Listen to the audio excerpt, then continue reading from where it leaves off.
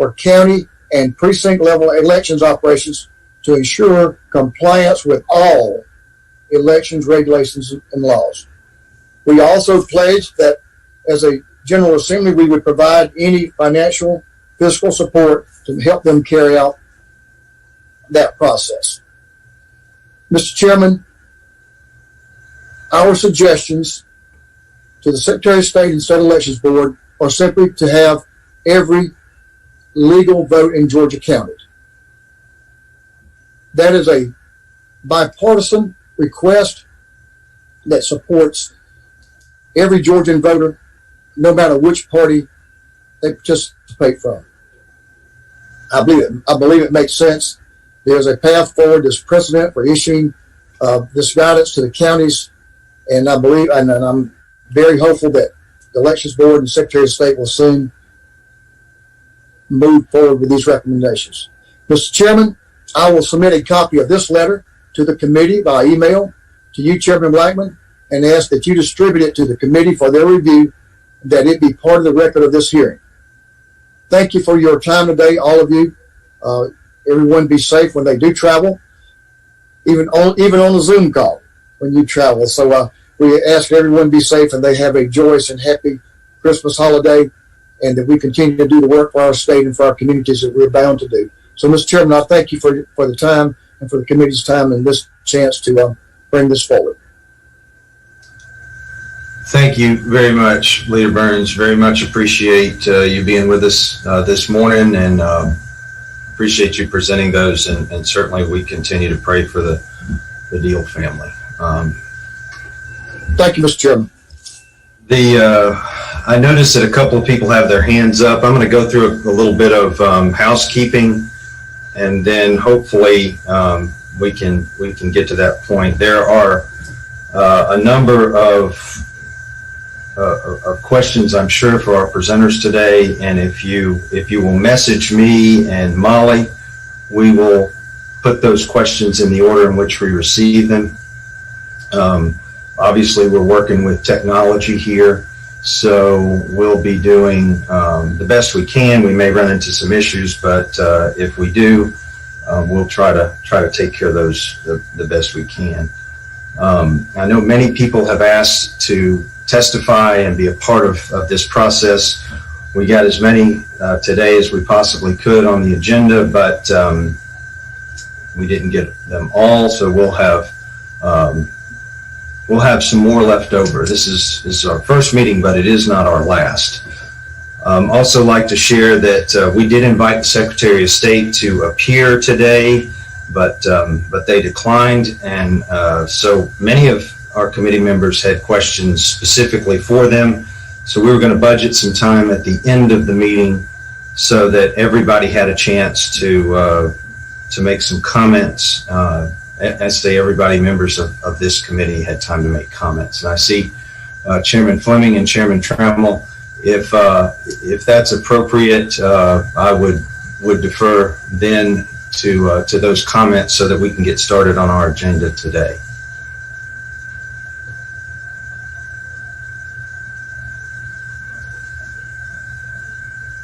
Mr. Ray Smith, did you have a statement that you'd like to make first? Yes, Chairman Blackman, thank you very much. I'm Ray Smith. I am counsel for the President of the United States.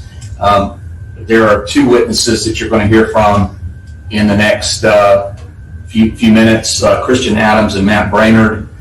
They are designated experts in the President's case of Trump versus Raffensperger et al. And out of an abundance of caution, they will be reading affidavit reports and will not be taking questions. However, if there are committee questions that want to be submitted in writing or by email to us, we'd be happy to try to get back to you all at a later time. But we ask that they just read their statements today, and then of course we'll be presenting a summary of our case at about 11 o'clock. So I just wanted to read that statement for the record. Thank you. All right. Well, thank you, Mr. Adams. I think I noticed you were on the call. Are you ready? Mr. Chairman. Yes, you're there. So I've just asked if you start by maybe telling us who you are, a little of your background, and And the floor is yours, sir. Right. I don't want to tread on Representative Trammell. I think he had something. I was still has his hand up. I have two hands up. I said Chairman Fleming and Leader Trammell. So let me. I didn't get a message from either one of them, so I thought they'd be okay at the end. But let me go to Representative Trammell first. Thank you, Mr. Chairman. And I just want to object for the record to what is about to happen.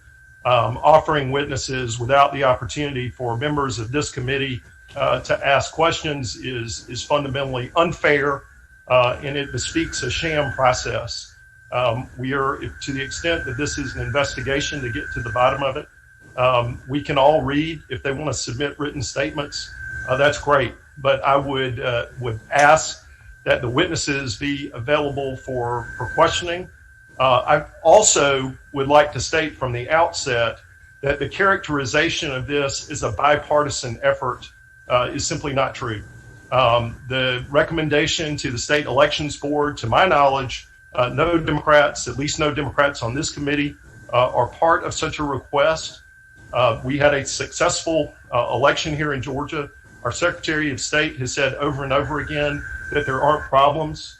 To date, 55 cases in 8 states in 37 days have been dismissed. And I think that's a very important point to make from the outset.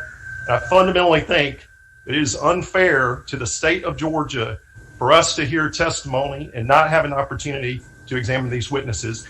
And furthermore, it is a violation of what we understood we were going to be here today.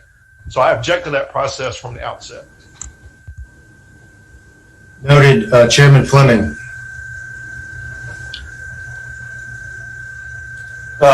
Mr. Chairman, I think my raised hand earlier was an errant hit on my screen. I apologize for that. Understood. Representative Turner, did you have a comment? Yes, sir. I would like to kind of piggyback off of what Leader Trammell is saying and ask you, Mr. Chairman, are we allowed to discuss amongst ourselves during this committee some of the things that are going to be presented here? Because I think we are very informed in this committee, since the majority of what is Georgia law today has come from this committee. And so if we hear something that isn't quite right, can we talk about that? Well, I think both of our witnesses are the testimony presenters provided this morning. If they see fit to not answer any of the questions that we have, then they will have to be able to state as much, and we'll move forward and hear what they have to say, and we can ask them some questions. And if they are compromised and unable to answer, then that'll be something they'll have to let us know. Thank you, Representative Turner.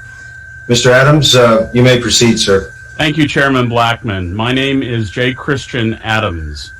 I am the President and General Counsel of the Public Interest Legal Foundation. That is a 501c3 charity that is devoted to this issue 365 days a year. We worry about election fraud and election integrity. I am today appearing wholly in my capacity as the President of the Public Interest Legal Foundation, and my remarks will be confined entirely to topics which have nothing to do with any expert affidavit which I may have been filed in a federal court case in Georgia.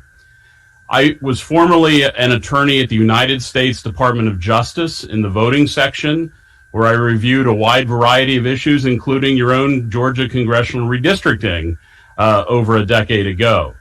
I was a presidential appointee to the President's Advisory Commission on Election Integrity. I am currently a presidential appointee to the United States Commission on Civil Rights. I confine my practice exclusively to election litigation across the United States and even across the Pacific to Guam, where I have had a case involving voting rights for the last 10 years. I would like to talk to you today about two things. Number one, problems with mail balloting that generally occur around the country. and secondly, fixes to some of those problems. So let me start with mail balloting generally. I have 8 topics. I hope that I can keep your attention as I go through them. I will keep them fairly short on each topic, but there are 8 general problems with mail ballots. In summary, a mail election is probably the worst possible way to run an election. The worst. And I have 8 reasons for you. The first is that mail balloting disenfranchises voters. When you run an election in the mail, you are turning over your vote to the people who regularly deliver you your neighbor's mail. The post office itself says that their error rate is at best 5%. They have a goal in the post office for political mail of a 95% success rate. Well, you all know that that is a 5% failure rate. If you are 95% of the time successful with mail ballots, you fail 5% of the time. The Public Interest Legal Foundation has been monitoring mail balloting around the country, and there's some very fascinating data. For example, coming out of Nevada, where we were able to track in the primary and delivered this information first, that in Clark County, for example, 1.3 million mail ballots went out, 233,000 bounced because of the bad voter rolls, which I'll get to later, and 310,000 arrived. So it gives you a sense of what actually occurs in a mail election, but the bottom line is that mail balloting disenfranchises voters because 5% of them are lost, and even more of them are not counted because of errors that cannot be corrected. The second major problem with mail balloting is it destroys transparency. In other words, there is a value to having both sides watching the election, and that value is there's confidence in the process after it occurs. Now, isn't that interesting? One of the things that characterizes the 2020 election among many people, if not millions of people in your state, is a lack of confidence in the process. One reason that occurs is because mail ballots are voted outside of the view of election officials. Transparency is a good thing, and when you go to mail ballots, you lose transparency, which takes me to the third problem with mail ballots, is that ballots can be voted by other people. What I'm about to tell you is not speculation. I will give you a direct citation to a federal court opinion that discusses this in great detail. If you want to see how voter fraud operates with mail ballots, if you care about these issues, please read a case that I litigated in the Federal District of Mississippi, the Southern District, called United States versus Ike Brown. I represented the United States while at the Department of Justice. I have a citation for you. It's 494 F Sup 2nd 440. I'll repeat that. 494 Federal Supplement 2nd 440. The case is United States versus Ike Brown.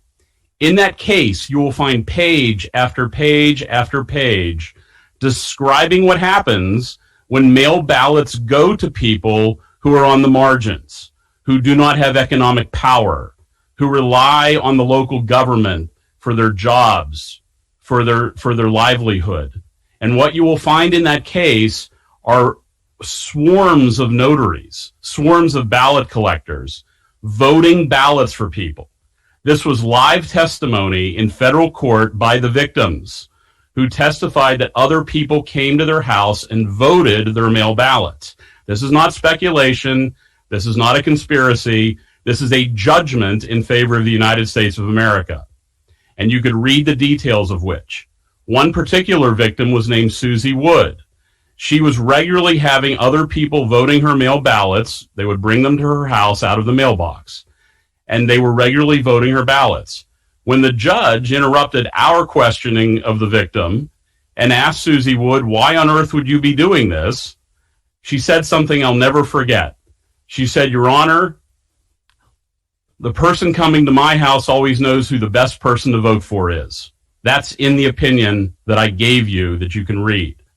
It's not isolated. But the third reason mail ballots are bad is it creates vulnerabilities in the system. The fourth reason mail ballots are bad is because they're going to bad addresses in Georgia. I can't speak entirely to the Georgia process, but I can tell you about Nevada. In Nevada, we went, and you could see a video if you Google Public Interest Legal Foundation Nevada video. We looked at the Nevada voter rolls, and we went to the addresses where people are registered to vote. And what we found are vacant lots, mines, liquor stores, pot shops, casinos, and other places like that where people are improperly registered to vote. And here's the important part. Mail ballots are being sent to these locations. Now, in Georgia, we can tell you exactly how many people on the voter rolls there were dead, duplicated, living in other states, or had more than one registration. In fact, we use the most rigorous protocols possible to arrive at these conclusions, and we've been doing this for years at the Public Interest Legal Foundation, directly figuring out which are the improper registrations. We did that for Georgia well before the election. So the fourth reason why mail balloting is bad is because it ends up having ballots being sent to bad registrations. The fifth reason that mail balloting is bad is because it creates storage problems. Now, there's been lots of news stories about ballots in suitcases showing up and so forth, but I will tell you, none of that surprises me because ballots have to be stored somewhere if they're all coming in the mail. And that results in a wide variety of zany solutions, such as suitcases. And so what it does is it creates storage problems and it creates paranoia about when people actually see how the ballots are being stored. If you're in a busy election in a room and you have a lot of mail ballots, sometimes they need to be put in strange places, like under the desk or over in the corner. But people without election administration experience don't quite understand how hard it is to run an election sometimes. The sixth reason why mail ballots are bad is because you cannot cure them. In other words, if somebody's sitting at their home on the kitchen table mistakenly votes a mail ballot and fills it out wrong or does the envelope wrong, they can't fix it. They mail it in, and these are the sorts of ballots that get rejected, that they get disenfranchised because it's hard to cure them. Contrast that with in person. When you vote in person and you make a mistake, your ballot can be fixed. You can change something. You can spoil a ballot under Georgia law, but you can't do that with mail ballots. Seventh, voters don't often know if their votes are not counted when they mail them in. They check out of the system. They don't follow up. They don't have time. They expect their ballot to be counted and would be shocked to learn how many ballots are not counted that are mailed in. So voters don't even know that they're being disenfranchised. Let me leave you on the list of problems, number 8, with probably the most important one. I saved the best for last. When you have a mail balloting system, election officials are not in charge of the process as much. It is decentralized. There's no central authority watching the system take place. You can't see it. You can't observe it. You can't fix it. You can't make it better. It's almost like you've created a system of chaos. And so election officials should be on top of the process directly, not 3 days after it mails if it gets to the office. It's important that the very good election officials in Georgia have a greater role to play, and mail balloting takes that away. So those are the 8 problems that I've observed around the country over the years with mail balloting. I urge you to please read USVI Brown, because it will show you how a system breaks down when it comes to mail ballots. Now, I don't want to testify to y'all and not have a fix. And so I have a number of solutions that I would suggest that I want to go through with you very briefly. But I'm going to give you the most important suggestion that I didn't talk about, and you might wonder what it has to do with mail balloting. The single most important thing that the Georgia legislature can do is to ban private money from being used to pay election offices. That happened this year with the Center for Technology and Civic Life. It's an easy fix. I have written this legislation already to be introduced in other states. Now, why is this important? This money was being paid by billionaires into Fulton County, DeKalb County, other counties, because they knew the vulnerabilities of mail voting. They're well known by anybody in the election administration. But when you have private parties funding government election offices, like happened to the tune of nearly $500 million this last election, it is unfair and builds structural bias into the system. So that is the most important thing, in my opinion, that the legislature can do, is to ban private money from running election offices. The second thing that can be done is absentee ballots should be requested, not auto-mailed. The reason that is important is because the voter rolls have problems. And if you auto-mail ballots, you're mailing directly into those defects, into those problems. Next, absentee ballots should be requested for each election. People move, people die, people go into other states. They move away, they move within Georgia. So you should not have a system where you can request an absentee ballot for a primary and that carries over to the general election. Now, I'm aware that there was some litigation involving the Justice Department that relates to a runoff, but that's a different story. What I'm saying is, for a primary, the absentee ballot request should not extend to the general election. Next, signature matches must be real. They must be real and not given the short shrift, because it's one of the few things we have to protect against what I described was happening in the case of United States versus Ike Brown. I had the occasion to review all of those signatures, and I started to notice a pattern that the signatures of the people notarizing the documents as a witness or requesting them were strangely similar. The notary and the voter looked a whole lot alike. And so signature matches give law enforcement and election officials a beachhead to start to confront problems when the system breaks down. So signature matches must be real. Another thing that Georgia should consider that other states have adopted is having identifying numbers on the absentee ballot or absentee ballot request, such as a driver's license, such as a voter card, some other uniquely identifying information that proves the person voting the absentee ballot is the correct person. This is not expensive. It's not complicated, but it's simple to do. And that is to have some sort of voter ID, such as your voter card number or your driver's license number, part of the absentee ballot process or the mail ballot process. Next, a witness requirement is a good thing. Now, I will tell you, this was attacked all over the country, but it is a good thing when you move to vote by mail to have some sort of witness. Next, you should consider limits on how many ballots one person may deliver. Other states have already done this. Or how many ballots one person may witness if you have a witness protocol. The next thing you can do to both make the system work better and increase confidence in the system is to have centralized, transparent counting. You have to have transparency throughout the election process if you want people to believe in it. And I think wanting people to believe in the election process as valid is essential to the democracy and to the democratic republic we have. And if you have centralized counting processes, they have to be transparent. Next, absentee ballots have to arrive by election day. How about that wild idea?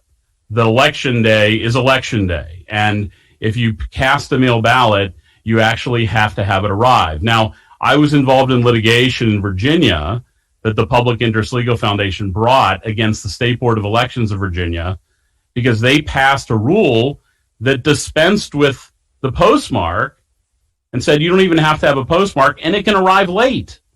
Now, that was in conflict with statute. And I brought a case against the State Board of Elections and was victorious and enjoined the State Board of Elections against following that illegal rule that was conflicting with statute. which raises another and final issue that I'll mention. You have to give people in your state the right to sue for violations of these election rules. How might you do that? Well, one might be a mandamus, that if a county election official is ignoring the law that you pass, that somebody has the right to go in and enforce it. So you might consider your mandamus either common law or statutory rules regarding mandamus. You have to give people the right to enforce these laws, because right now there's a patchwork in many places where the laws are enforced one way and not the other way. Uniformity is a good thing. But I want to close by reiterating how critically important I think it is to ban the use of private money in government election offices, because private money should not be going into how we run elections. We don't allow private armies, and we shouldn't allow private election office funding. So that's my testimony, Mr. Chairman. I thank you very much for everybody's time and attention, and I will close my presentation there. Thank you. I recognize it was mentioned ongoing litigation may prevent you from answering questions, but I did have a couple of comments, and I think a couple of people that may want to ask a question nonetheless. So, Chairman Powell, did you have a comment or a question? Yes, sir. Can you hear me? Yes, sir. I want to thank Mr. Adams for his testimony. Very clear. Some of us that have been in political office for a period of time have always identified that the number one place for fraud, in our opinion, is the mail-in process or the absentee process. This was expanded back in 2005 in the state of Georgia against a lot of our wishes at that time. Now, that being said, one of the things, in lieu of the fact that the Secretary of State's office is not appearing today, I would like to ask a question of you. Some of us have said that we believe that the best thing that could happen right now, because of the failure of confidence for this election, was that the absentees or the mail-in and mail-ins, there should be an audit done on these to see if there is any organized voter fraud based on matching of the signatures and things such as that. Could you address that? That might be out of your realm, but could you address that possibility of how we could implement an audit on these? Thank you very much, Representative Powell. Yes, I can address that from personal experience. And look, there's nothing, I think an audit would have value if it's done correctly, but I'm going to tell you this. I had the power of the United States government, as well as my colleagues, in that case I talked about, United States versus Ike Brown. And we had the power of the United States Justice Department to attempt to basically do an audit. And I will tell you that it takes years. It takes enormous amounts of energy and time and manpower. I just don't want anyone to think that you can just start looking at a couple of documents statewide and reach many conclusions very quickly. It doesn't work that way. This is hard work. And look, I think an audit is always good to know the truth, right? But I just want everybody to go in with eyes wide open that these things take time, and it's not always fraud. And that's the other thing I want to emphasize is chaos. Chaos lends itself to its own outcome, and mail balloting creates chaos. And you don't have to have a conspiracy to commit a crime to still get a bad thing to happen. So I would be all in favor of always getting to the truth. I just want folks to know that it can be a long, long road to get there. Anything further, Chairman Powell? Or?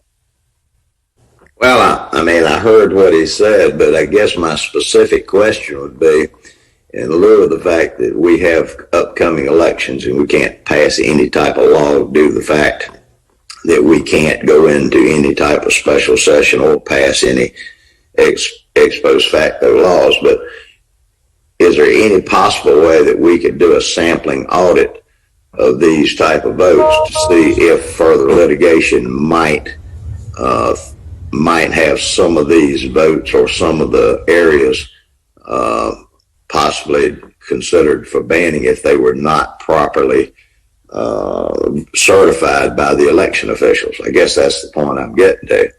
Because if that happens, then that we could take it to the next, possibly through litigation, take it to the next step. Right. And look, if procedures were not followed in the statute, that is clearly a serious problem that you could audit and catalog. And I think some people have done that. And I'm going to try to steer a little clear of that topic. If I was doing this, here's what I would do. I would take the list of dead registrants that I know we created at the Public Interest Legal Foundation, and I would look to see how many of those cast ballots. I would take the list of people who moved away from Georgia that the Public Interest Legal Foundation produced earlier this year, that moved away from Georgia, and how many of those cast ballots. That's not a complicated thing. It actually could probably be done in a day or two. But it's important to do it correctly, and not, as many people have made mistakes around the country, they don't think there's anybody else with your same name born on the same day. Well, there actually are. Everyone on this call probably has people looking at the board here with somebody, with maybe one or two exceptions, who have someone with the same name born on the same day somewhere in the country. So I think it has to be done correctly, but that's another thing that people should consider. So then a step further than that, then, to do a comparative list. So what process would we need to move forward with that? And I mean, we don't have, at this point, we don't know what the intention of the Secretary of State's office is.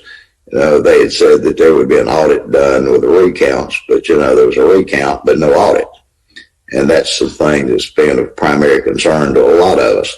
So legally, and I'm not an attorney, but maybe you could give some advice to that. How could we move forward to implement these type of comparisons to the local boards of elections around the state? Well, that's a very good question. I apologize that I don't have an answer for you for a variety of reasons, not the least of which is I'm not close enough to the Georgia process. I'm sorry. Thank you. Representative Shannon. Thank you, Mr. Chair.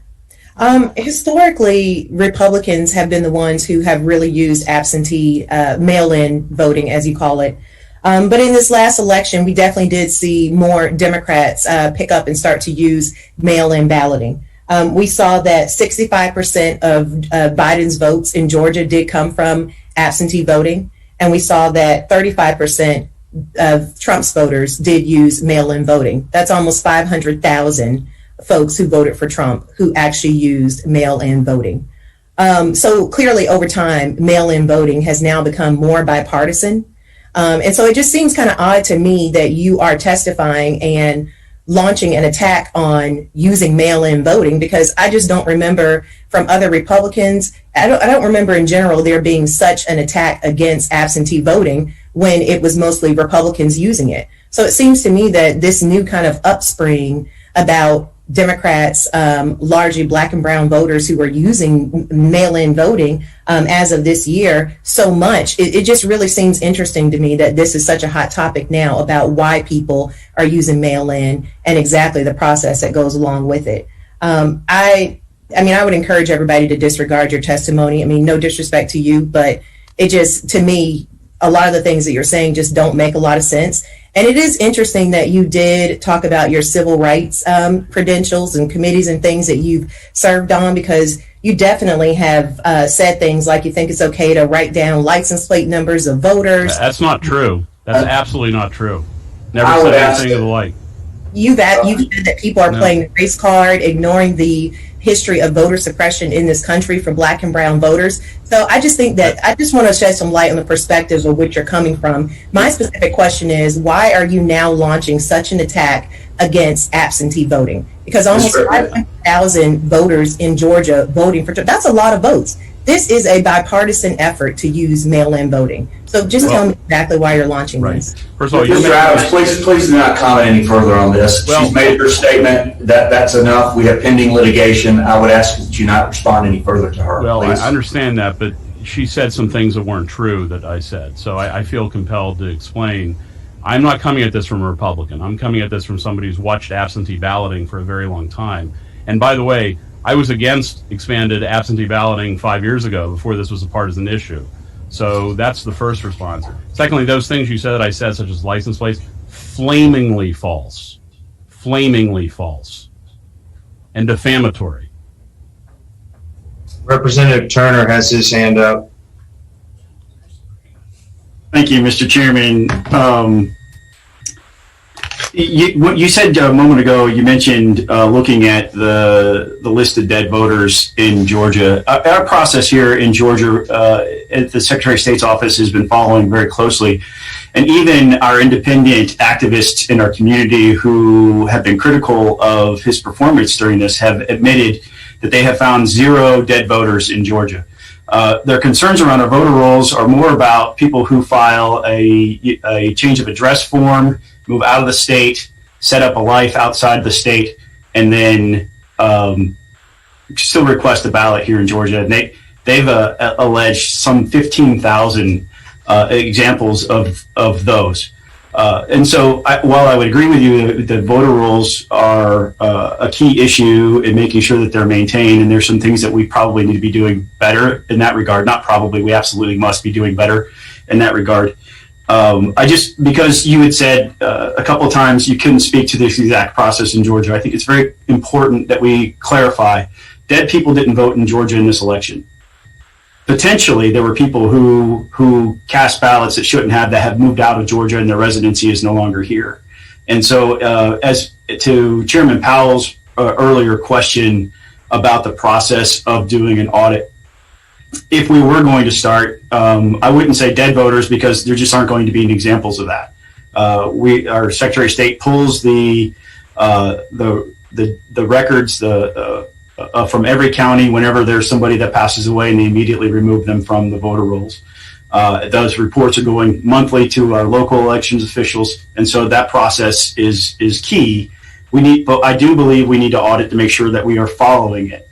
And this committee has done a lot of work to make sure that our voting process is 100% verifiable from beginning to end, and that there's a checkpoint and there's a record at every step of the way. When you request when your application is received, the signature match is happening at that point again for the first time. The records of when the ballot was sent out, when it was received, that it was actually processed. If there were problems, we have in our state statutes things that allow the voter to cure their absentee ballot if there are problems that didn't exist 4 years ago as a result of the work of this committee, by the way. So I would just like to kind of bring to light that there are some good things that we're doing there. And if you're going to make these suggestions, I would ask that we focus on the real problem areas, because there's been a lot of misinformation out there that's cast doubt into our process. And that's one of those things when it's a red flag for me when I hear, hey, you could have dead voters voting in Georgia. Well, that doesn't happen here. And we've pulled the data to find out whether or not that did happen, and it's shown that it hasn't happened. I would just like to focus on the areas where there are actual problems, and not some of the things where they could take us down a rabbit hole that will lead us ultimately to nowhere and give us a false sense of security, where we should be looking at the areas where there's actually a brush fire. Representative Wynn had a question. Thank you, Mr. Chairman. Mr. Adams, you mentioned that your group uses a rigorous process to identify potential issues with invalid ballots. Specifically, you cited some of the issues are erroneous registrations, and you also named other instances of potentially folks casting invalid ballots for one reason or another, including double voting. I haven't had a chance to read the litigation that you did mention earlier, and I will take a look at that. But I did have a chance to read about the lawsuit that you filed in the state of Virginia alleging that invalid ballots were cast by non-citizens. In that lawsuit, Social Security numbers were shared publicly, which resulted in the commitment of your firm to redact private information, identifying information that could potentially endanger folks that are being accused of committing a felony. And subsequently, your group was sued for defamation because it was found that these citizens, these voters who are alleged to be non-citizens, were in fact citizens in the state of Virginia. Can you share with us how your rigorous process yielded a result that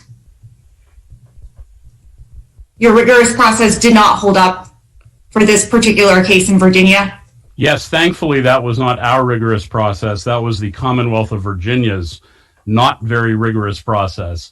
And what happened there is the Commonwealth of Virginia was removing American citizens from the voter rolls that were actually citizens being removed as non-citizens.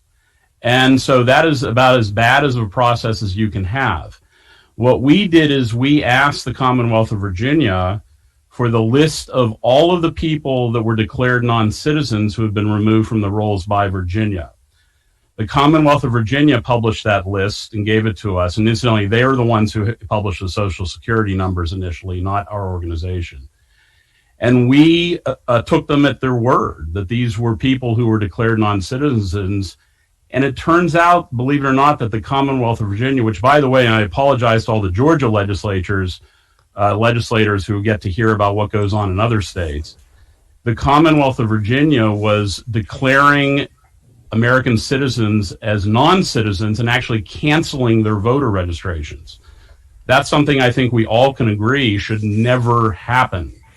And we discovered it through this lawsuit by assuming that the Commonwealth of Virginia was acting properly. Well, it turns out they weren't. And we relied on that information, and we drew reasonable inferences. If the Secretary of State of Georgia were to give you, Representative, a list of people that they canceled as aliens or foreign nationals, I think you would probably trust it also, like we did.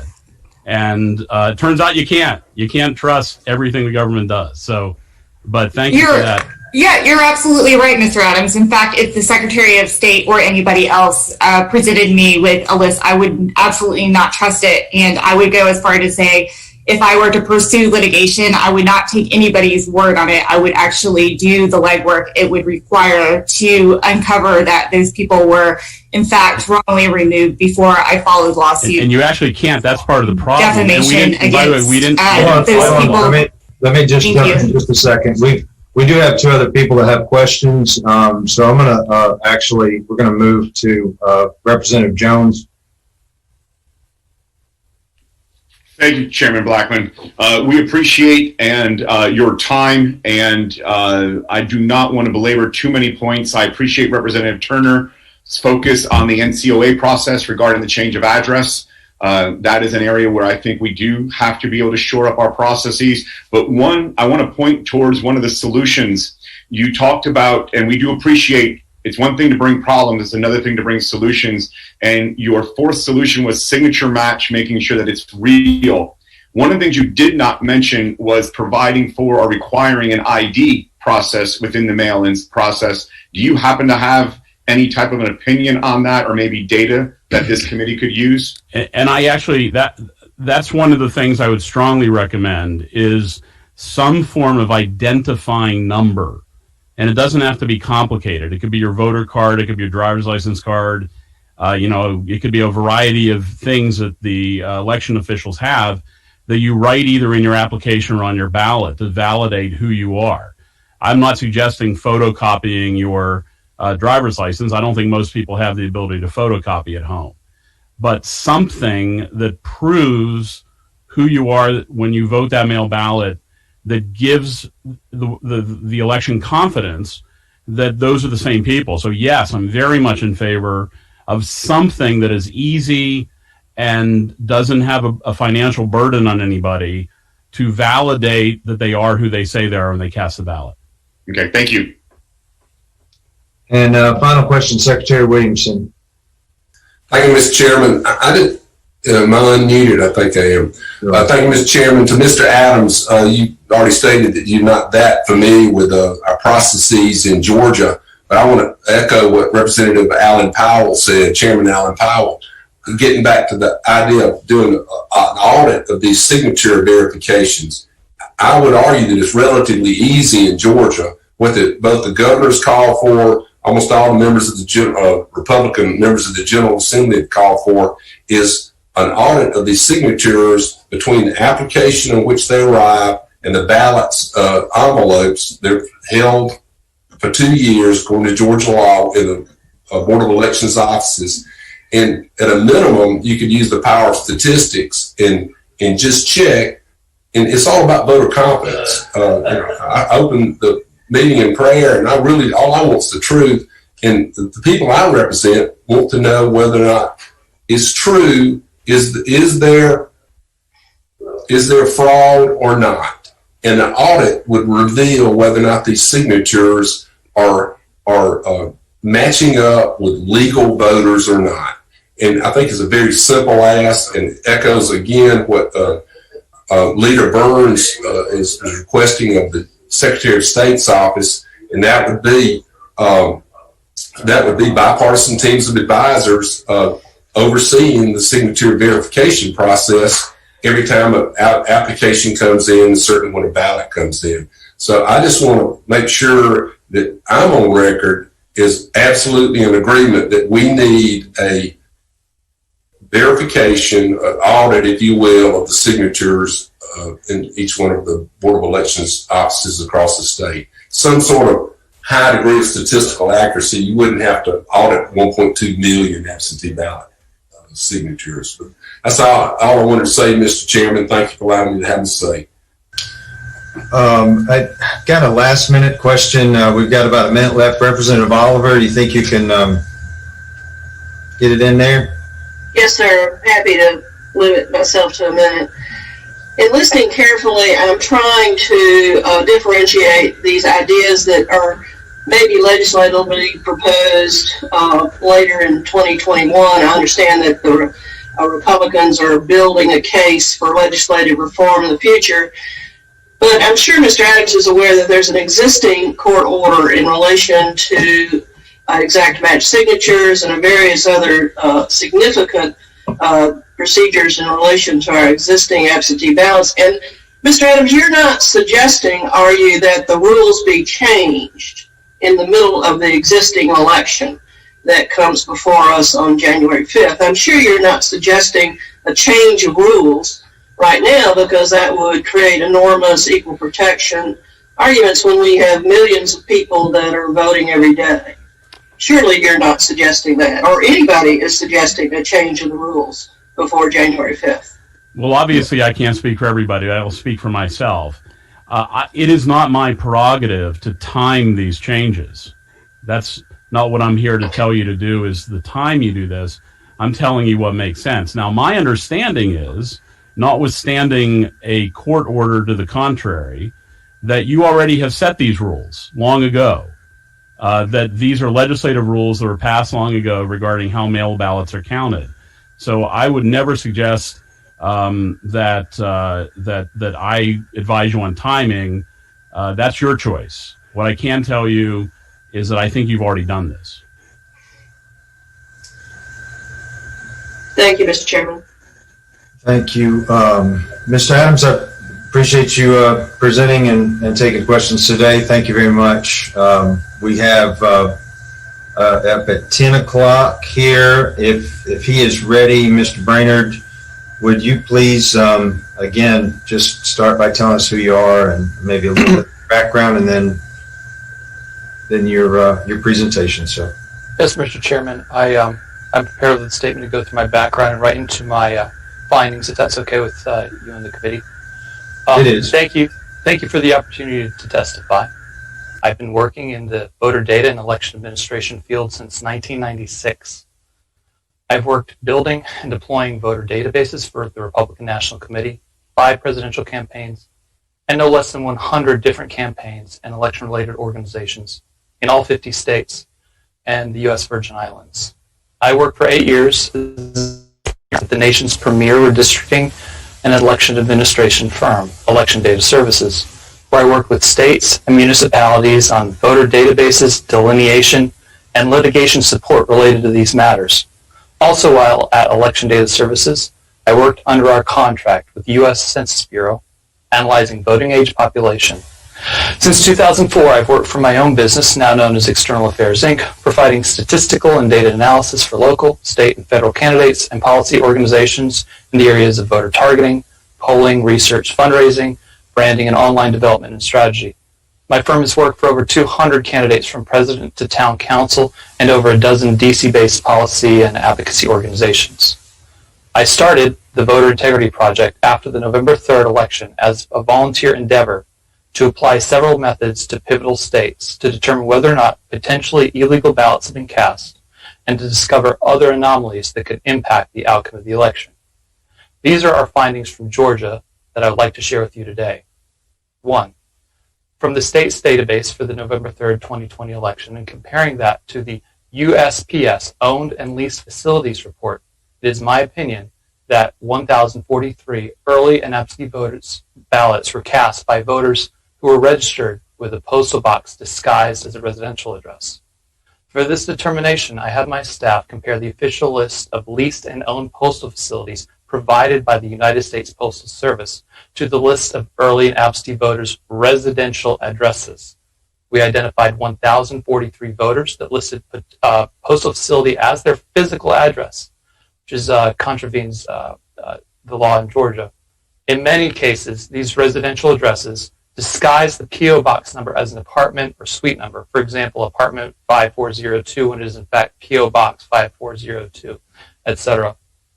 Second, from the state's database and the National Change of Address database and other states' voter databases, it's my opinion that at least 2,312 absentee or early voters were not residents of the state of Georgia when they cast early absentee ballots in Georgia.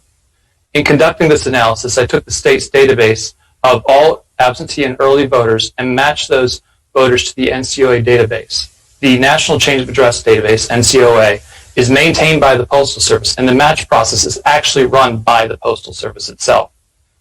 This identified 15,700 matches of voters to records who had moved out of the state, permanent NCOAs, not temporary, permanent, to the state prior to Election Day. Further, by comparing the other 49 states' voter databases to Georgia's database, I identified 4,926 voters who registered to vote in another state subsequent to the date that they registered to vote in Georgia. When merging these two lists and removing duplicates and accounting for moves that would not cause an individual to lose their residency in Georgia and eligibility to vote under state law, these voters totaled 20,312. The methodology of using NCOA to identify voters who've moved out of state is backed up by research, specifically an article titled A Brief Yet Practical Guide to Reforming U.S. Voter Registration Systems, which appeared in Election Law Journal and was co-authored by author Stephen Ansolabahari, the Frank G. Thompson Professor of Government at Harvard, who is widely published and has a PhD in political science. The article recommends the use of the National Change of Address database to identify voters who are quote-unquote deadwood because they moved out of the state. From the article, it is possible to develop comparable metrics of list quality and targets for improving voter registration lists. An example of a possible metric is the incidence of deadwood, obsolete records, usually due to a person moving or dying, on active and inactive voter lists using the National Change of Address and other postal lists, information from marketing firms, past vote records, and the National Registration List. Catalyst has identified records that are deadwood. The data revealed that 7.3% of all registrations records in the United States are deadwood.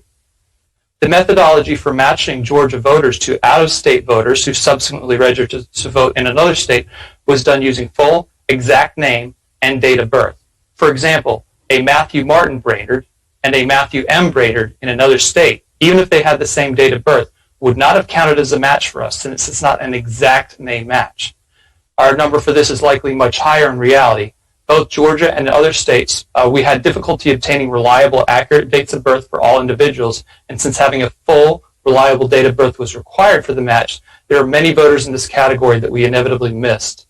I would point out that this matching method has also been validated by published research. An article titled ADGN, an algorithm for record linkage using address, date of birth, gender, and name, in Statistics and Public Policy, another journal, also authored by Mr. Anselo Bahari, states the following in his analysis of a database for the state of Texas. Either name or date of birth or name and address identifies nearly all individuals in a database uniquely. 99.6% are unique with date of birth and name. I would also add that according to the Official Code of Georgia, Section 21-2-217A2, registering to vote in another state is specifically indicated as nullifying residency in Georgia and with it the right to vote. Number 3, it is my opinion that at least 395 individuals in the state of Georgia voted in multiple states, in Georgia and in another state. For this determination, I compared the list of early and absentee voters and compared this list to other states' early and absentee voter lists that were available through the L2 political database. Comparing these two lists by matching on full exact name and full exact birth date revealed 395 individuals who voted both in the state of Georgia and in another state, a clear violation of state and federal law. It should be noted that not all states have published complete lists of their early and absentee votes, and we didn't look at election day voters at all in either comparison. Thus, this analysis was conducted on an incomplete universe of data and represents a minimum number of individuals who voted illegally in Georgia and in another state. The accurate total figure is likely much higher. The number of matches is further reduced by the same lack of accurate and complete dates of birth, both in the Georgia file that was released publicly and in other state files that hamper the identification of subsequent out-of-state registrations. Now, I'd like to quote to you from an article in the New York Times that was published in 2012. Fraud in voting by mail is vastly more prevalent than the in-person voting fraud that has attracted far more attention, election administrators say. The flaws of absentee voting raise questions about the most elementary promise of democracy. Voting by mail is now common enough and problematic enough that election experts say there have been multiple elections in which no one can say with confidence which candidate was the deserved winner. When just combining my findings alone, the number of ballots that are strongly indicated as being illegally cast surpasses the margin of victory in the presidential election, thus making it impossible to know who the deserved winner is in Georgia. Finally, I'd like to make a point about the influence of out-of-state non-residents in your elections, because it's about more than just the outcome of this election. When someone casts a ballot, not where they live, but where they choose to cast it, they are effectively nullifying the Electoral College. Similarly, I'll ask you to recall the great compromise at the founding of this country, that we were to have two federal legislatures, one, the House, composed of representatives based on a state's population, and the other, the Senate, where each state had an equal voice. Out-of-state, non-residents voting in your Senate elections also nullifies this founding principle. To the members of the committee, I am eager to answer any and every question you may have about these findings. I do respectfully request that you allow me to answer certain questions about the specifics of these findings after my testimony in current litigation, which I expect to complete within the next few days. You may email these questions to me for a written response, or I'd be happy to answer them via live, over Zoom, over the phone, and under oath. Thank you. Thank you very much. There are some questions. Mr. Brainerd, if there's something that you can speak to at present, that would be fine. We understand the ongoing litigation. If it is not something, then I would just ask that perhaps you write it down and get that answer back to us at an appropriate time. I'm going to go back. I believe the first request was from Representative Oliver.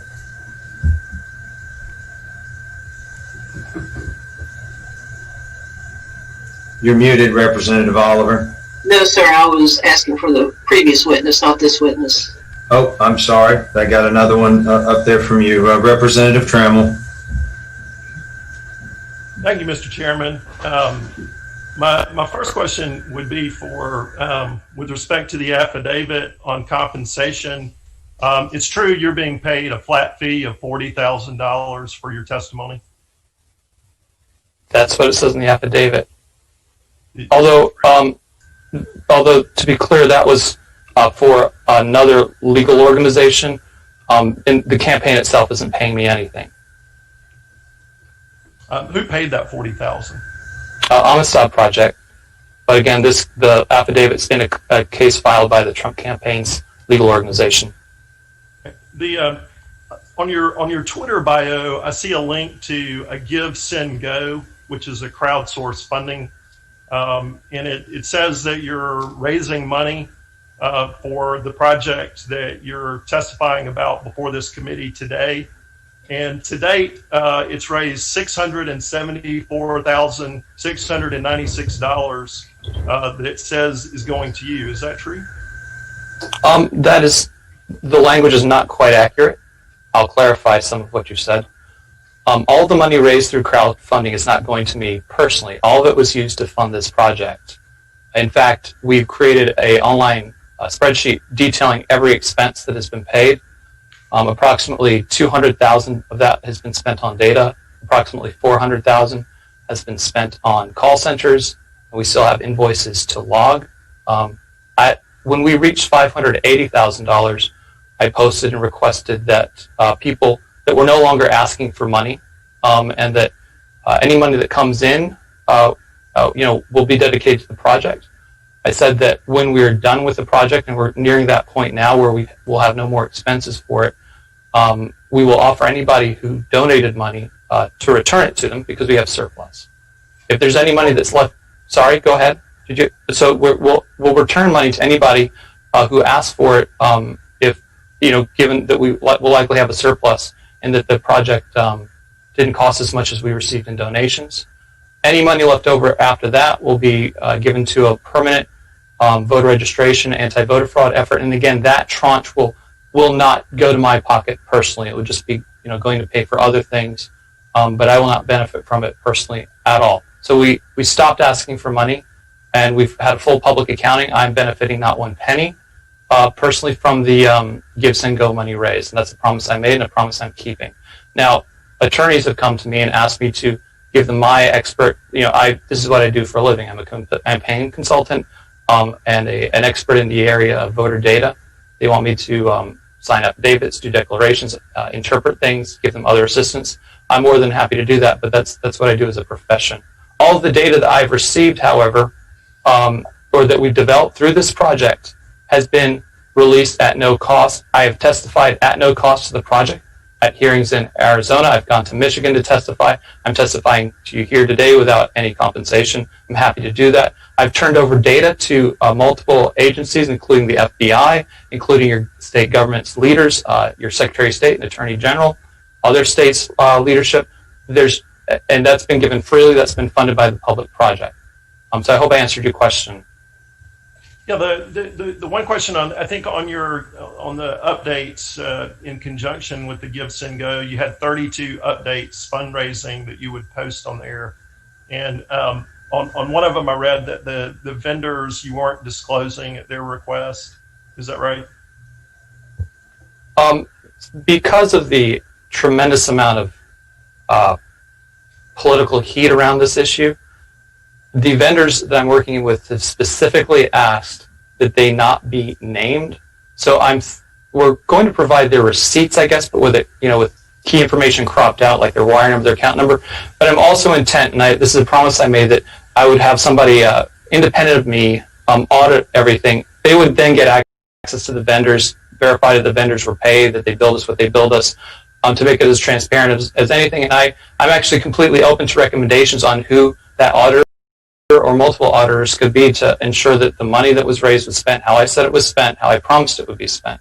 I'm completely open to that, but I'm in a little bit of between rock and hard place because these vendors, some of whom I've worked with for over 20 years, have been like, please do not put our names up there. Like we put receipts up for Chick-fil-A up there. We don't have a problem with that, or Best Buy, or the other places where we've made incidental purchases. But these major vendors whom we've given, spent basically almost all of the money on, we're very apprehensive about being publicly doxxed. We have Representative Turner has a question. Mr. Chairman, I have just one more question to ask, if I might. Please go ahead. Thanks. Mr. Brainerd, 2 or 3 nights ago, you were on an interview with Lou Dobbs on the Fox Business News channel, And in that interview, you said that you were working with Georgia legislators. Who are the Georgia legislators that you're working with? Your colleagues on this committee who invited me to the hearing. Representative Turner? Thank you, Mr. Chairman. Mr. Brainerd, you and I have never had any conversations, have we? We never had. I don't recall. Yeah, I don't think I heard your name before yesterday. As a matter of fact, I don't watch Lou Dobbs. I'm sorry I missed the interview. But and I really don't understand why it would matter who's paying you if the data can be independently verified. Have you worked with any Georgians who have given you any type of leads? Are there any activists who have come to the forefront that you're aware of, or have worked with, or have told you this is where you need to look? No, and when other people are bringing different approaches to this, these questions, right? But it was my intent when I started this project that our findings would be geared at nothing that would require any speculation, only hard data that could be easily reproducible by someone else. Anybody, with just a little bit of common sense could actually do an NCOA match on the early absentee vote. That's easily replicatable. So is the PO box leased and owned facilities. That's all easily replicatable. So we really want to avoid any kind of bias, and that you can decide how you weight certain mathematical formulas. And we didn't do any extrapolations. We did a sample size, so therefore the entire population reflects the same. We never made any of those assertions. I've given names, voter ID numbers, records to other states, etc. Just really concrete things that are I would consider actionable. So the reason why I asked the question the way that I did was to establish that before your testimony here, I had no idea what you were going to say.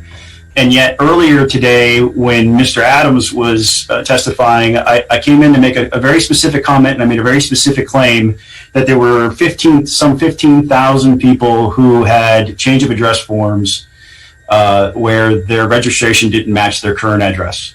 And that was given to me by two Georgia activists who have been doing data analysis much like yours. And so it really doesn't matter who's funding it. These two guys are doing it because as a passion project, they care about democracy, they care about their country, and they found that there are these problems in the data. And that I said the 15,000 number earlier, and I believe you put the number at 15,700. So I'd say it's in the same ballpark.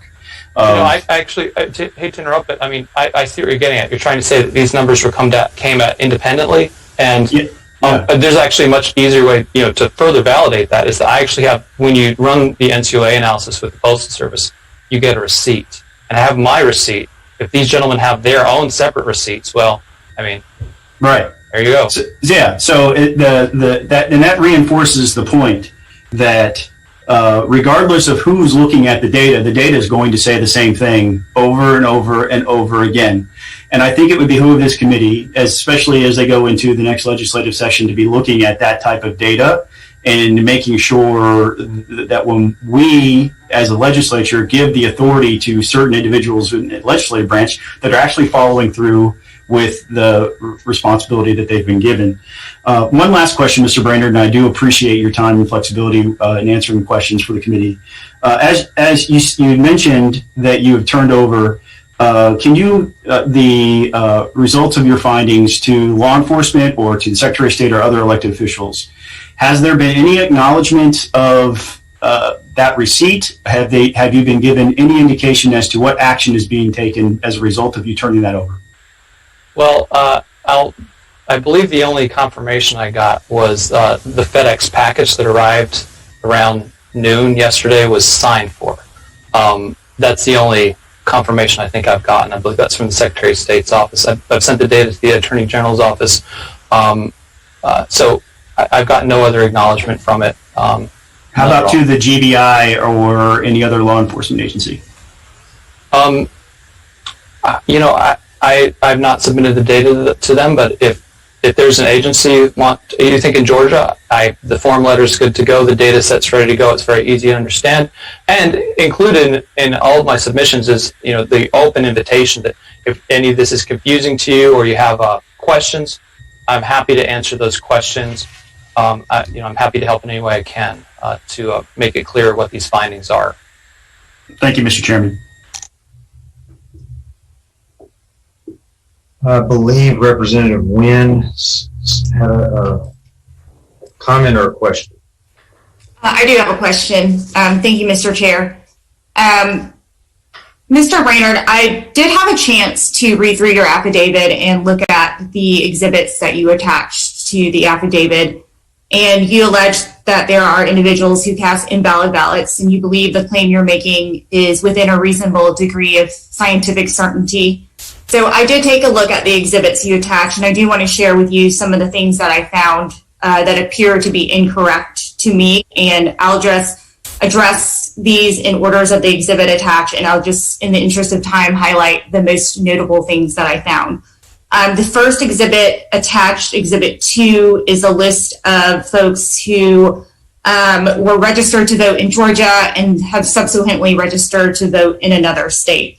Right off the bat in your affidavit, you testify that you cleaned up the list for duplicate entries, yet on the very first page of the exhibit, there are 3 duplicate voters. So I am concerned about the duplicate entries that may not have been removed from the exhibits. On that same page, what I did was I just took the first 10 names that were listed that are alleged to no longer be a resident in the state of Georgia. Of those 10 names, I found 8 property tax records that shows the voter still lives at this current address listed under which they're registered in the state of Georgia. They claim homestead exemption on this home as their primary residence, and they pay property taxes on their homes here in the state of Georgia. These are 2020 records that I will be submitting to the committee for review. Of these 10 voters that I researched, I was able to reach one voter on the phone. The voter verified that both he and his wife still live at this address in the state of Georgia, and he has only voted in the state of Georgia. He has a lengthy voting history that I was able to pull as well. From this very same list of individuals, one individual is alleged to be registered in both Georgia and Arizona. I was able to confirm her registration in Georgia and match her voter registration to a property tax record to confirm that she still holds residency in the state of Georgia as her primary residence. I cross-referenced her with Arizona's database and in fact did find a voter with the exact same name, and they are exactly the same age. However, the voter in Georgia was born January 17th and the voter in Arizona was born on April 17th. The voter also has a very common name, and I subsequently just typed in her full name, first, middle, and last name. In the state of Georgia, 17 people share this name, according to White Pages, and in the state of Arizona, 54 people share this name. There was another similar scenario with another individual on that same list, registered allegedly in both Georgia and Arizona. First, middle, last name, but they have different birthdays. They're different ages. One is age 48, one is age 49. The voter in Arizona has not actually voted since 2016. I'm going to move ahead in the interest of time to Exhibit 4. And you mentioned this earlier, voters who, in your affidavit, you allege that voters are using P.O. boxes to register and disguise P.O. boxes as their residential address to cast invalid ballots. In this exhibit, I immediately recognize one of the addresses. It's right around the corner from which I live, and I have friends that live in this actual building. It's a condo building with units on top, and it happens to have a FedEx center in the bottom of the condo complex. I reached out to my friend that lives there and informed him that both he and his wife are listed on your exhibit as having committed voter fraud by trying to disguise their residential address as a P.O. box. He subsequently sent me a list of all the homeowners in that same complex, and I cross-referenced them with their voter registration to confirm they live there. And then I also looked on your exhibit, and every single person that owns a condo in that building that voted in this election has been accused of disguising their residency as a P.O. box. I found a similar scenario for an address that is also an apartment building with a FedEx center in the bottom of the building. I know exactly where that building is because I have friends who used to live in that apartment complex. And a simple Google search will show you in real time that that is a residential apartment building with a FedEx center underneath it. Now, for those two buildings alone, I've identified at least 70 individuals in the first building that are on this exhibit, having been accused of disguising their residential address as a P.O. box. And on the second list, there are at least 58 folks that are named for that specific apartment complex. In Exhibit 5, this is the list of people who have alleged to have voted twice, one in the state of Georgia and one in a second state. One of the very first names on that list happens to be our colleague, Representative Tyria Nolowitz's neighbor. So we simply picked up the phone and called Representative Anulowitz, and she called the voter. The voter is alleged to have voted in the state of Maryland and also in the state of Georgia. The individual has confirmed that he currently lives in Georgia and has never voted in the state of Maryland. He, in fact, has not been to Maryland in the last year at all. He does have a father with whom he shares the exact same name, a senior and a junior. In another scenario, I was able to find an individual who allegedly voted in Georgia and also in the state of Virginia. The voters share the exact same name and age, but they have different birthdays. The Georgia voter born June 14th, the Virginia voter born June 2nd. On that same list, I happened to notice that one of the Representative Wynn, excuse me, how many more on your list are This there? is my last scenario. Thank you, Mr. Chairman. On the last, one of the voters on my list happened to be my constituent. I attempted to call her, was unable to reach her, so I actually just drove over to her house and talked to her and her husband yesterday afternoon. They've lived in Georgia their entire lives, have lived in that same house since 1985. They've never even been to the state in which they're alleged to have double voted. Earlier, Mr. Adams did testify that there are circumstances in which voters have the exact same name, first, middle, and last name, and the same birthday. Based on what I found, I'm led to believe that many of the names listed on your exhibits are erroneous. And these allegations are very serious allegations. You've alleged that these voters have committed a felony. When I picked up that phone and I called my friend and let him know he was on that list, he and his wife were very surprised to learn that their names have been attached to a federal lawsuit, and there have been no attempts to contact them to verify any of this information. So these voters, in fact, have no idea they're being accused of committing a crime in a public filing where both their names and their addresses are listed. And these voters are both Republican and Democrat. It's not a partisan list. So to be clear, there are many people who have been accused of committing felonies, and there are many common names in these exhibits: Smith, Williams, Johnson, Taylor, Davis, Miller. In some cases, as you admitted earlier, you use birth years, in some cases, birthdays. But did you use any more specific, unique identifiers, such as social security numbers or driver's license numbers, that would have actually been able to prove that these people are not, in fact, the same people? Okay, quite a lot of questions there. First of all, I actually want to thank you for helping to raise issues to help better validate the data. It's only with strong scrutiny that we're able to be completely confident in our findings. So to answer some of your questions, first, we never used anybody's just birth year. It was always had to be a complete match. In fact, because the default date for so many birth dates is the first of the month or the first of January, whenever that's those components are missing, we actually excluded everybody that was born on the first of the month or January 1st for any of our matching. Second, you bring up the issue of duplicates. In the total number of 20,300, is it 12, I think, that is a completely dedupe consolidation of lists. While individuals might have had multiple NCOA records, we have a completely unique list of county and voter ID numbers. That totals 20,300. Regarding some of the other name issues that you've found and other issues that you've raised, As I mentioned, I'd be more than happy to address all of those. If you'd send them to me, I would give them an additional validation and scrutiny and get back to you on them.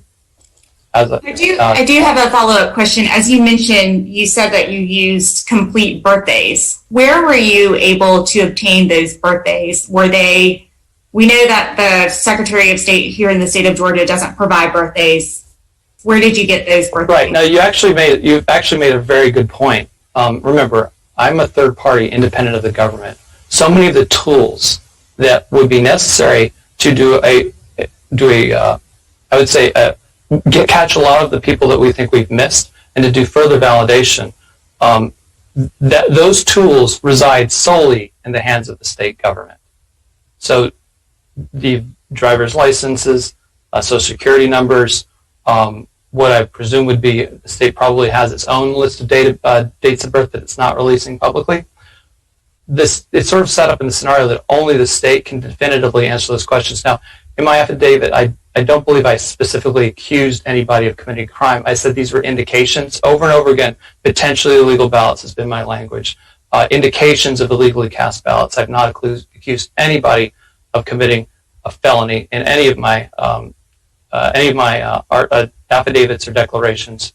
But again, many of these tools are only available to the state, and I'd be happy to work with them and give them guidance on how to apply them and to basically prevent illegal ballots from being cast. And I'd be more than happy to cooperate with them on that. So thank you for your questions and raising your points. And I look forward to evaluating the names you've identified and giving you feedback and updating you on that. Thank you for that. And it is true that it is hard to obtain accurate information because a lot of this information is protected. I didn't answer your question. Actually, dates of birth. Yeah, sorry. We have 5 different commercial date of birth vendors, each of whom has a confidence code that they use to determine the likelihood of that date of birth being accurate. We then applied our own level of scrutiny to that to do our very best to obtain what is we believe to be an accurate birth date. And I would say that in the research I cited on the uniqueness of names, dates, and dates of birth, it says that it's accurate up to 99.6. I've also in the same research found that NCOA is a valid method for identifying dead wood. So I rely on that research and the methods we have. And again, I've given this data to the state. They are the best arbiters and ultimate arbiters of it. I really just want them to give it the scrutiny it deserves. So I thank you for your questions. And I do have one more final question. I'm sorry. I do have one more final question, Mr. Chair. Representative Nguyen, we're going to move on. Representative Turner. Thank you. Really quickly, thank you for coming back to me. The Representative Nguyen's findings going to people's houses and knocking on doors and making phone calls. Obviously, that isn't going to happen on a wide scale, but there are ways for commercial addresses with the issue where there's a FedEx at the bottom and an apartment building at the top. There's a flag called CMRA or Commercial Mail Receiving Agencies, where a PO box is in the postal service, even if it's recorded on a voter data as being an apartment number, the CMRA is going to indicate that it's actually a PO box at the FedEx facility downstairs as opposed to an apartment upstairs. In your data, did you look at that particular flag? Was that one of the things that you looked at to determine where those folks actually lived, or if it was an actual PO box? We used a couple of different analyses, and we also actually looked at other just commercial residences or commercial locations that would not likely be residences. But that's a question that I actually have to pull the material up and I have to talk to some of my staff that I work with on this project. So I'd be happy to answer that one subsequently. I would look forward to that. Thank you, sir. You're welcome. All right. We're going to kind of move into a quick at ease recess for about 10 minutes, in which we'll come back and begin with the next presenter if they'd be ready a few minutes ahead of time. Mr. Smith, is that acceptable? Yes, it would be, Mr. Chairman. Okay. Well, we'll suspend until 10:50, and then we'll get started back again. That sounds great. Thank you. Thank you.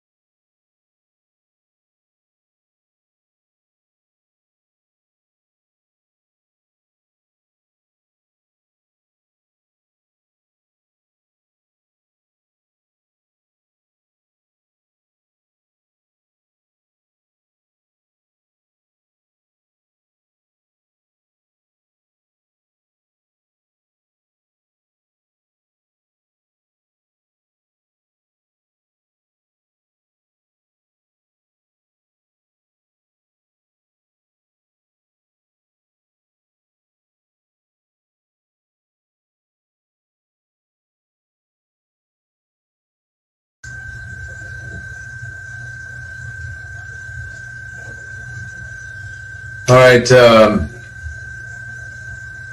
get back started here. I missed a message from Representative Jones. Is he back on?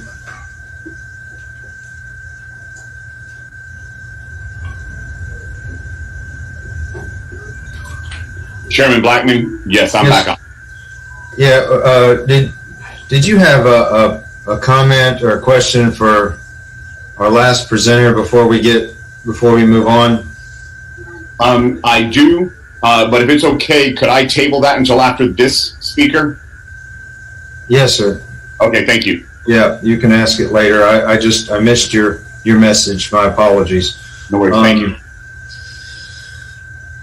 Okay, Mr. Smith, if you're ready, Yes, Chairman. we'll move on and to your part of the presentation, sir. Okay. Good morning, Chairman Blackman and members of the committee. As I said earlier, I am Ray Smith. I'm the counsel, one of the counsel for the President of the United States, Donald J. Trump. We are here for you all to consider the issues and problems. And there's Mayor Giuliani. He is also counsel to the President. And Mayor Giuliani, if you will, I'll present, or you want to present first, whichever. Well, I'm all set, Ray. Good morning, Mr. Mayor. Please. Thanks for joining us. Well, thank you for having me, and Ray, thank you very much for the excellent job that you're doing for the President and for the United States, and thank you to the legislature for having the courage to have this hearing. We're quite impressed with. We know the pressures you're under, and we're very, very impressed with the way you're handling this. To me, Georgia stands out in a way, and will always stand out in posterity with regard to this election, because you have the you have the thing that's going to live after this election, no matter what, and that is the videotape that proves that anyone who says that fraud is been debunked or there is no fraud is just plain blind or lying. You have live from Atlanta, you've got voter fraud right in front of people's eyes. Blatant, clear, obvious. You have to be a fool to ignore it or worse. I know the propagandists, the big tech, the big media, the crooked Democrats just say no fraud, that it's debunked. And every time you see that video, you say, what are they talking about? I mean, it's gone from the video of last week to it's gone viral all over the country. Even I get letters and texts about it from all over the world. How can they say there's no fraud? Look at that woman. Look at her taking those ballots out. Look at them scurrying around with the ballots. Nobody in the room, hiding around. They look like this. They look like they're passing out dope, not just ballots. It is quite clear they're stealing votes. And it's bad enough that the Democratic Party is covering it up.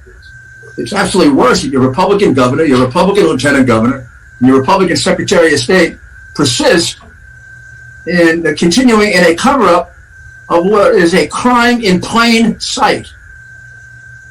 In plain sight of the entire country. It's a disgrace to the people of your state. I know they're disgusted.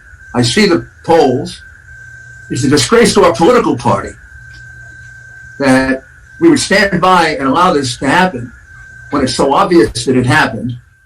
I mean, there it is right in front of our faces, and they are denying it and trying to lecture us that we're pushing fraud when it's all over, when it's all over the tape. He's making fools of Georgians, he's making fools of Republicans, and the state legislature has to vindicate the honor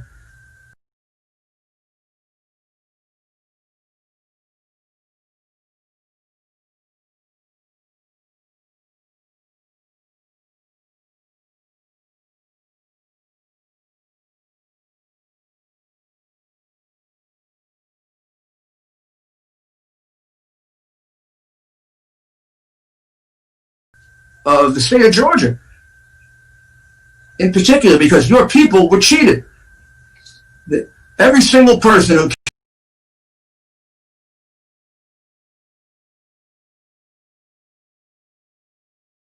who casted an honest vote, whether they cast it for Donald Trump or Joseph Biden or someone else, every single one of them was cheated by what you saw in that video. And we know that's just the tip of the iceberg. And we'll get into that. You've already had testimony on it. You're going to have more testimony on it. This has to be vindicated.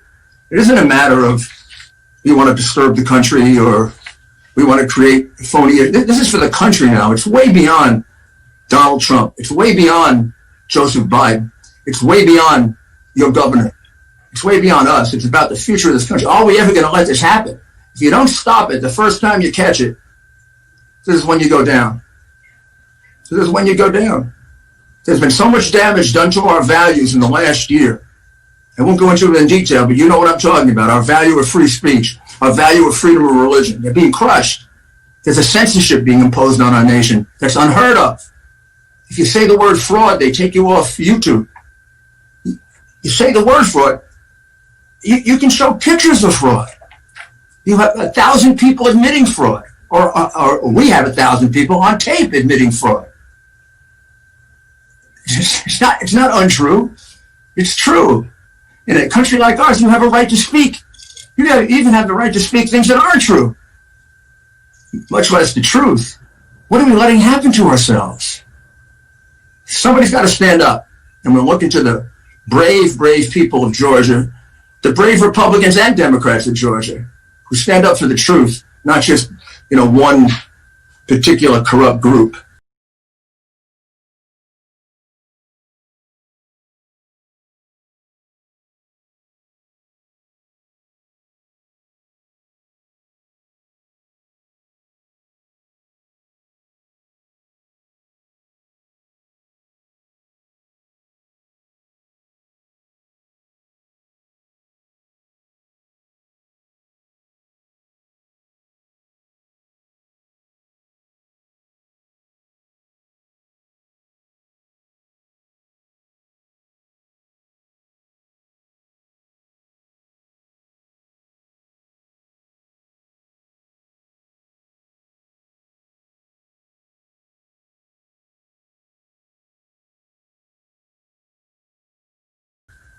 So I would ask that we take one quick review and one look at that tape again, very briefly, that happened on the night that the Democratic officials made sure that they first got rid of all the reporters, all the observers, anyone that couldn't be trusted. They even used a phony excuse that there was a water main break and cleared out the voting area and then went about their dirty, crooked business. And I should tell you, similar things were happening in 4 other places in Democratic strongholds throughout the country, which only goes to prove how concerted this fraud was. Very similar things in Philadelphia, very similar things in Detroit, very similar things in Maricopa County. So if we could just take a look quickly at that tape so we're reminded of it, we can do away with this. Fraud has been debunked.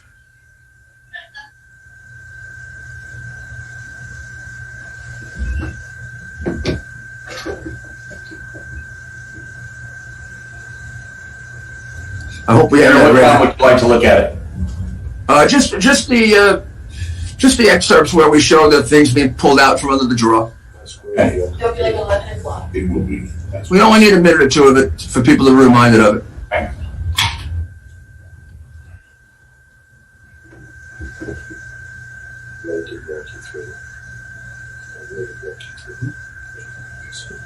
Ray, maybe you could walk us through it if you have it there. Sure, we can do that.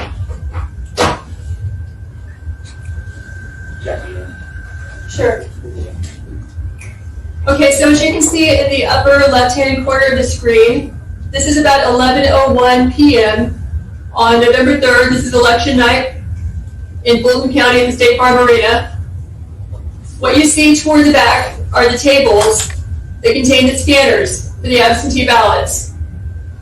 You see at least 5 individuals back there.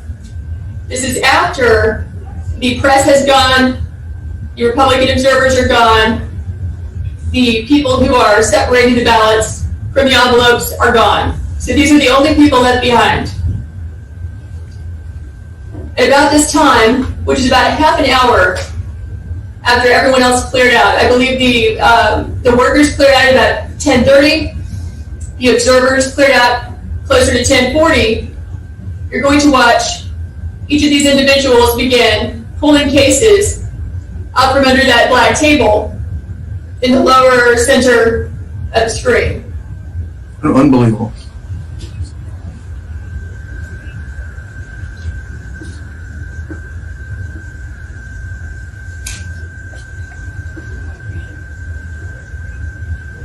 This happens between 11 and 11:07.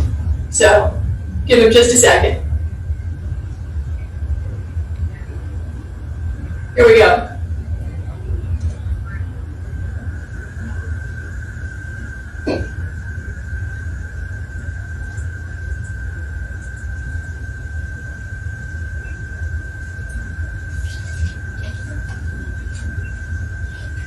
So one by one they'll be there, and so you know, according to Georgia statute 21-483B, all of this has to be open to the public. That means the press, it means Republican observers. They cannot do proceedings behind closed doors. Proceedings means counting, for example.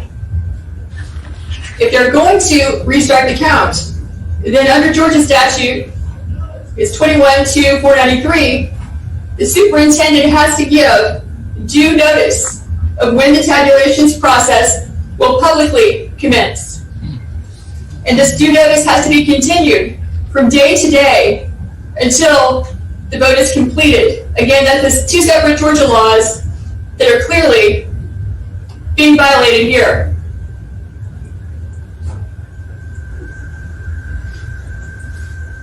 I'm sorry I'm yelling. Can everyone hear me okay? I'm not sure where the microphone is.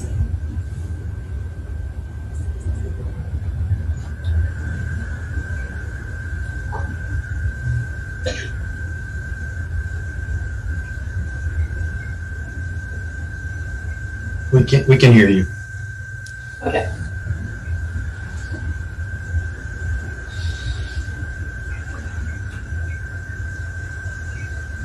Talking about the press reports that confirm.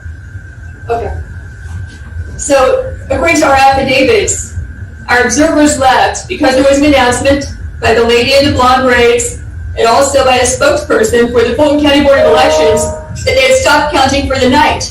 And therefore, the press packed up and everyone left. Well, later, the chief investigative officer for the Secretary of State told the press there was no announcement that counting had stopped.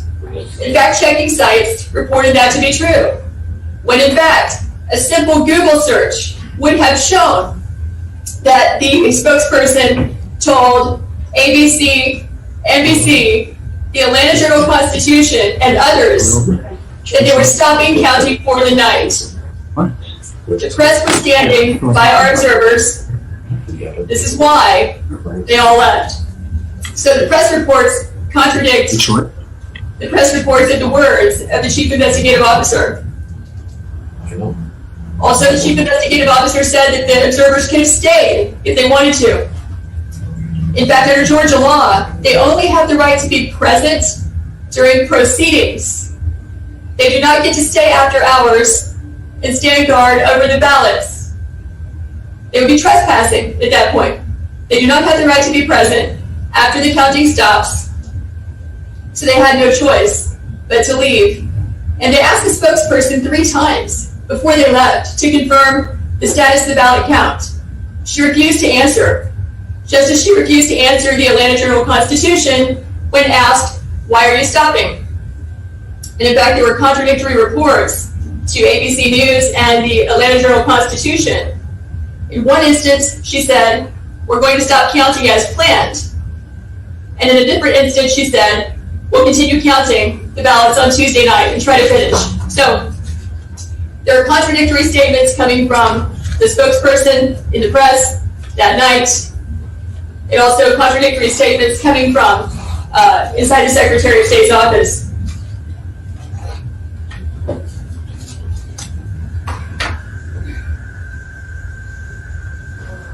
Jacqueline? That's Rudy Giuliani. Yes, sir. So I think we've covered. We'll do plenty of this, but I think we've covered the obvious. The 4 of them handing out the ballots, putting them in the back, counting the ballots. The estimate that I recall is something like, depending on how many times, it would be anywhere from 12 to 24,000 ballots that were counted in that short period of time. Could have been more if they were double and triple counting it, which we're going to show later. And all of this illegal. Those votes have to be discounted, taken out, removed. And that alone is enough to change the result of the election, which puts the lie to those people who were saying there was no fraud in Georgia. The important thing to note, so you're not isolated just in Georgia, is that around approximately that same time in Philadelphia, they closed down. Maybe a few minutes earlier, a few minutes later. They decided prematurely we're not going to go on with counting anymore. Biden had fallen behind by 800,000 votes. The Democrats in crooked Philadelphia were panicked. They're used to making up crooked votes, but not 800,000. They didn't know how they were going to do it, so they had to close down the center. And then all of a sudden, they got rid of everybody. And lo and behold, we see all of a sudden a quick 140,000 votes pumped in, vast majority of which turned out to be all for Biden. And then all throughout the night, they're pumping it in. And then they had to do that for 2 or 3 more nights because they were so far behind in Pennsylvania. The statistical chance of Biden winning Pennsylvania at the point that he was on Tuesday night was something like 0.0000, I don't know, it's like 15 zeros before you get to a 1, meaning it was impossible to make up the 800,000 votes unless you did precisely what they have done for 60 years in a row in Philadelphia, which is to commit voter fraud. Not unusual for Philadelphia. But it happened at approximately the same time you see this cheating going on in Atlanta. In Detroit, a very similar thing happened. They decided that it was getting too late. Everybody was hungry. Everybody should take off. Everybody should go home. and they shooed everybody out of the center where they were counting votes. Fortunately for us, 2 Republican workers either didn't get the word, were somewhere else when they were being shooed out, or didn't go, weren't recognized particularly as Republicans, and hung around. And one very, very brave Dominion employee, who at that point had become disgusted with the illegal activities of Dominion, was also around. And what they observed was somewhere around 4 o'clock in the morning, they heard big noise in the back. They saw trucks, not ballot trucks. It looked like food trucks or possibly garbage trucks were pulling up. They were very hungry. They ran to the back. All of a sudden, what do they see coming out of the trucks? Ballot after ballot after ballot after ballot after ballot, not in the usual official seals that they're in, sticking out of things. Some of them in waste paper baskets, some of them in cardboard boxes. They were shoved on a table. Everybody kind of shooed away, and they started furiously counting, almost without regard, actually without regard to looking at the outer envelope. Some of them didn't have outer envelopes. Some didn't have inner envelopes, meaning the sealing envelope. They were just being ripped out, tossed off. Every once in a while, a ballot was taken and thrown away. Presumably, they believed a Trump ballot, because in the calling out of the names of the ballots as they were recording them, they never heard Trump's name once over a 4-hour period. They also observed what I was mentioning before, in some cases, triple, quadruple entry of the ballot. In other words, they take one ballot, they look at it, they put it in the machine, and then they go 1, 2, 3, 4, 5 times. Now, that's accounted for because there are something like, well, in Pennsylvania, there are something like 700,000 more ballots, I believe, or rather in Michigan, there are 700,000 more ballots counted than was sent out, which would be accounted for by quadruple counting ballots. So, and that's similar on a smaller scale situation went on in Maricopa County and several other places. So this was a national call by the Democratic Party that we better catch up, because Trump's getting too far ahead. There in Georgia, he was getting down to 85% of the vote counted, and he was on his way to winning. In Pennsylvania, he was getting so far ahead, it was impossible to catch up. In Michigan, he was so far ahead, it was almost impossible to catch up. I should also mention Wisconsin. He was ahead in all those states.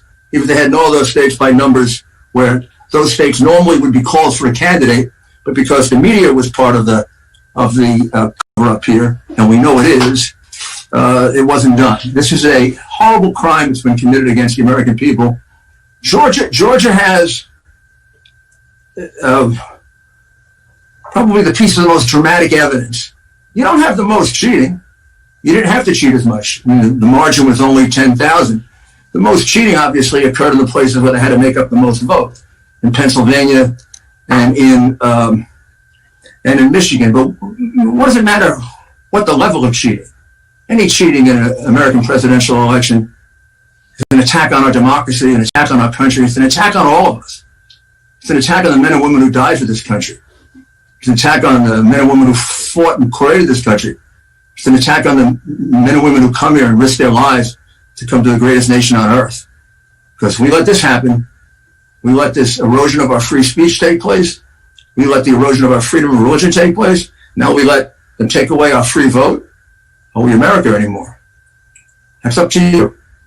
It's up to you. And unfortunately, your governor doesn't seem to understand what's at stake here. It's just the opposite. I'd also like to focus on the 2 people that are involved in this, because I spent most of my life as a United States attorney, an associate attorney general, and a criminal prosecutor. And I've prosecuted, I think, some of the worst criminals of the last century. People shouldn't get away with this. I'm not sure I know the names of these people. I think I do. I think the woman in charge here is named Ruby Freeman. And I think her daughter, Shay Freeman Moss, either was helping her here or helping her earlier. Because earlier in the day, these 2 were engaged in another apparent voter fraud, in which they were passing out USB ports, which were being used, apparently, to infiltrate the crooked Dominion voting machines and get data out of it, or change data in it, or Do you have a video of that we can show? Just want to show you, we're talking here about multiple offenders. And I ask, has anybody subpoenaed these people? Has anybody subpoenaed these people? I mean, this is a week ago now. Gosh, I remember a couple of years ago, a lawyer for President Donald Trump, his house and his law office raided at 4 a.m. by the FBI, dressed up in what looked like military outfits. And then I remember that happened to Roger Stone, and I remember it happening to Paul Manafort. It doesn't happen here when we see national television stealing votes.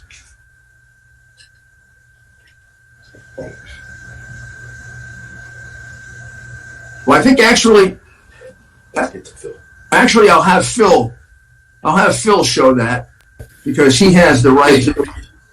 He has the exact right one, but it's a tape earlier in the day of Ruby Freeman and Shay Freeman Moss and one other gentleman, quite obviously, surreptitiously passing around USB ports as if they're vials of heroin or cocaine. I mean, it's obvious to anyone who's a criminal investigator or prosecutor, they are engaged in surreptitious illegal activity again that day.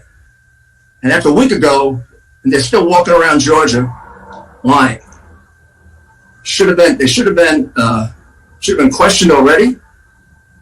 Their places of work, their homes should have been searched for evidence of ballots, for evidence of USB ports, for evidence of voter fraud, because they obviously were engaged in it, and it's available to 300 million Americans to watch. Someday somebody's going to say, what the hell did you do about it? Don't you want to protect us, your posterity? Don't you feel any responsibility for the enforcement of the law?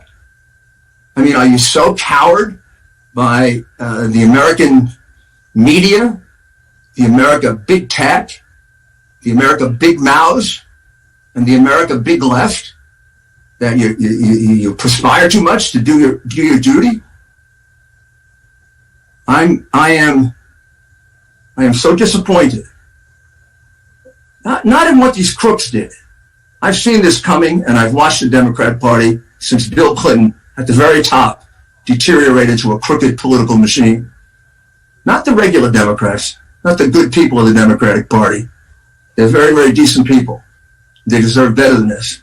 But they've been taken over by a cabal of very, very crooked people. And unfortunately, they're protected. And we're demonized for doing the right thing. And unfortunately, it's starting to get to us. And some of us don't seem to have the courage to react to it. And if we don't, maybe we're not up to what our ancestors were. Because we have to fight for this. This is clearly voter fraud. They can take it off internet all they want. They can scratch it away all they want. They can try to erase that video, but we have it.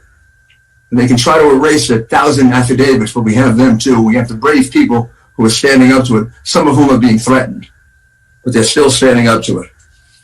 So there are so many more indications of fraud in Georgia. I'll mention one other, and then I'll turn it over to Phil Waldron, who's done such a good job, first of examining the Dominion machines, which he's becoming more and more expert on, but also in going through these statistics and getting them up to exactly the precise statistics. The one that jumps out at me, that just tells me that you cannot possibly certify Georgia in good faith without submitting a clearly false statement to the United States government, which, by the way, is a federal crime, is the voter records of your county show that 96,600 mail-in ballots were voted. Yet the records don't show that those votes were ever received back. That's an astounding delta. It makes the point that you have all kinds of unaccountable ballots. We don't even need to know the reasons for that to know that those votes should be taken away. And in the case of the votes in that center, the vote should clearly be taken away from the Democrat Party, because the Democrat Party was in complete control of that Senate.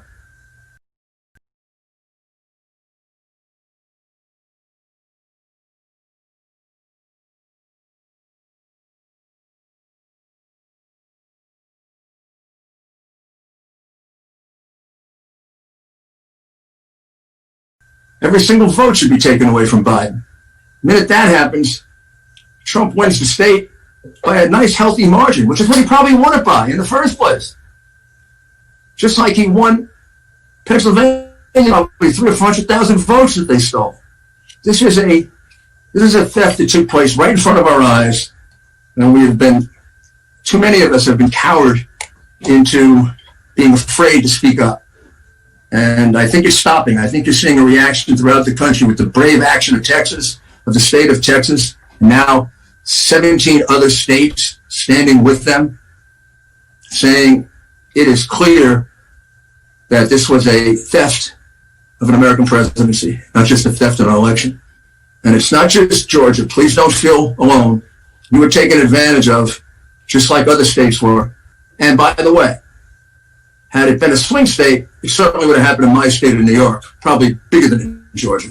So I'm not trying to act holier than thou. We got plenty of crooked Democrats in New York that could certainly match and outshine yours. So I want to thank again our council in Georgia. They've been among the best that we've had to work with. They've been among the most effective. They uncovered and found most of this. I want to thank Phil because he's been doing this all over the country. And now I'd like to turn it over to the Colonel, okay? And thank you very much for your indulgence.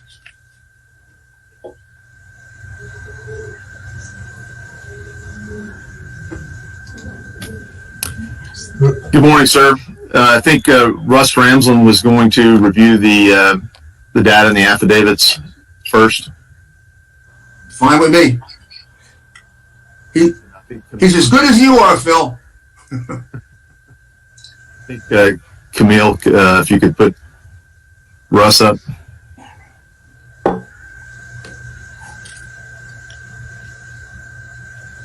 Okay.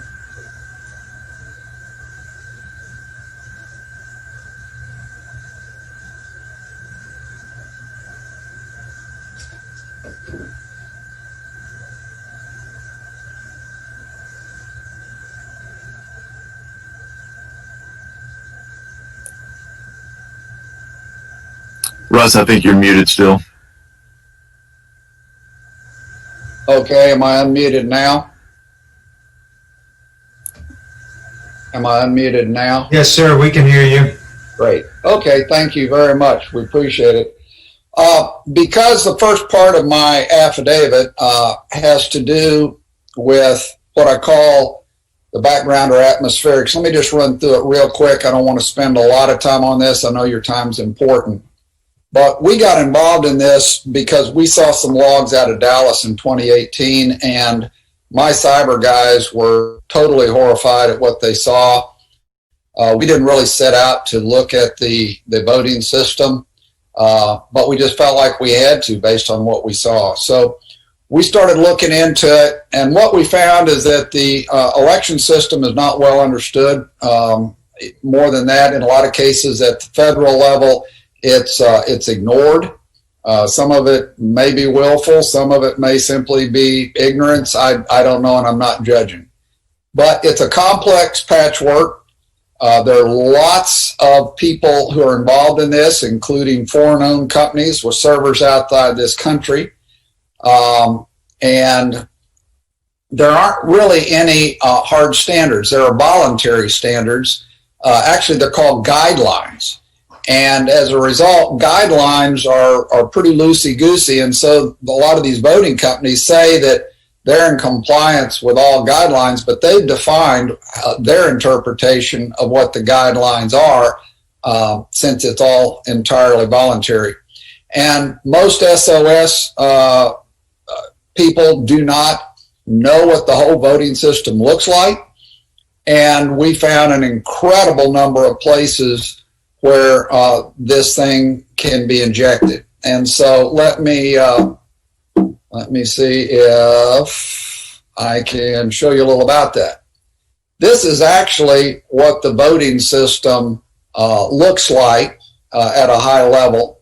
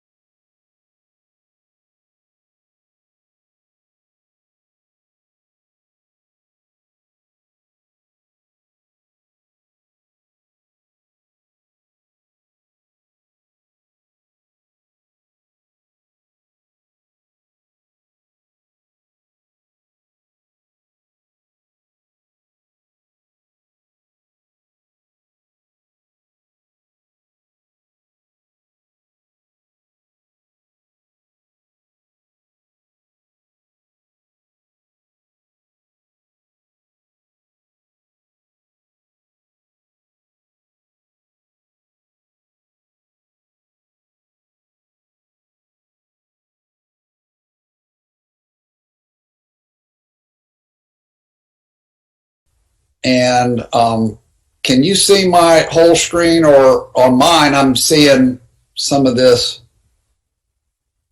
Let me just do that. Yeah, that's better on mine. This is where you and I vote. This is your county, where central counting tabulation, etc., with poll books, with databases, with tabulation software, reporting software, and with Dominion and ES&S and even HART, there's an unofficial database and an official database. And the general story is, well, this whole thing is air gap because this isn't connected here, but it is. And it's air gap because these two are not connected, but they are. And you can see that they are because they both are behind the same firewall.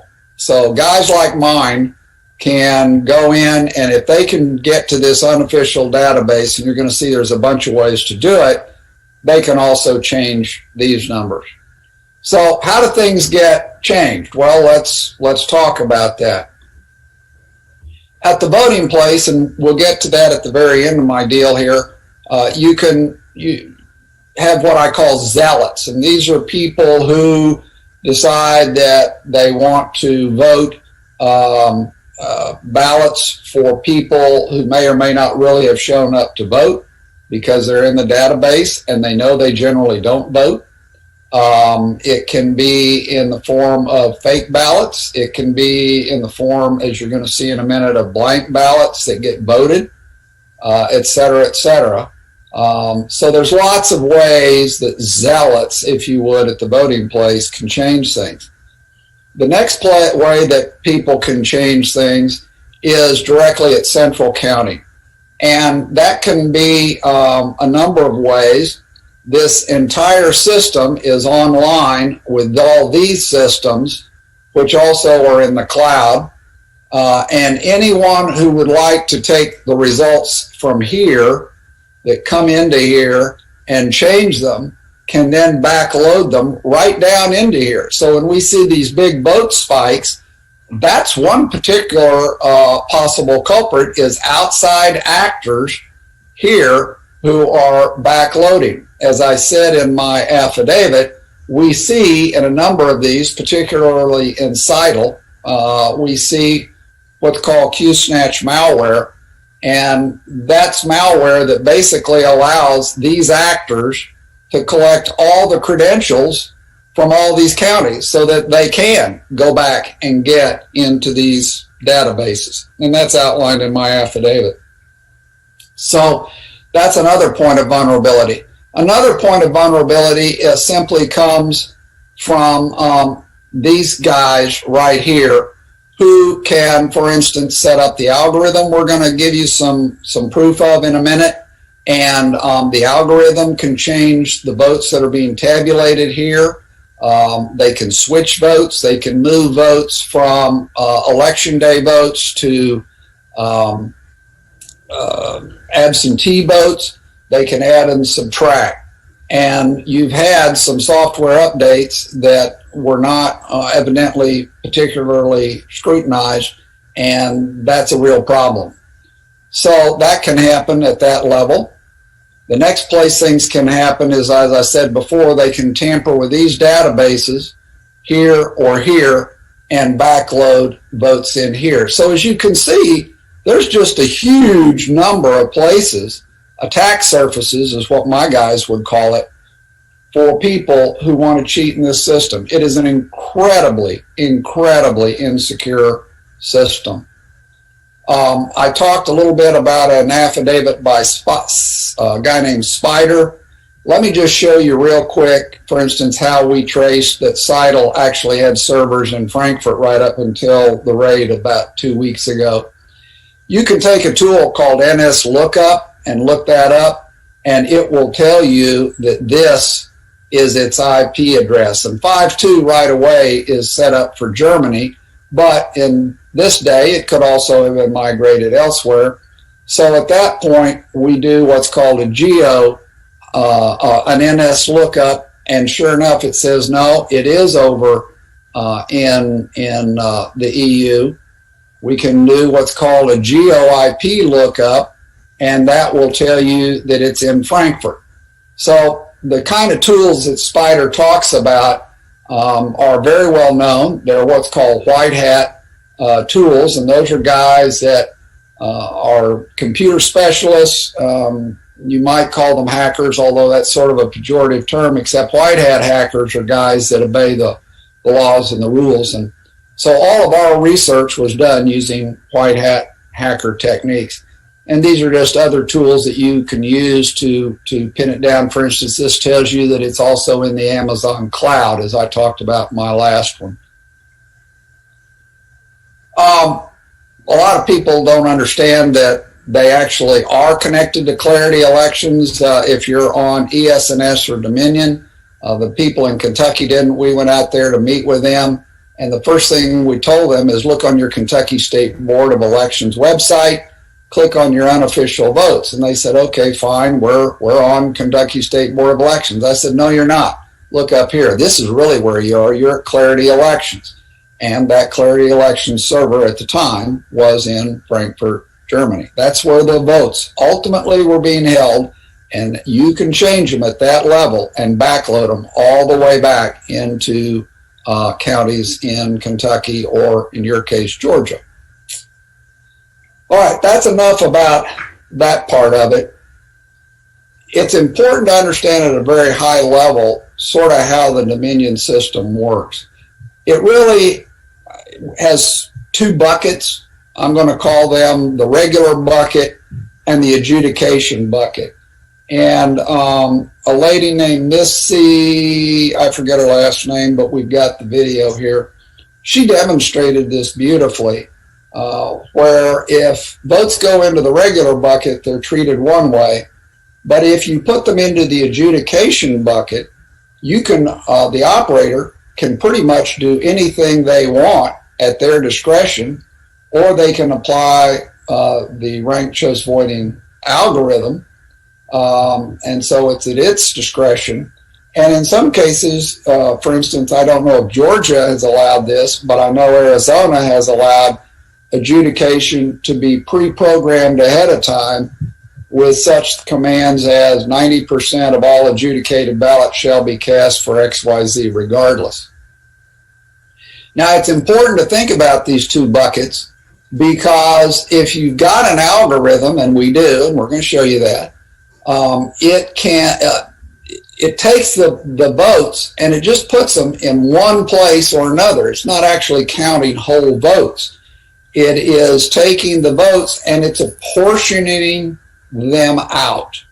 And we're going to talk a little bit about that. But it's important to know that adjudication can be manual at the operator's discretion or at an algorithm's discretion. Very important to understand that. In any case, it has nothing to do. Russ, could you jump to the specific numbers for Georgia? that they're looking at? Are you looking at this one? Correct. Okay. And then the voting numbers. All right. These are, in my original affidavit, we were looking, it was early days, and we were only looking at the number of voting records where the vote was cast, and yet there was no record that it had ever been returned or received.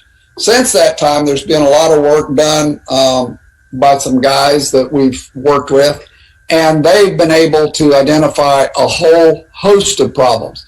And they've done that using Secretary of State records. They were dated 10-4. Those were the latest ones. They cross-referenced some of these things with, for instance, ERIC, which is the Electronic Registration and Information Center, or the National Change of Address Database, or the DPS database. So over here is sort of what they used in order to determine these things. And they found that on the Secretary of State record, there's about 66,247 mail-in ballots that apparently are being cast by underage voters. They found 2,506 voters on the registered felons list. 2,423 were not listed as registered to vote, and yet they still got to vote. We had the same problem here in Dallas. We found 4,926 that were registered to vote in another state, 395 that actually cast votes in another state. 15,700 of them had done a national change of address to another state and yet still show as having voted in Georgia. 40,279 had moved across county lines 30 days prior or more to the election. That actually requires them to re-register in their new county. That did not happen with 40,279, and they still voted. 1,043 used illegal post-off boxes as residences. 98 registered too late. 10,315 were deceased by election day. 8,718 perished prior to the vote being counted. 305,000 ballot by mail app was submitted too early. It was submitted 180 days, more than 180 days. 13 was sent to unregistered voters. 2,664 were by mail app, mailed too early by the Secretary of State records. 50 of them were voted too early, and 217 of them were requested, issued, and voted all the same day. All in all, this is a total of a stunning 461,349 total potential illegal votes. Now, I'm sure that the deeper and longer you have to look into this, you'll find that some of these are overlapping into one or more of these categories. But the point is, it is an absolutely incredible number of illegal votes that were being done under this watch. In terms of the scale of the negligence or the fraud, well, let me put this in perspective. In 2020, there were 1,768,000 mail-in ballots that were sent out. If you look down in 2018, that number was 234,000. If you look down in 2016, that number is 208,000. So you've got 5 to 6 times as many mail-in ballots in this election. And yet look what happened for the ones that were returned as rejected. And what this really goes to, it goes to the fact that an incredibly, stunningly bad job was done in actually checking these ballots to make sure that they were legit. Only 4,400 of 1,768,000 mailed out and 1,300,000 returned were actually rejected. That's a rejection rate of 0.34%, 1/3 of 1%. In 2018, where you had only 234,000 mail-in ballots returned, 7,889 of them were rejected. So with 5.61 fewer ballots, you had a 3.36 rejection rate, or twice as many. So you can look at these numbers and you can get a pretty good idea as to the scale of what went on. Thanks, Russ. I'll take over the screen real quickly and select window.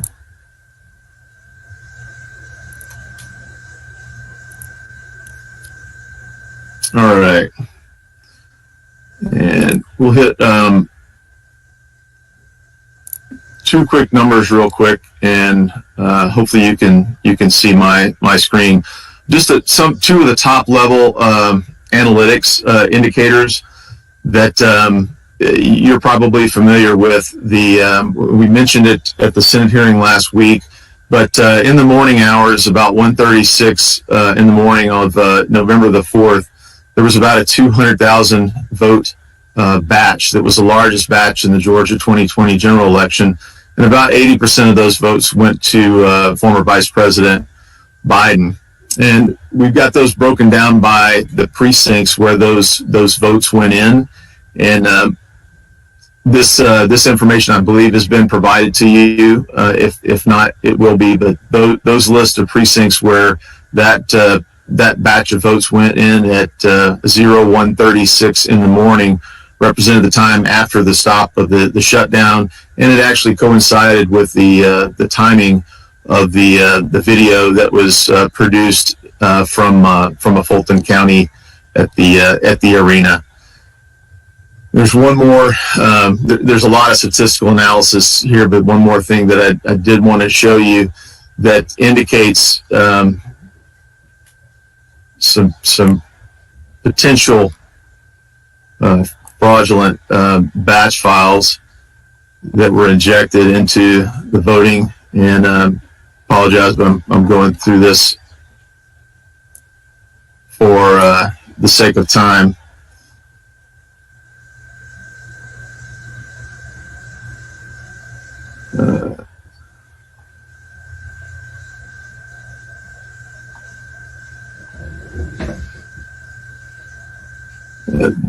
This was with the Edison update. The batches that were across here, and I've got a graphic to show you. The graphic across there represents a pretty flat number of even numbered additions to the race, and I'll provide that. But basically, they were batches that were uploaded in batches of 1,000, of hundreds, and they were straight numbers, which would indicate that they were loaded in as batch files. Mr. Ramsland indicated the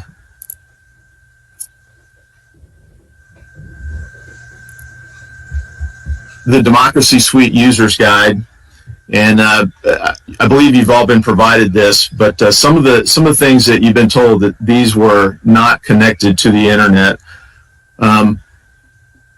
All you have to do is look in this. Chapter 5 basically talks about opening an election project, and I'll scroll down here. There are several different areas where connecting these systems to the internet are mentioned. Chapter 5 being the first place.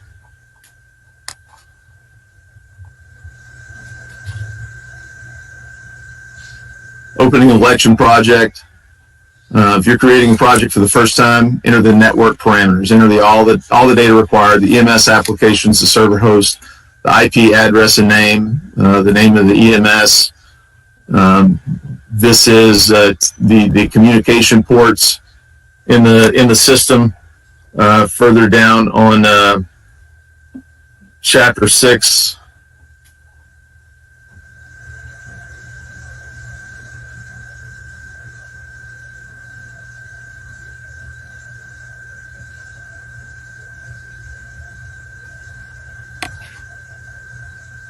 Resetting removable medium, loading results from the directory.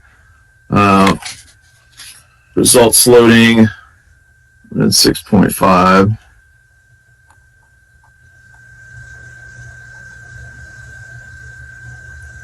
Sorry, I'm scrolling there, but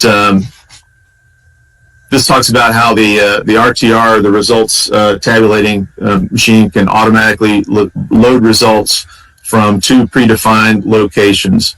The results directory from central scanning and the uploaded results directory. So these are all pathways in the network, how these items communicate. And I can go on in Chapter 13 about defining transfer points and exporting results. Chapter 14, the results tabulating devices have an exposed surface to which remote clients can communicate. And then as recently as last week at the Senate hearing, one of your election supervisors had an issue that couldn't be resolved. The poll pads as well as the tabulators were coded for the wrong voting location. She was able to call Colorado. They remoted into her poll pads and her tabulating devices and changed the polling precincts. So from the beginning, the fallacy that these are air gapped, that these are not connected to the internet, is false. And I would just submit to you, I've got a list of things if you'd like to look through the operator's manual on how these systems are manipulated.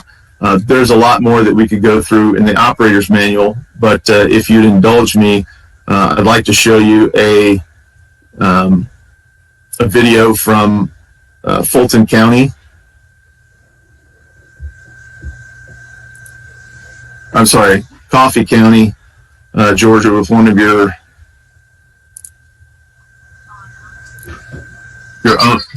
I'd just like to jump in here real quick. When we show any video, I want to remind everybody, committee and presenters, that we don't need to use names, please. Okay, I believe the lady in this video is self-identified, but we can disregard that. So, okay.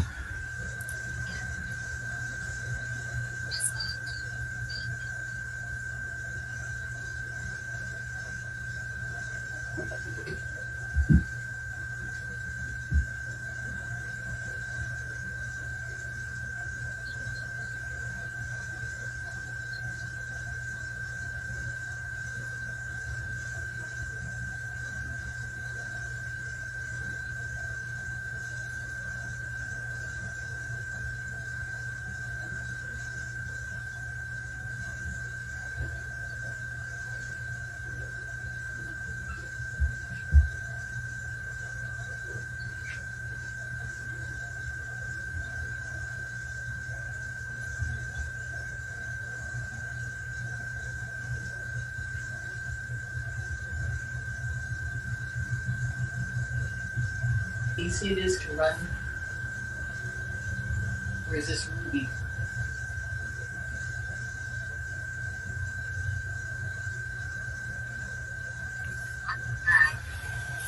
There's my mouth.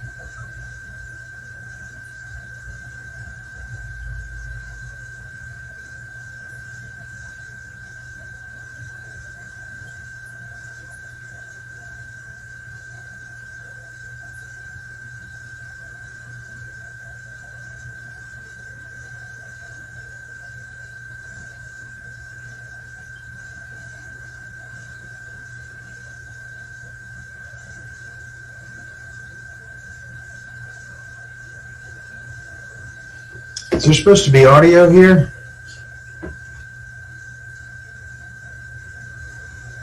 I'm sorry, is there no audio coming through? There is no audio coming through.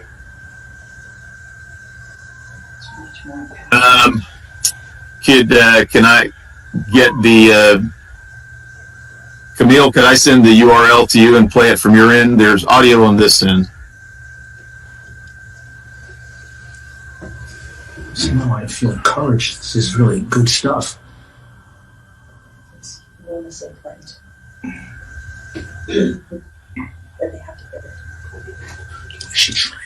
I'll put the link into the moderator, and hopefully she can play from that end and maybe have audio. Call Jason after this. We should try to get this on Newsmax, on IAN, and on. You send it to Camille. We can get it. I'm going to reshare. Yeah, I just sent it to Camille. The hearings in Georgia today. We need to.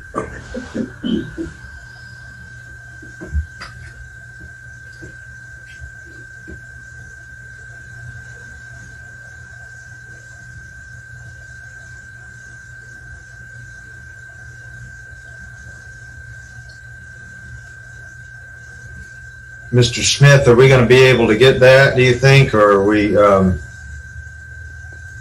I think there's interest. What do you do? The video coffee? The YouTube link. If you could someone could send the YouTube video to our video guy here, you can do it.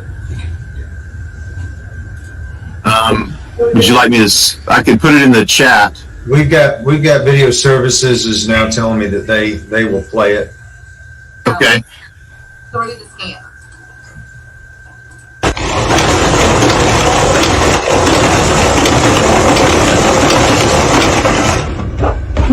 Somebody's didn't go through. Well, when you look at it, it's tore, so we're going to set it to the side because we're going to have to look at it with the review panel. Okay? So now in the ICC system, I'm going to tell it whether I want to discard the whole batch or I want to accept the batch. So I don't see anything wrong with what went through, so I'm automatically going to accept it. Alright? So it just told me that I have scanned a total of 16 ballots, but there's really 14 because I did 2 before y'all all got in here to play with it. Okay, so now I'm going over to the RTR system to see if I can find my ballots. Well, here are the ballots that just come through for batch number 3, and it's telling me that they're in adjudication. Adjudication is where I can go. There's my ballots for batch 3.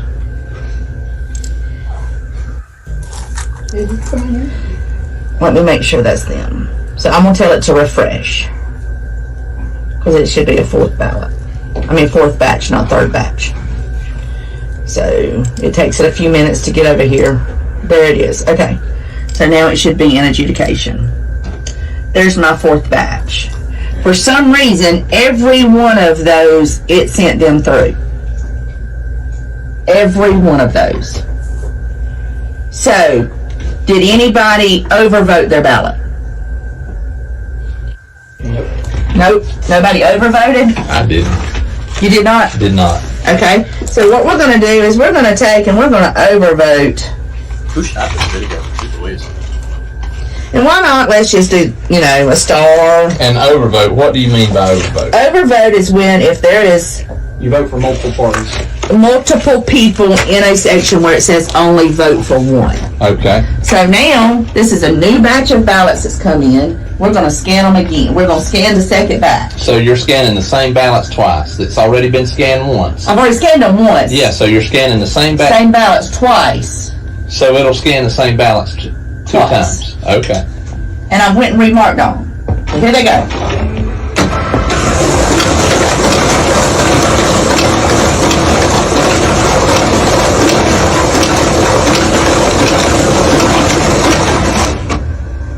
It just accepted every one of them. Every one of them went through the system. So I'm gonna say, okay, yeah, I want to accept them. It doesn't show me that anything really went wrong with it. So now we're gonna go back over to RTR and let's see and wait on them to come through. Because normally I don't do the adjudication until all ballots have been ran. So it's already sitting there for me. So you should have 5 batches of ballots. Right. When these upload. Yeah, when these uploads, I will have 5. There it is, the 5th batch. Okay. It's pending adjudication. Sure. So that means there's something that needed to go to adjudication. So now I'm going to go to adjudication. There's my, it hadn't pulled over. There's my batch. I want to adjudicate it right here. This is one that I did right before y'all got here. So we're going to go and say we're going to complete this one just like it is. But if you look, here's a vote that is double voted. It's overvoted. I don't know if when I hit complete, is it going to accept a vote for both candidates? Or is it, since there's a red box around it, is it going to reject it altogether? I don't know. So I'm going to say it's complete. I could also say hide the box. The box went away. There's a check mark. Did it accept the check mark? I don't know. But I'm going to say nothing needs to be changed. Okay? Does it tell you what it does after you No, sir. hit complete? No, sir. I'm going to say, I want to take it. No, wait just a minute. I want to go and I think I want to vote for Jason Shaw. They didn't vote that ballot a while ago. There wasn't nothing there. I think we need to vote for him. And I'm going to complete it. Confirm ballot, save, move to next ballot. Okay. So it pulls up the next ballot that needs to be adjudicated. So you made a vote for someone where someone did not vote. I did, didn't I? And you're the election supervisor? I'm the election supervisor. I am the person that sits and does the adjudication. Yes, sir? Go back to the Trump and Biden race and decide, since both are marked, you just count one of them and not count the other one? Can you decide? Let's see. Yep, sure can. I think I want to vote for Biden. Let's let Biden win this one. So what you put supersedes whatever. So But I decided this Al, he don't deserve no votes. Let's not let nobody vote for that. And complete. Okay. Well, here's another one. That's what we got from our discussion the other day. I don't think any votes need to vote on this ballot. Oh, wow. I think this really needs to be just a blank ballot. Complete. All right, board, I want y'all to step outside with me. Y'all step out. Shut that door.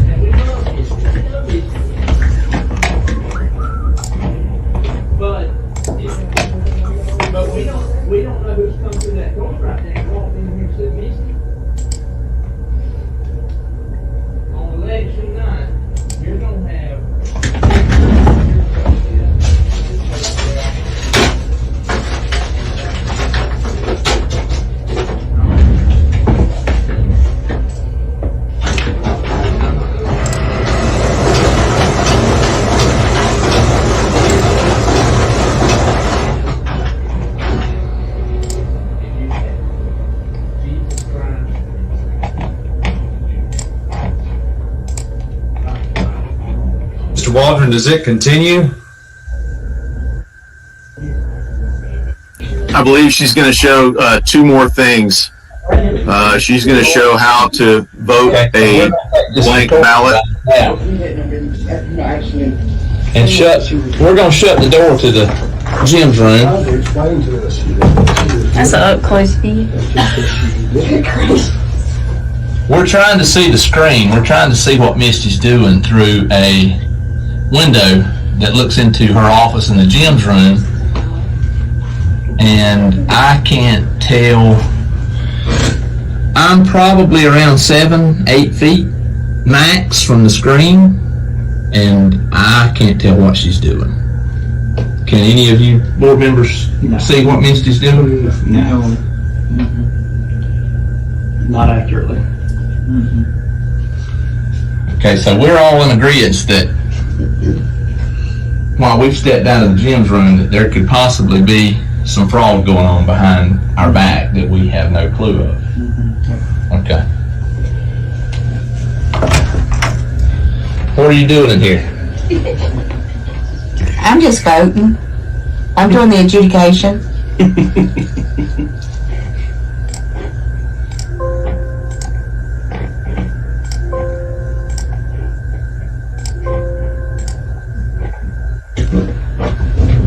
Okay, now I've ran a batch of ballots.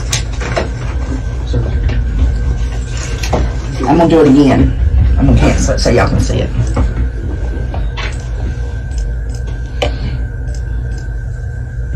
I'm scanning a batch of ballots.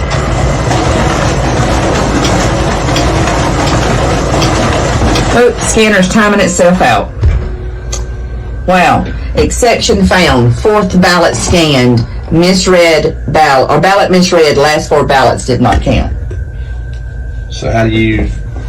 So you take it and you go 1, 2, 3, 4, or you say, you can say view the ballot and it's going to show me which one, and then I can go through and find it.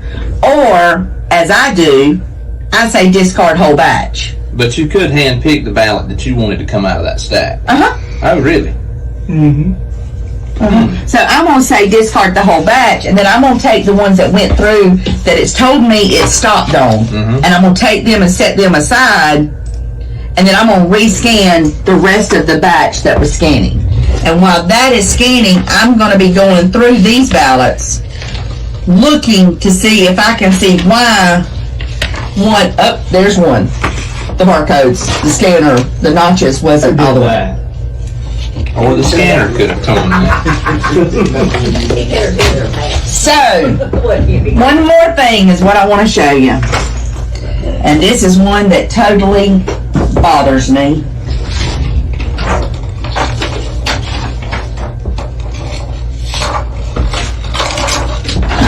There is nothing voted on this ballot. Everybody agree? It's a 100% blank ballot.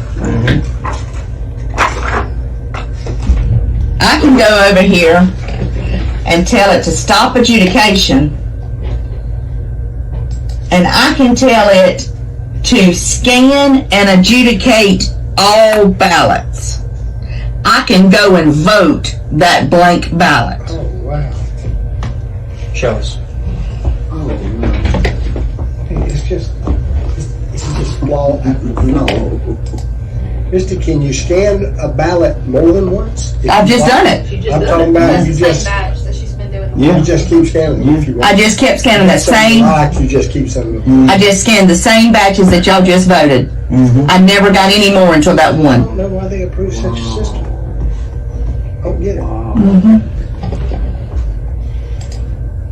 So see, as I have it right now, I have it to do ambiguous mark and overvotes.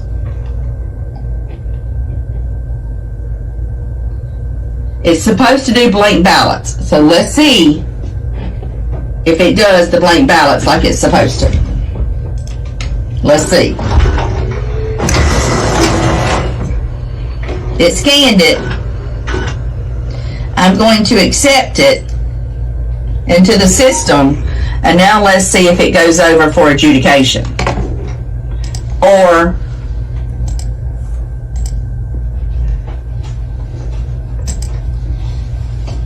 And these red lines show me that these batches were adjudicated, that I touched those ballots, that someone touched those ballots. But it does not know that I, Misty Martin, touched those ballots. So they can be tracked which ones were adjudicated. It can be tracked, but it cannot be tracked to exactly what ballot it was. It can be tracked, but it can't be traced. Right. So, okay, it sent it to adjudication. And there's my batch, my blank ballot that I want to adjudicate. And I'm going to vote for Doug Collins. I'm going to vote for Bubba. And I am going to complete it. And I just counted that vote. Holy cow. It works fine for honesty. Yeah. If you include to be honest, it works fine. Say that one more time. I said it works fine for honest people. Mm-hmm. Those who intend to do wrong, though, certainly can. That's right. And I'm cutting it off. So I apologize for the link, but I believe that the points that we made last Friday to the Senate, that the system was designed to be manipulated. It's got workarounds in the software that can be manipulated. I'd just like to share one more thing.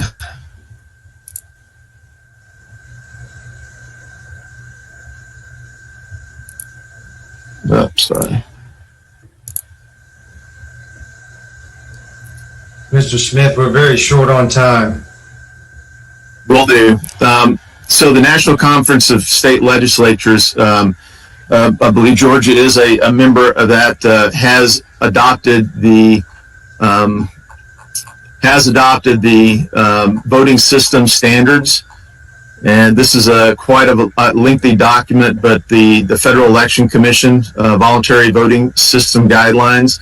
I do believe, according to the NCSL, that the state of Georgia has mandated compliance with the federal requirements.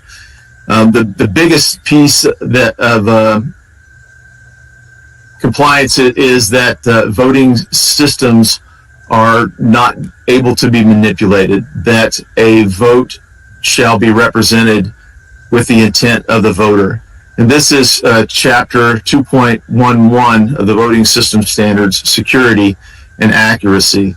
And this is our declarative statements. To ensure vote accuracy, all systems shall record the election contest, candidates, and issues exactly as defined by election officials, record the appropriate options for casting and recording votes, record each vote precisely as indicated by the voter, and produce an accurate report of all votes cast. So in the integrity part, it says that the integrity measures ensure the physical stability and function of the vote recording and counting processes. All systems shall protect against any attempt at improper data entry or retrieval. And I think your own voting officials there in Georgia have just shown that those processes are not possible with the Dominion voting system. So if your own legislature mandated compliance with the voting system standards, based on what you've seen, the ability to change the vote of a Georgia citizen, the ability to negate the vote of a Georgia citizen by voting and accepting a blank ballot, the ability to disenfranchise Georgia citizens by the ability to run ballots through multiple times, it really all underscores the conclusion that you can't certify this election with any degree of certainty that the will of the people of Georgia is accurately represented in this vote. Now, we have developed new technology and new capability to scan the ballot images electronically and determine which of the ballots are fraudulent. Now, machine marked ballots, like the lady did there in Georgia, they're really hard to, that's going to be hard to detect. And you're really weighing in on the individual honesty of the operators or malign actors who gain access to that system illegally or unlawfully. So there are a lot of vulnerabilities. There are ways to at least validate and pull out mail-in ballots that are inaccurate. Those are scanned in as called part of the scanned ballot image. And the cast vote record is an export function of the Dominion system. So with the cast vote record and the scanned electronic ballot images, the results of those, if there were blank ballots that were processed in and scanned in, you'll be able to tell which ones of those ballots were valid and which ones were invalid. For example, the kinematic features of a mail-in ballot can be detected. So if ballots were scanned through as a whole piece of paper, they weren't folded, they had potentially laser printed voting marks, the kinematic features of the ballot will be able to detect that on mail-in ballots. So there are measures that you can take to ensure that the will of the Georgia people were represented, but I think as you've seen this morning, that's in question. Well, we're actually over on our time. We only have so much budgeted, and we have some other people that are going to testify after our break to some of the things that we have seen here. So I'm going to ask that we wrap this up. Thank our presenters for this morning, and we will reconvene at 2 o'clock. Mr. Smith, thank you for... Chairman, could I just real quick just make a few statements, a couple of statements, and then I'll be done? Very briefly, yes, sir. Yes. We have lots of people that would like to comment, but we don't have time for that. I understand, and I appreciate the chairman and the committee's patience. And this morning, you all have received a copy of the lawsuit with our affidavits, and I just wanted to state that our lawsuit is more low tech, if you will. It is not so much based on the Dominion system. We've got hard facts, sworn testimony, very detailed complaint. 40 code violations are alleged, hard numbers violations. Representative Turner talked about the 15,000 folks, and there are a lot of hard numbers. I would also note that our witness, Mr. Brainerd's information was turned over to the GBI, and we believe we have one of the strongest lawsuits of any that's been brought in the country, and we believe that it's going to show the strong irregularities that have occurred in this state, and we thank you for your time. Thank you. Yes, sir. Thank you very much, Mr. Mayor. Glad you're feeling better. Members of the committee, we will stand in recess or suspend until 2 p.m. Thank you very much.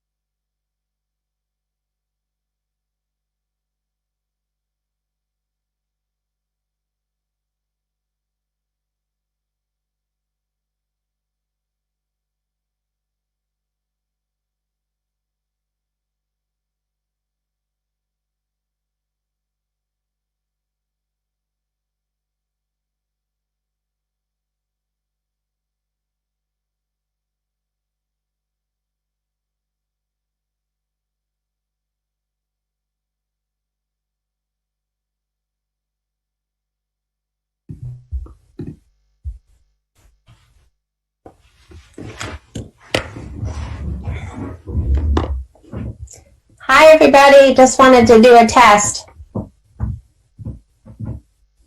What are you testing? That you can see me and hear me okay. Yep. Awesome.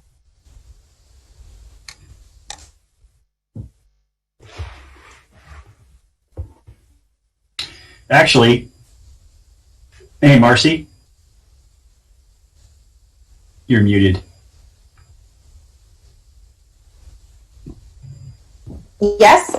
When I was speaking earlier, I actually heard an echo of my own voice. I'm just testing to see if that happens again. And it didn't. You're good. Okay.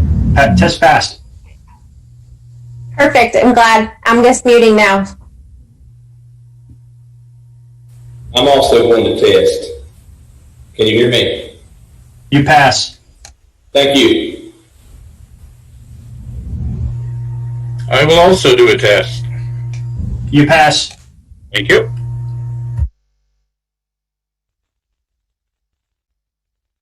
I'm also doing a test. I'm calling in via phone. You also pass.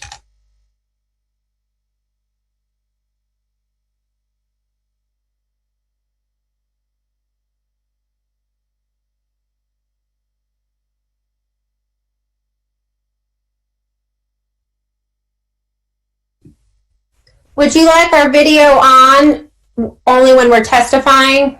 And would you like us to depart after we're done? You can leave your video on, and then I'll leave it up to the chairman about whether he will whether or not he wants you to drop off the call. Okay. Thank you. I'll go ahead and mute.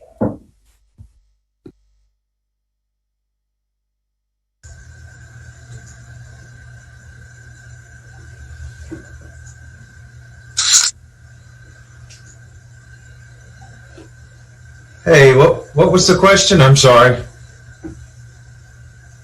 Hi, I'm R.C. McCarthy. Nice to meet you. My Hey. question is, would you like us to have our video on or off when we're not testifying?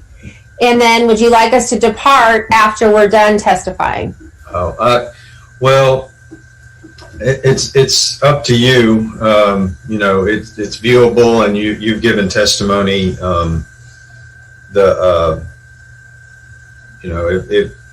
I'm not sure if there's anything in particular you'd want to view, but you're welcome at this point to stay on if you like. Obviously, it'll just be for viewing purposes only, but after your testimony. Okay, perfect.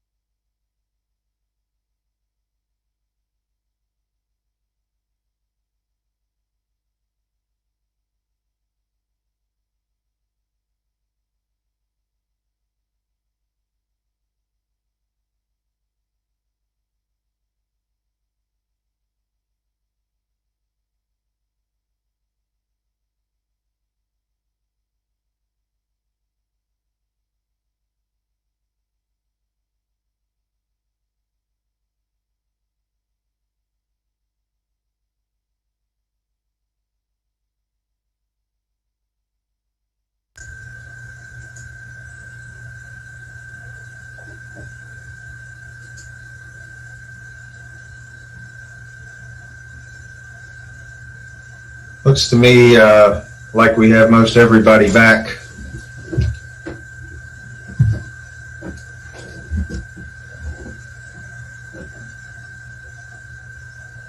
All right, we do have Eric Cheney, who's a board member for Coffee County BOE. So I believe it is right at the hour. So Mr. Cheney,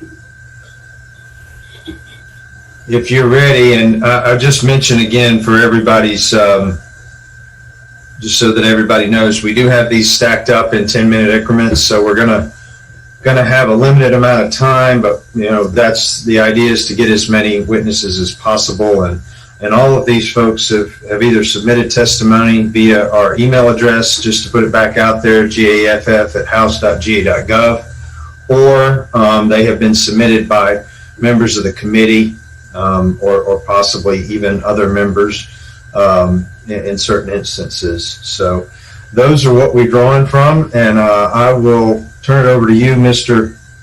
Cheney, and let's hear what you have to say, sir. If you'll tell us who you are and a little bit of your background, and then proceed with your presentation. Thank you, Chairman. Good afternoon. I'm Eric Cheney from Coffee County, Georgia. I would like to take a moment to say thanks to the Governmental Affairs Committee, Chairman Blackman, for the opportunity to speak before this committee. A gentleman by the name of James Allen said, "Many thinking people believe America's best days are behind us." He wrote this statement in 1775. Many people still feel this same way today. However, I do not. I believe in my county, I believe in my state, and I believe in my country. And that's why I'm speaking to you today. Certain things we do in this life only grant us one opportunity to get them right. 3 examples of those things are skydiving, scuba diving, and holding an election. When skydiving, one must have a parachute that's packed correctly. When scuba diving, one must make sure that they have air in their tanks. And when conducting an election, we must have equipment that ensures safety, security, and fairness throughout this entire process. And I can tell you that the current system does not afford us these luxuries. I'm here to express today the dilemma that we as a board here in Coffee County experienced certifying the electronic recount performed in the November 3rd, 2020 general election. As you know, the certification process requires the election supervisor to swear under oath and under penalty of perjury that the certified votes are a true and accurate reflection of the count or recount. In the instant case, the election supervisor of Coffee County could not honestly make such an attestation given the inherent inconsistencies existing within the electronic summary report generated by the Dominion voting system. The basis for the dilemma is simple. The election summary report for the electronic recount tabulated votes in a manner that resulted in more collective votes being cast for the presidential candidates than the total number of votes reflected within the report. The inconsistent count could not be reconciled. We tried, could not be reconciled. This fact, inherent inconsistency, is simple. The election summary report for the electronic recount tabulated votes in a manner that resulted in more collective votes being cast for the presidential candidates than total in the report. I repeat, the inconsistent count could not be reconciled.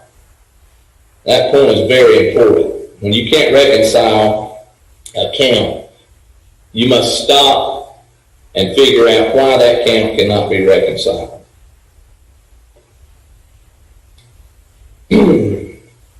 The fact of inherent inconsistencies alone was grounds not to certify the election based on the Dominion data set and report.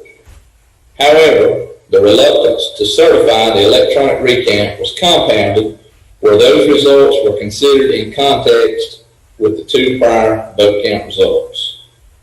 As this committee knows, a hand count of the original general election balloting occurred on November 16th and November 17th. Coffee County's hand count yielded 1 more ballot than was reflected on the ballot count on election night. At the direction of the Secretary of State of Georgia, if the hand count yields a net vote difference of less than 5 votes, the board was instructed to certify the original vote tally. Coffee County certified on the original election results on November 9, 2020. We certified those results, really not being comfortable with the outcome. You see, the Secretary of State says that if we have a 5-vote differentiation that we can work from. That's 5 votes. 5 votes. What if that 1 vote or second vote or third vote was your vote, Jerry, that may have counted or may not have counted?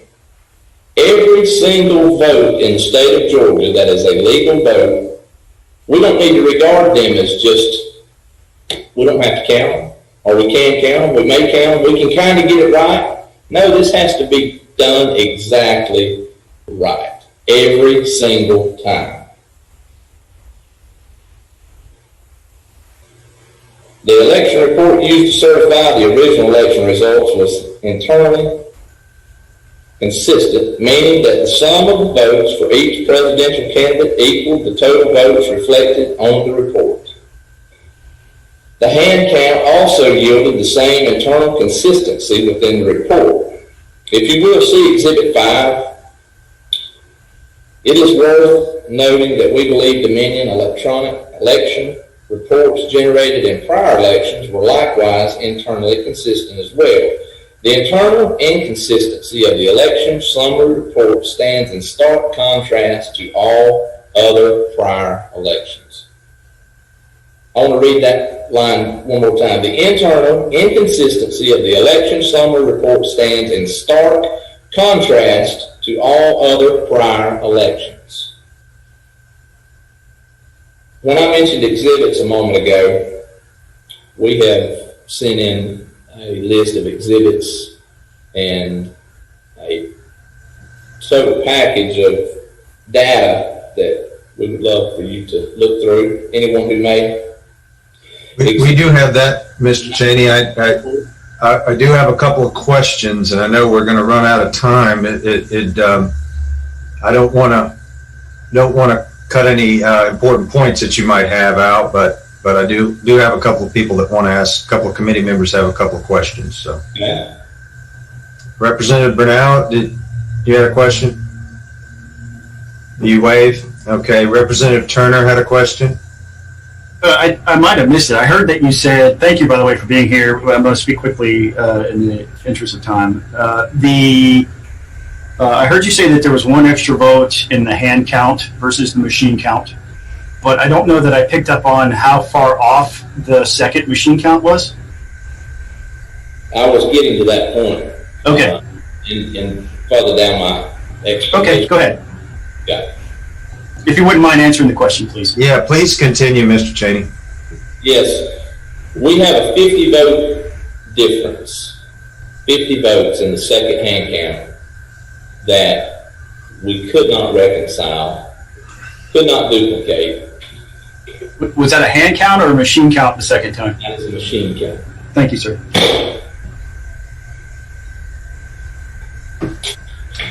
Mr. Cheney, did you have anything else?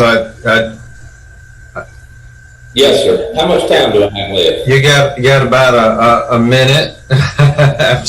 Well, listen quick or I'll speak fast, okay? That'd be fine, thank you. Okay, I'm just going to cut out this list of exhibits and kind of get down to the bottom of what I have here. This committee must understand in the same election cycle, we identified other problems with the Dominion system and reported the same to the Secretary of State. On November 13th, a letter was written to the Secretary of State identifying these serious concerns. A copy of that letter and relative documents were also attached. Let me just paraphrase. I had quite a bit of stuff to go on, but I'll just paraphrase. We've saw the house burning for several weeks now. We've picked up the phone, we've called the fire department. No one has responded. We have basically begged Chris Harvey and the Secretary of State to come to Douglas, Georgia, to our elections office, listen to our concerns, and if we perform any way, shape, form, or fashion that is not right, help us correct this beforehand. We have been denied that. Coffee County has been denied any help from the Secretary of State's office, and it's documented in each of our exhibits. We have plenty of supporting documents that speak to this, and we have begged the Secretary of State to come to Douglas, Georgia. It's only 2 hours from Macon, Georgia to Douglas, Georgia. Get down here and help us. That's what we've asked for, and we haven't received it. I appreciate your time. Thank you so much for having me today. And if you have any further questions, my email is included in the supporting documents. I'll be glad to help you any way I can. Thank you. Thank you, Mr. Cheney. Makes you feel any better? We had requested them to appear today as well, and they declined, although I do understand that they are having a 3 o'clock press conference here shortly, so perhaps that may be an opportunity for some questions to be asked. But thank you again for being with us today, Mr. Stone. I believe you're next with Bibb County. Thank you, Chairman. I'll mute now. Good afternoon. I am Jason Stone, member of the Bibb County GOP party, living in North Macon. I want to thank the committee for hearing me today. It's very important. My testimony is unique in the sense that I was the sole Republican allowed into the tabulation, replication, and adjudication room during the entire process of the ballot opening, scanning, and the adjudication for absentee, military, and provisional ballots. During my time at the Bibb County Board of Elections from October 27th until Election Day, and then again November 13th for the first recount, I witnessed many suspicious activities, including 2 blatant election law violations, as well as being intimidated and ejected from the Board of Elections on November 13th by Janetta Watson, the county election supervisor, commanding a deputy sheriff to do so using law enforcement as her personal bouncer with no formal charges. I heard 2 issues discussed during the Senate hearing that were left unanswered, and I'd like to answer those first. It was discussed referring the pristine ballots seen during the recount that they might be reproduced ballots, but this is not true. A reproduced ballot is printed on a standard size piece of paper with a QR code and cannot be mistaken for an actual absentee ballot. Secondly, there is no difference between the absentee ballots issued from the Board of Elections and the ballots sent out by outside vendors. It was assumed in the Senate hearing that there were obvious differences, but there are not. My personal issues with the process start with the fact that when envelopes come into the building from either the post office or drop box, they're put into the Janetta's office, where she personally, as I was told, matches the signatures to the Bibb County voter rolls. This process is done in private with no Republican or any other observation for that matter. So when the absentee ballot envelopes arrive out into the workstations, they are assumed to be correct. You know, we have no way of knowing if those ballots were legitimate or not. Second, the vote review panel that I was a member of was invited to witness the absentee ballot opening process of the absentee ballot opening during Tuesday, October 27th. It was later that day I was told that the staff and the paid poll workers had been processing absentee ballots since Monday, October 19th, meaning there were 7 days of unobserved absentee ballot processing without any observation. Third, in accordance with the Georgia Code Title 21 of Elections 21-2-386, Section A, Chapter 1, Subsection G, Paragraph 7, it states, and I quote, "The absentee ballots shall be tabulated in accordance with the procedures of this chapter for the tabulation of absentee ballots. As such ballots shall be placed in locked ballot boxes and may be transferred to locked ballot bags if needed for security. The ballots were left unsecured in standard plastic post office tubs under the tables and hidden behind a rolling partition for the entire time I was there, which was about 2 weeks. Subsection G, paragraph 3 of the same document explains that the county election superintendent can only open the inner envelopes on election day unless a letter was sent to the Secretary of State's office at least 7 days in advance and published on the website. After several calls, I couldn't find evidence of that letter, and I'm assuming opening them 2 weeks in advance and keeping them unsecured is a violation of 2 election laws. There is an occasion where I was ejected from the Board of Elections by the county election superintendent, but since I'm limited time, I'd rather not do that one right now. But in closing, the entire election process has created many problems with Americans, primarily trust in the system. The major problem was the fraud of the left trying to steal the election as they made the numbers too big. Anyone that believes Joe Biden received 10 million more votes than Obama is delusional. The fate of the United States hangs in the balance with the January 5th runoff elections. Now that our election has reached the Supreme Court, it's time to defend Georgia, so I'm calling out to the governor and the Democrats of the General Assembly to call an emergency session. It takes 3/5 votes to do this. For those that don't believe in the Constitution, every single government official, including each of you, took an oath to preserve, protect, and defend the Constitution of the United States, and we demand that you do that here. You need to defend our election process and protect the runoffs on January 5th by admitting that the level of fraud is so great that there's no way to determine real from fake. The General Assembly needs to be an example to the other states and do the right thing. Join the Texas Supreme Court case. Either take back your power, call a special session, and pass laws to prevent fraud for January 5th, or admit to the citizens of Georgia, America, and the world that you don't support fair elections. It's time to choose a side. Thank you.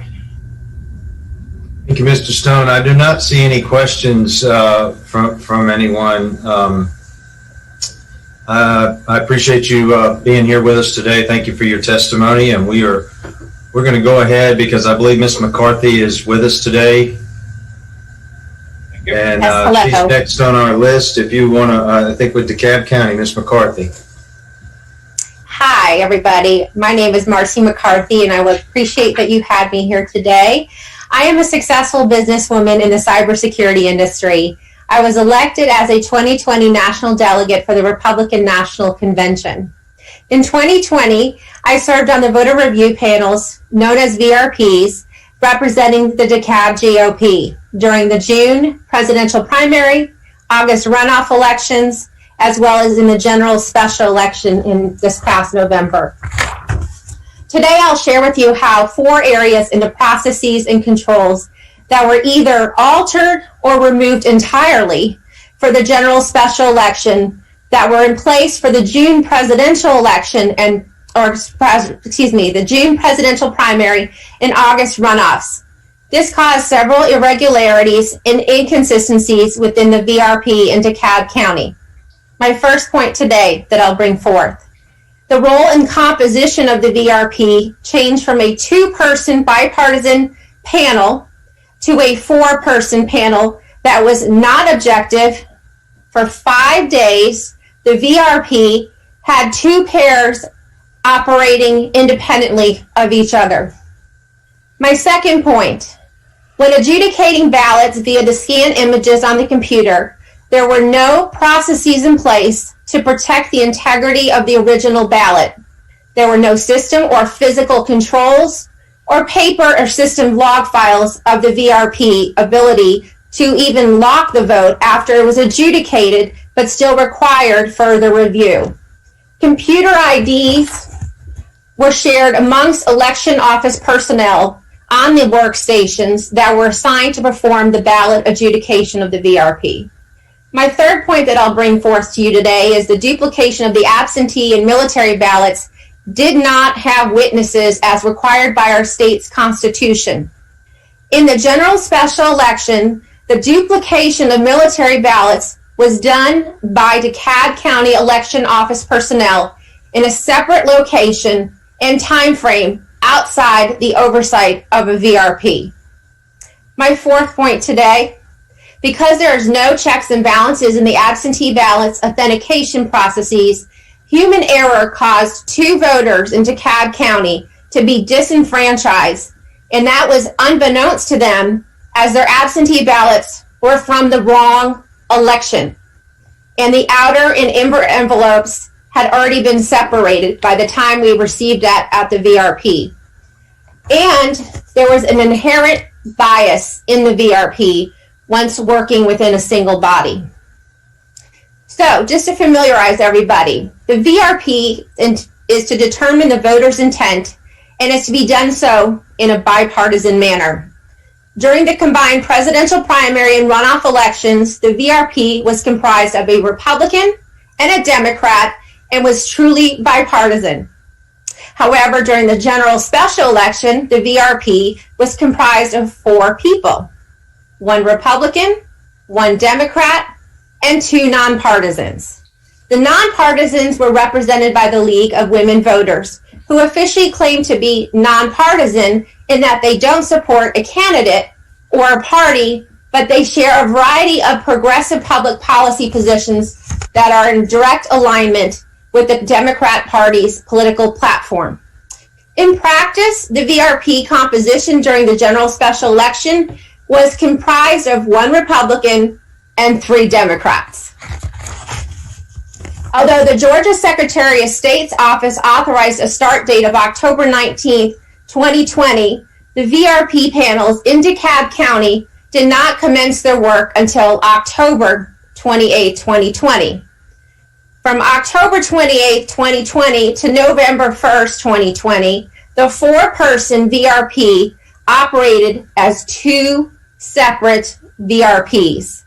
The Republicans and the Democrat participating in the VRP only analyzed the general election components of the ballot.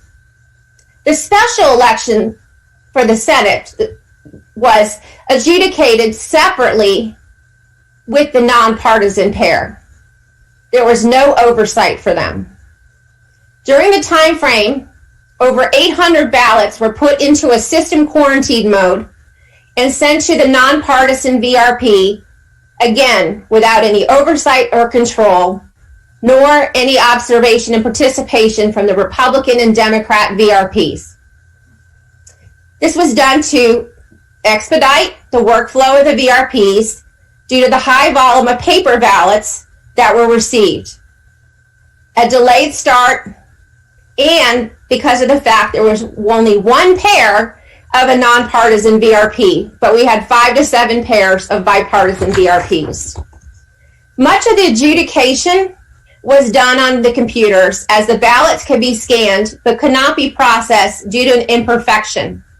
This could be something like a hesitation mark, a write-in candidate, and or just an overvote. But unlike the earlier elections, the elections office worker would perform the adjudication via the computer at the direction of the bipartisan VRP on the scanned ballot image. We also had to go into a special room and had a paper logbook where we both signed in and out of the secure area. In the general special elections, the system adjudication was done with minimal supervision from the election supervisor, and changes to the ballot were done independently by 2 VRPs for 5 days. There was no system controls, no physical controls in place, and there was no audit control to protect the decisions made by either VRP as the ballots went into a system quarantine mode. There was no way to lock the scanned ballot when being viewed on a computer. So whomever was the last VRP to review a ballot in quarantine could still anonymously edit the previous VRP's work, transmit it to be completed, which would cast the ballot.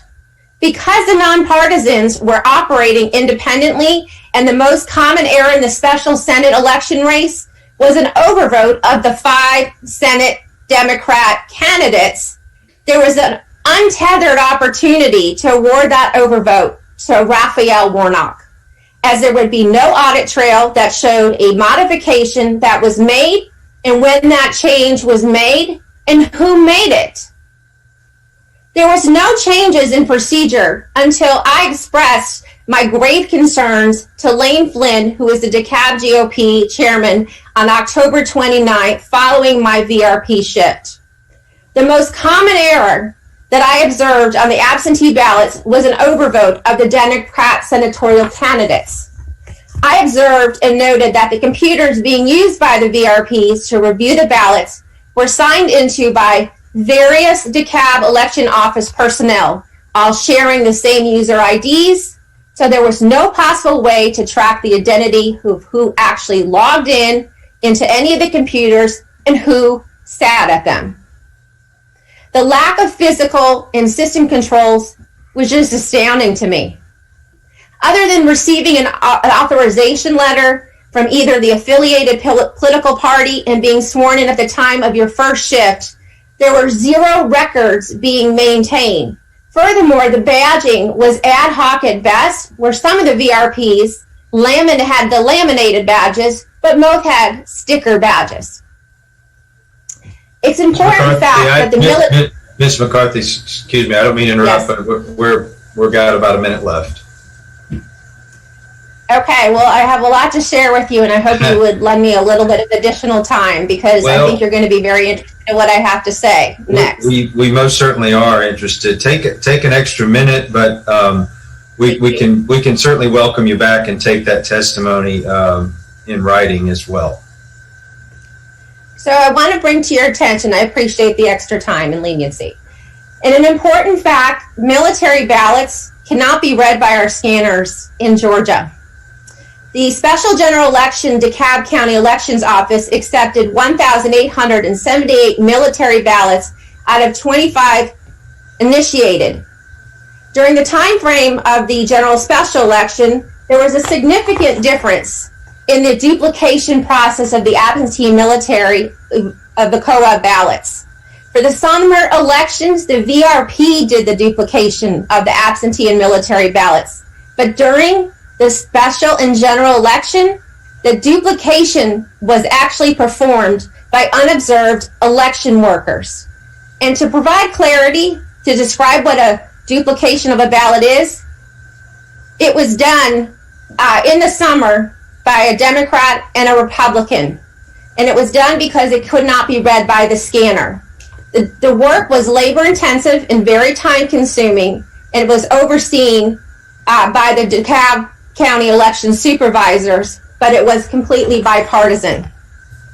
During the time frame of the special general election, the VRP did not duplicate ballots at all. That was again done by election workers, which is against our Constitution in terms of there. They were also serving as a glorified VRP because they would only give us the rejected ballots that they felt that they could not transcribe directly.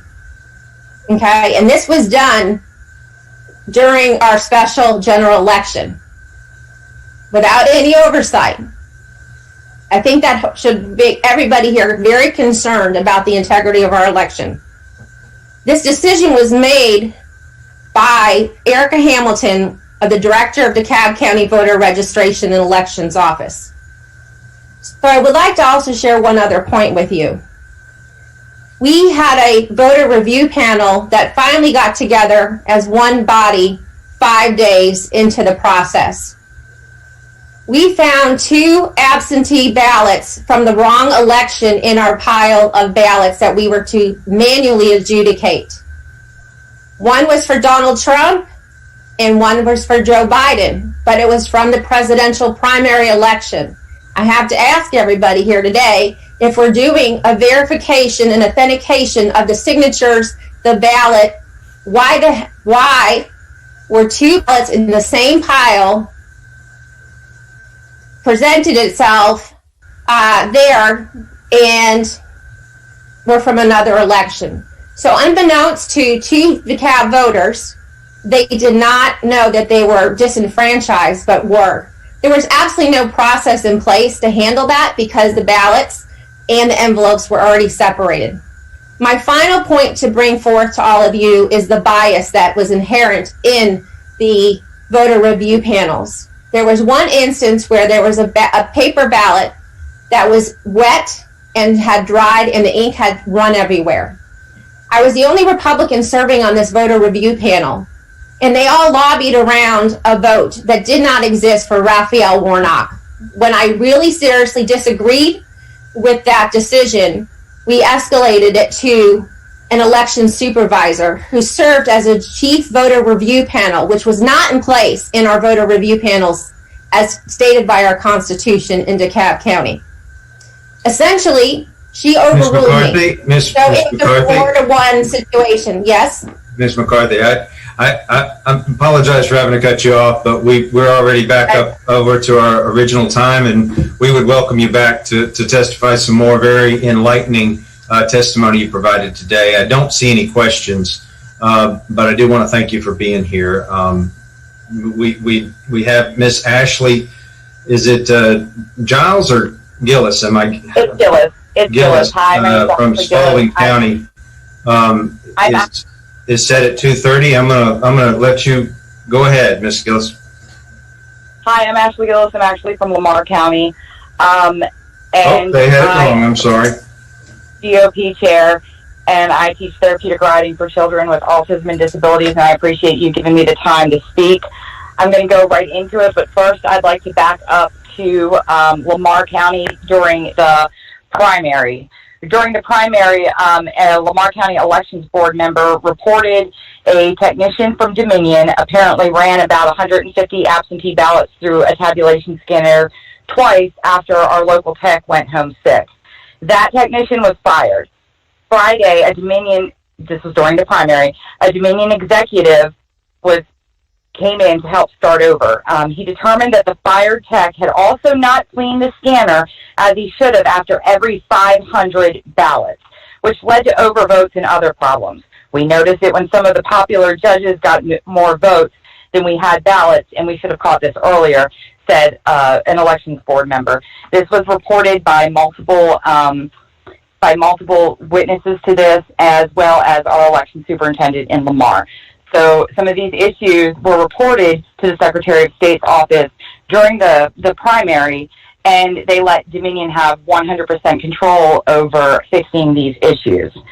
Now I'm going to fast forward to the election. On November 5th, I was sent to Spalding County as a fully credentialed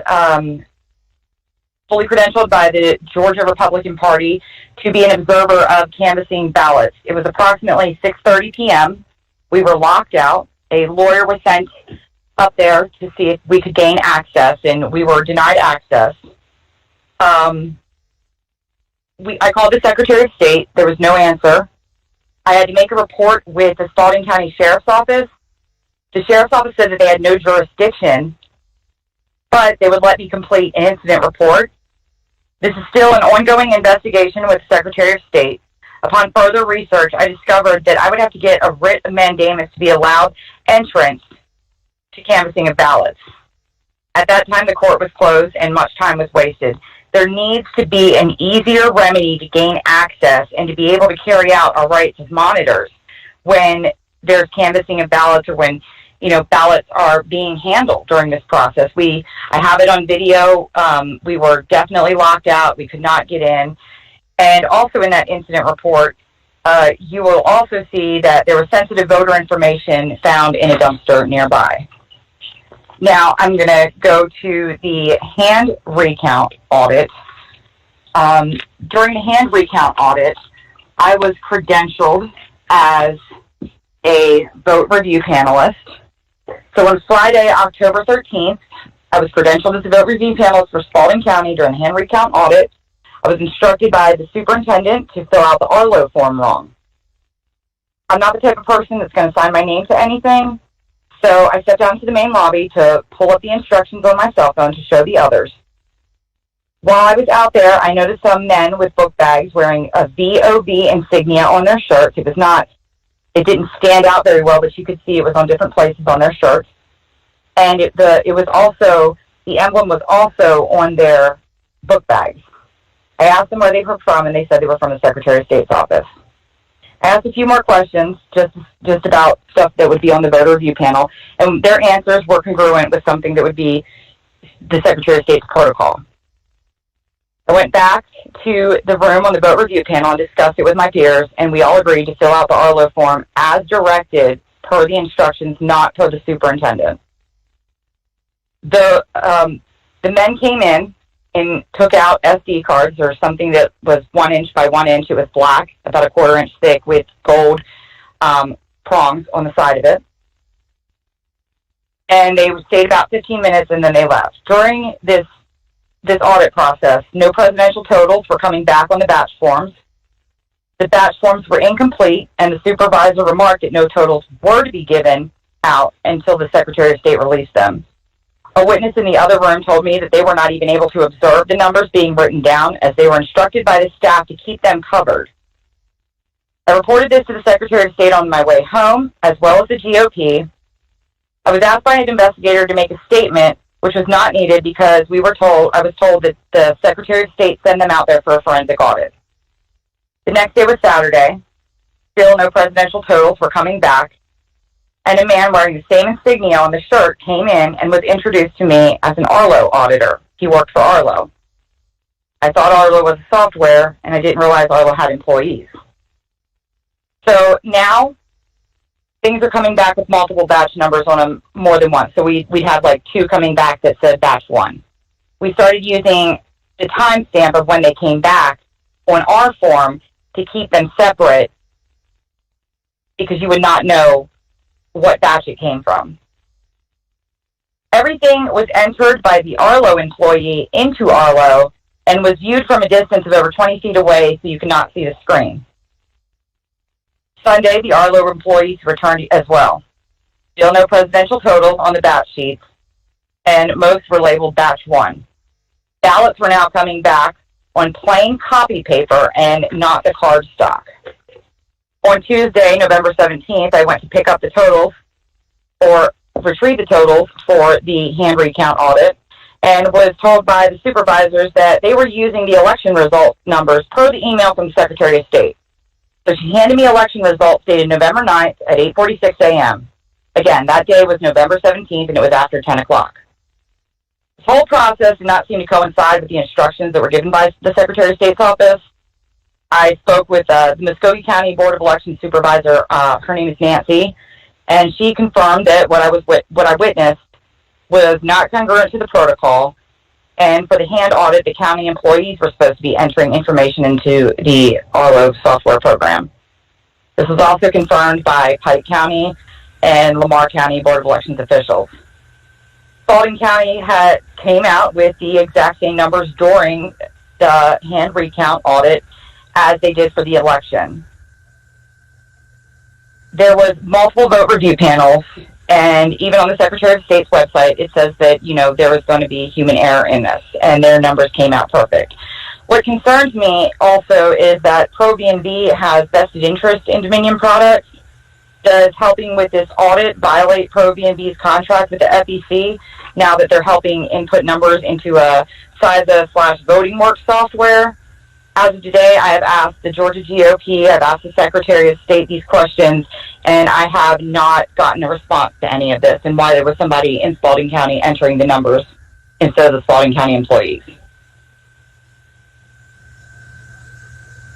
Well, thank you. I'm going to take that pause as you have finished your testimony. That's correct. Yes, ma'am. Well, that's correct. Have you signed affidavits for all of this, or?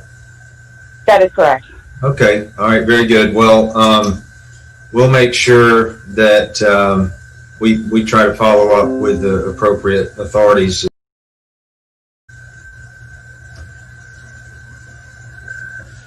Party. And I have been a poll watcher for early voting for the November 3rd general election, and also was a poll watcher on election day. In Ware County, a number of Republicans have had concerns about whether or not all the signatures on the absentee ballots were verified. And I've in a conversation when I've been down at the Board of Elections office, because I was there many occasions. That's primarily where I worked during early voting. I chatted with the supervisor about where the signatures being checked. Well, I never really got a straight answer, but on Wednesday, December 2nd, which was well over a week ago, I had a meeting with the Ware County Supervisor of Elections in his office down at the board. And so I asked him whether or not, and I wanted to know for sure whether or not all of the signatures on the absentee ballots for the November 3rd election were checked and verified. And so he stated to me that most all of the signatures were checked. And he stated that sometimes they really got behind because they had a lot of people in line to vote for early voting, and then like the post office would deliver a large number of ballots all at once, and they got behind and they weren't able to check all of them. So, my issue and my concern is that the checking and verifications of the signatures on the absentee ballots. So, be open for questions if anybody has a question.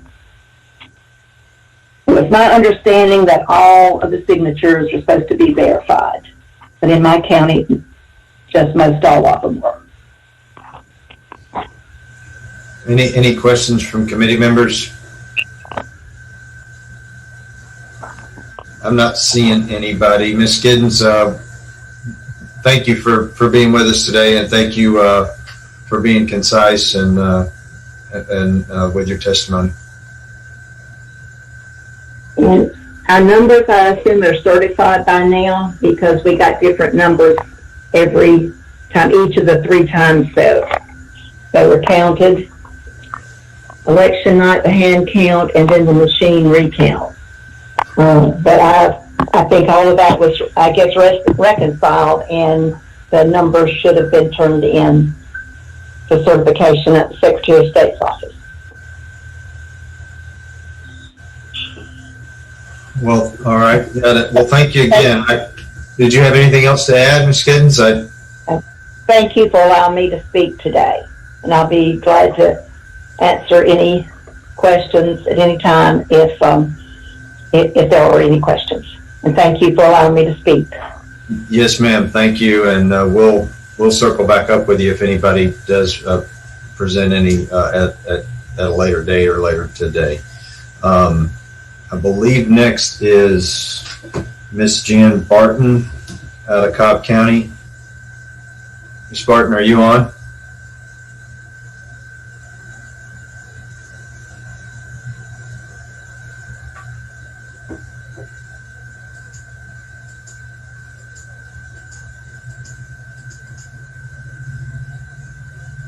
I see her. We may have to unmute her.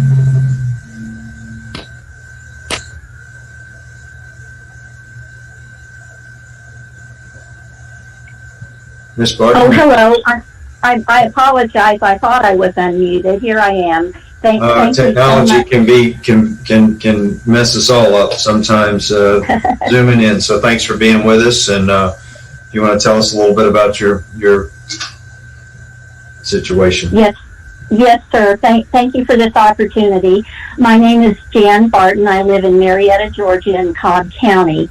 I was an observer for the recent recount. I'm here today to testify that our voting system is broken, and I appreciate the opportunity to tell my story. I will briefly cover 4 personal examples of why our sacred right to vote is in question.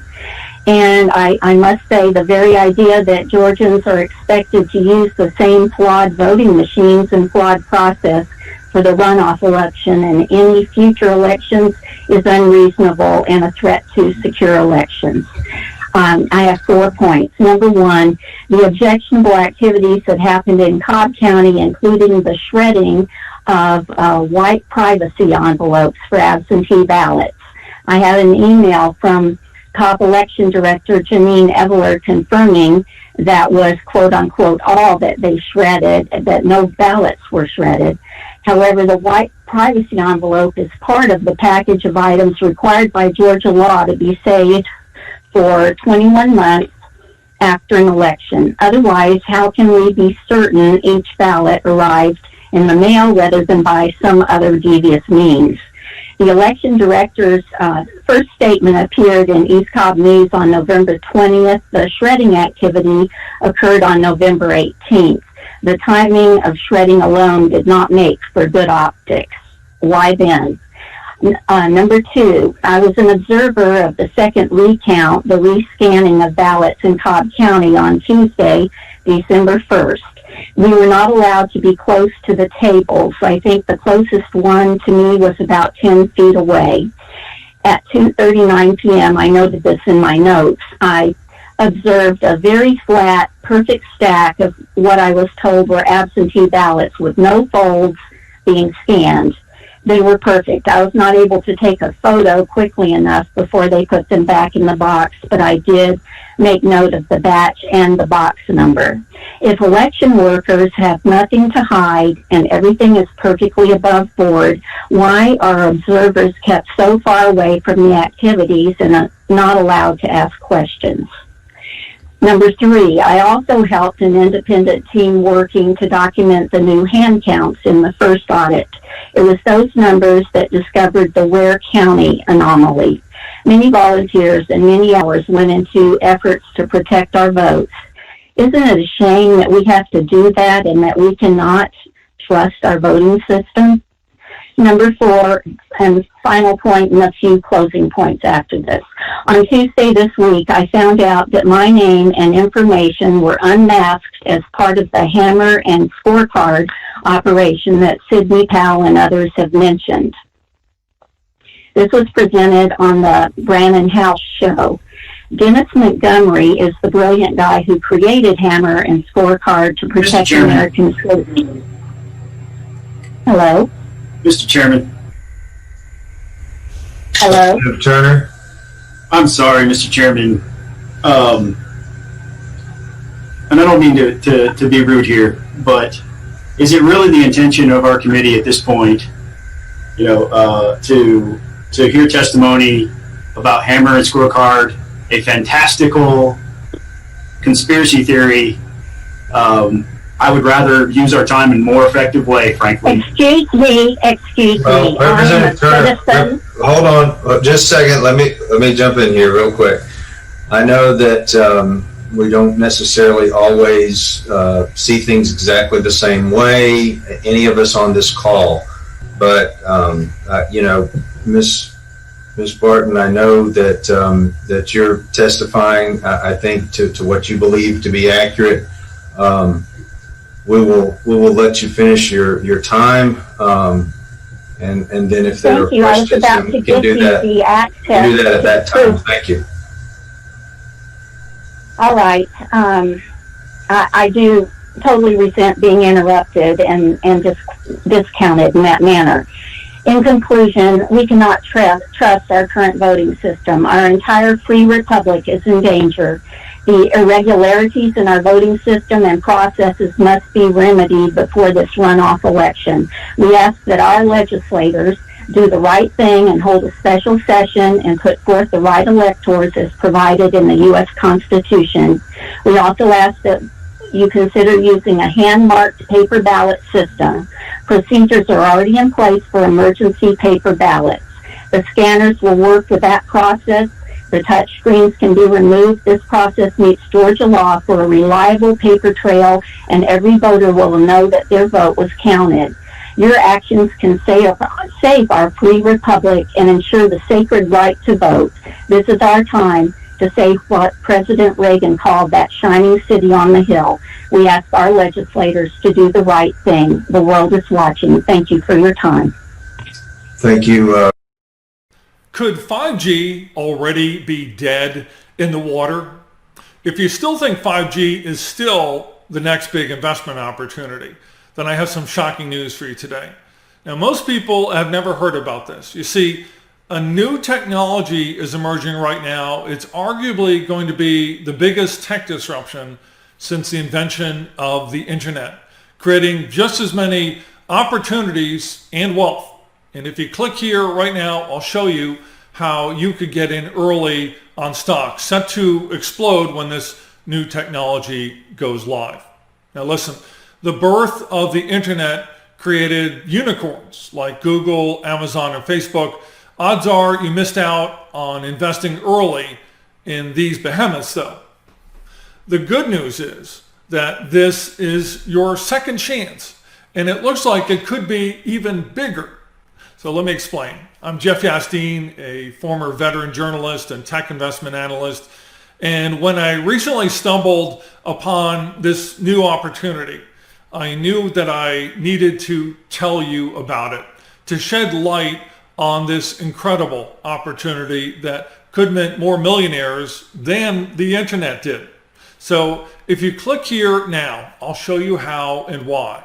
Because this time I want to give ordinary folks a chance to get in on the ground floor. Now that said, the reason I'm able to share this with you here today is all thanks to the information of one tech insider who I'll call Mr. X for now.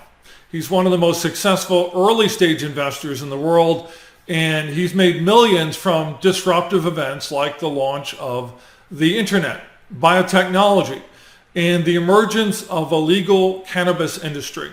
So I've tracked him down and I've gotten him to reveal everything that he knows about the next big tech disruption. You see, before the internet, owning a PC was very uncommon. However, once the internet came along and came online, demand for a PC in every household shot through the roof.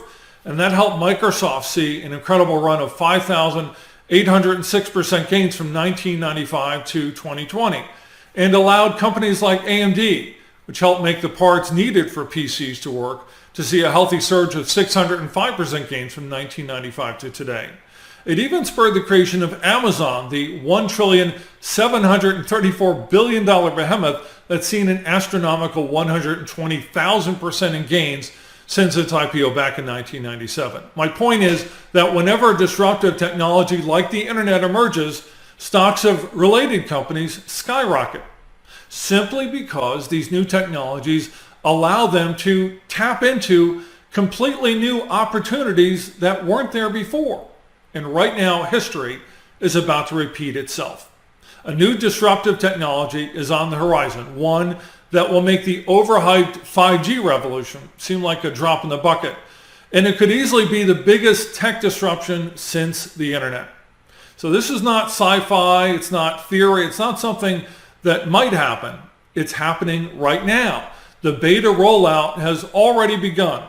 And if you click here now, I'll show you how early investors could witness gains much bigger than anything that we've ever seen before. So just imagine what it would have been like to get in early on Amazon back in 1997. Just a small $1,000 investment could have turned you into a millionaire today. Well, a single $5,000 investment could have turned you into a multi-millionaire today. And with just one investment, you could have created the kind of wealth that would have let you live your life traveling the world perhaps, or spending more quality time with your children and grandchildren, and playing golf on Thursdays with your friends. So starting today, you don't have to imagine any longer. This explosive potential is about to become very real. In fact, this new disruptive technology could help mint a new generation of millionaires and even billionaires within the next 6 months. And if you click here right now, we'll go into detail about everything you need to know about this revolutionary opportunity, so you can get in early on the next Microsoft, the next AMD, the next Amazon, and potentially make a killing in the process.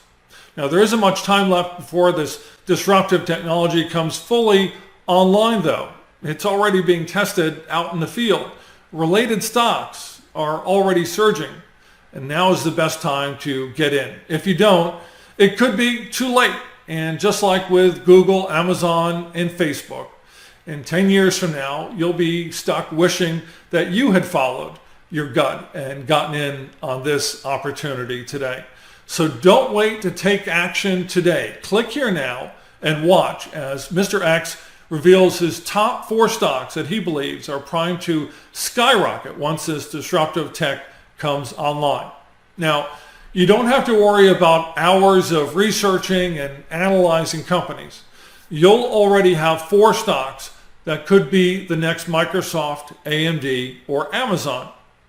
And you'll be on your way to massive profits once this breakthrough technology goes live.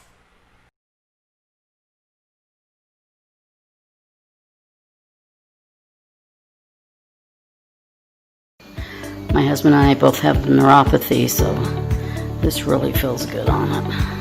This machine is worth every penny of it, and I'm loving it. I use it every day, sometimes 2 or 3 times a day. Stop spending hundreds or thousands on doctors or supplements for a maybe.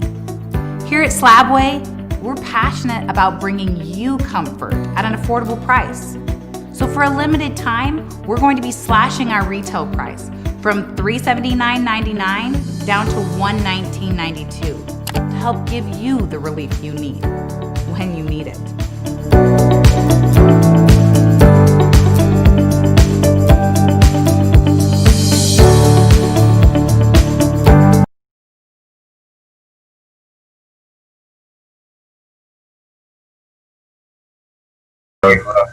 Ms. Barton, I believe our next person to testify is Mrs. Sherry Okun from DeKalb County. Is that, I probably did not get that pronunciation right either. Yes, but somebody stopped my video, so I need to be able to show, I need to start my video. Huh. Okay. There we go. How you doing? Thank you guys so much for letting me be here. Gil Freeman at Gil for Georgia posted this on November 4th. 40,000 rejected vote by mail ballots in DeKalb County need to be cured by Friday or they will be tossed, mismatched signatures, etc. Now, when you look on he deleted this tweet, but if you look up online on factcheck.com, they say it's not true. That didn't happen. Well, here's Gil Freeman's Twitter page, live Twitter page right here. So we go to November 4th, and look at what we have. We have him saying, help voters over the next few days to cure their absentee ballots and provisional ballots so that every vote is counted. We're recruiting canvassers. So you click on this, and look where it takes you. Ms. Okun, Yeah. if you please, we're trying not to share names. Okay. All right. Thank you. But I need to show you this because it's very important. On November 4th, the Georgia Democrats created this Georgia Cure Canvasser Recruitment Phone Bank. Help us recruit Cure canvassers in Georgia. All you need to join is a computer and a telephone. We will be calling on volunteers in Georgia and asking them to knock on doors to help voters through the process of curing their ballots. The deadline to cure ballots is Friday, November 6th. Let's fight. Okay, so that's this, okay? And Georgia code, as you all know, it allows ballots the chance to be cured for certain reasons, failure to sign oath, various things. So right out of 419C2, there are, to facilitate cures, Georgia law allows the relevant election official to notify the voter in writing.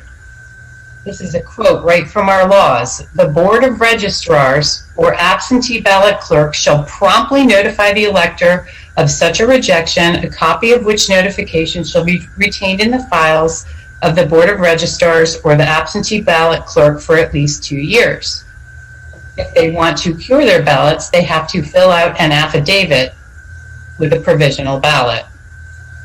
So volunteer canvassers are not, and phone bank callers and door knockers set up by the Georgia Democrat Party after the election ended on November 3rd to canvass Georgia. That's illegal. Who gave the Democrats the names, addresses, and phone numbers of the Georgia absentee voters that had not returned ballots? That had not filled out their ballots correctly. I'm wondering if it's the same people that gave those names to the ACLU. On November 6th, Hillary Clinton. Coon, I don't mean to interrupt you. We've got a minute or two. Okay, I'll finish real quick. I went to this, on November 6th, Hillary Clinton posted this. I went to this site, democrats.org/Georgia-ballot. I went there. It asked me to upload my signature. It asked me to upload my voter information on my signature. Just to be clear, it did not take me to the SOS website to see if my absentee ballot was cured or was accepted. It asked, so they were literally, the Democrats were literally November 4th, 6th, 5th, procuring people. I know people who went to this site and uploaded their signatures, and there's nothing in Georgia law that allows for an electronic upload of signatures to cure an absentee ballot. It's affidavit only. And the next thing I'm going to show you and tell you is that the day after the election, a family member called me, texted me, and let me know that they checked my absentee ballot status and it showed unavailable. That family members also showed unavailable on the SOS system.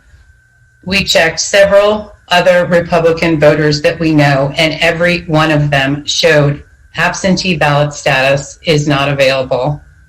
Then we checked several Democrats that we know, and every single one of them showed accepted.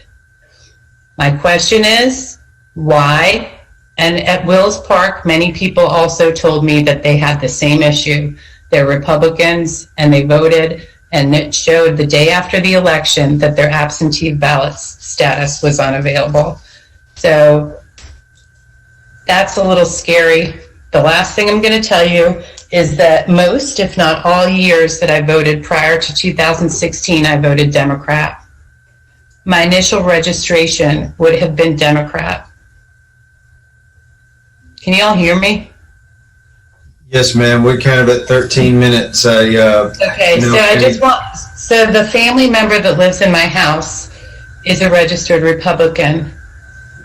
I received calls and texts nonstop prior to the election from Democrats and quote-unquote nonpartisan groups using Stacey Abrams' name in the headline urging me to vote. They knew my name and my voter information.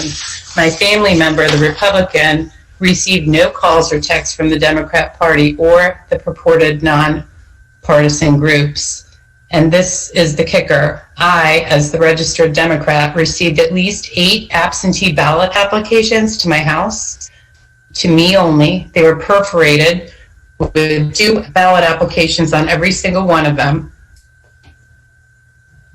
And my family member, the Republican, received, and that was all from the Secretary of State's office. My family member, the Republican, received nothing, 0, nothing from the SOS. And that's it. That's my testimony. I'm sorry but you guys, the Georgia Democrat Party created a canvassing group to knock on doors after the election to cure ballots, to make phone calls, and that is illegal. Mr. Kuhn, I appreciate your time. I will say this and kind of reiterate it that I regret that we don't have, we only have so many slots and so much time. Oh, yeah. I just want to make sure you guys realize, because there's no law and order. There's none. Right. So we got Mr. Joe Sapp from Pulaski County. Mr. Sapp, are you with us? I am Representative Blackman. Can you hear me? Yes, sir. Yes, sir. You're welcome to proceed. Okay.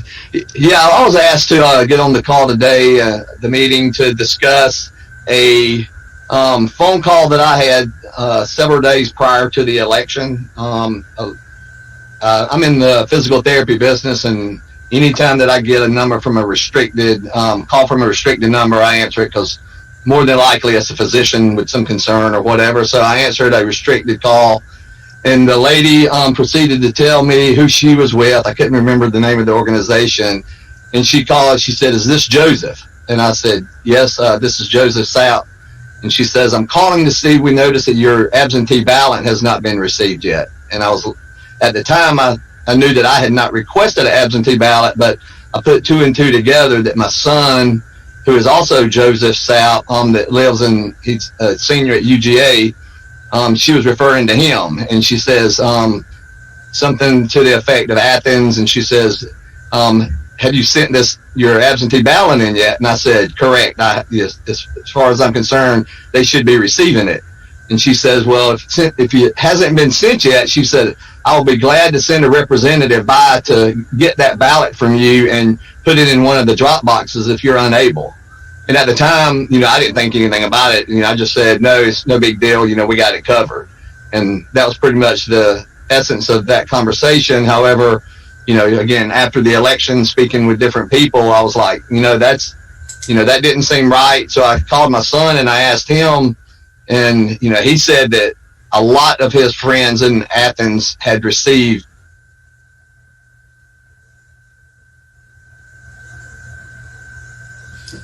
Mr. Sapp, your audio went out.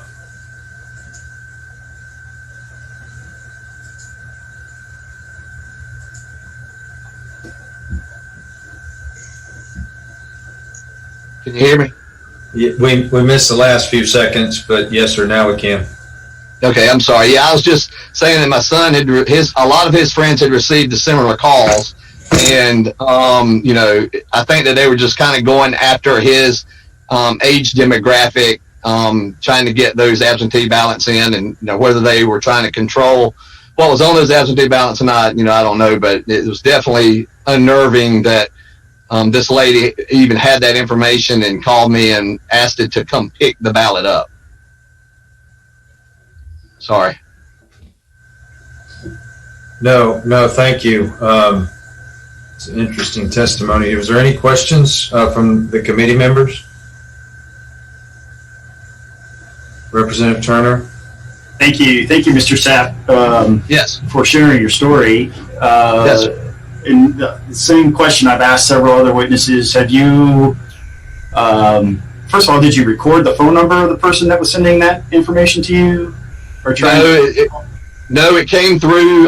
Again, it was listed as restricted. I mean, I don't answer phone calls if it comes from a number that I do not recognize or any potential spam. But if it says restricted, I always answer it because odds are it's a physician. So I happen to answer this. I have not. I went back and looked through my phone records, on my phone, and again, it doesn't give a phone number. I haven't gone back and looked at my phone records, through Verizon. I don't know if that's something that can be traced in any way to come back to a specific phone number, but right now there's no phone number. And outside of the hearing today, have you reported this to any authority? Not to any authority. I've spoken to a few representatives and just friends of mine that would be in the know-how, but I would be glad to do that and be under oath in doing so, but I haven't done that yet, but I will if you think it would help. I would encourage you to do that if you believe that the law has been broken. I think that's the appropriate way to proceed. That's me personally. Sure. You do what you need to, sir. Thank you for your questions, for answering the questions. Thank you. Thank you, Mr. Sapp. Appreciate you being on with us today. And, great, thanks a lot. We can help get you an affidavit if that's what you'd like to do is sign. I will. I'll follow back up. I appreciate it a lot. Yes, sir.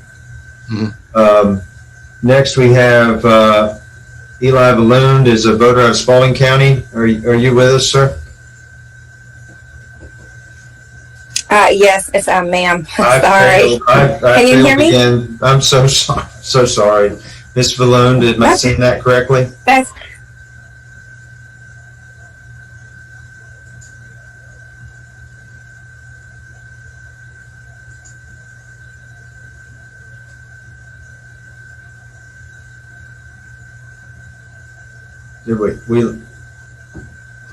Did I do something? Or we lose? Can you hear me now? Yes, good now. Yes, ma'am.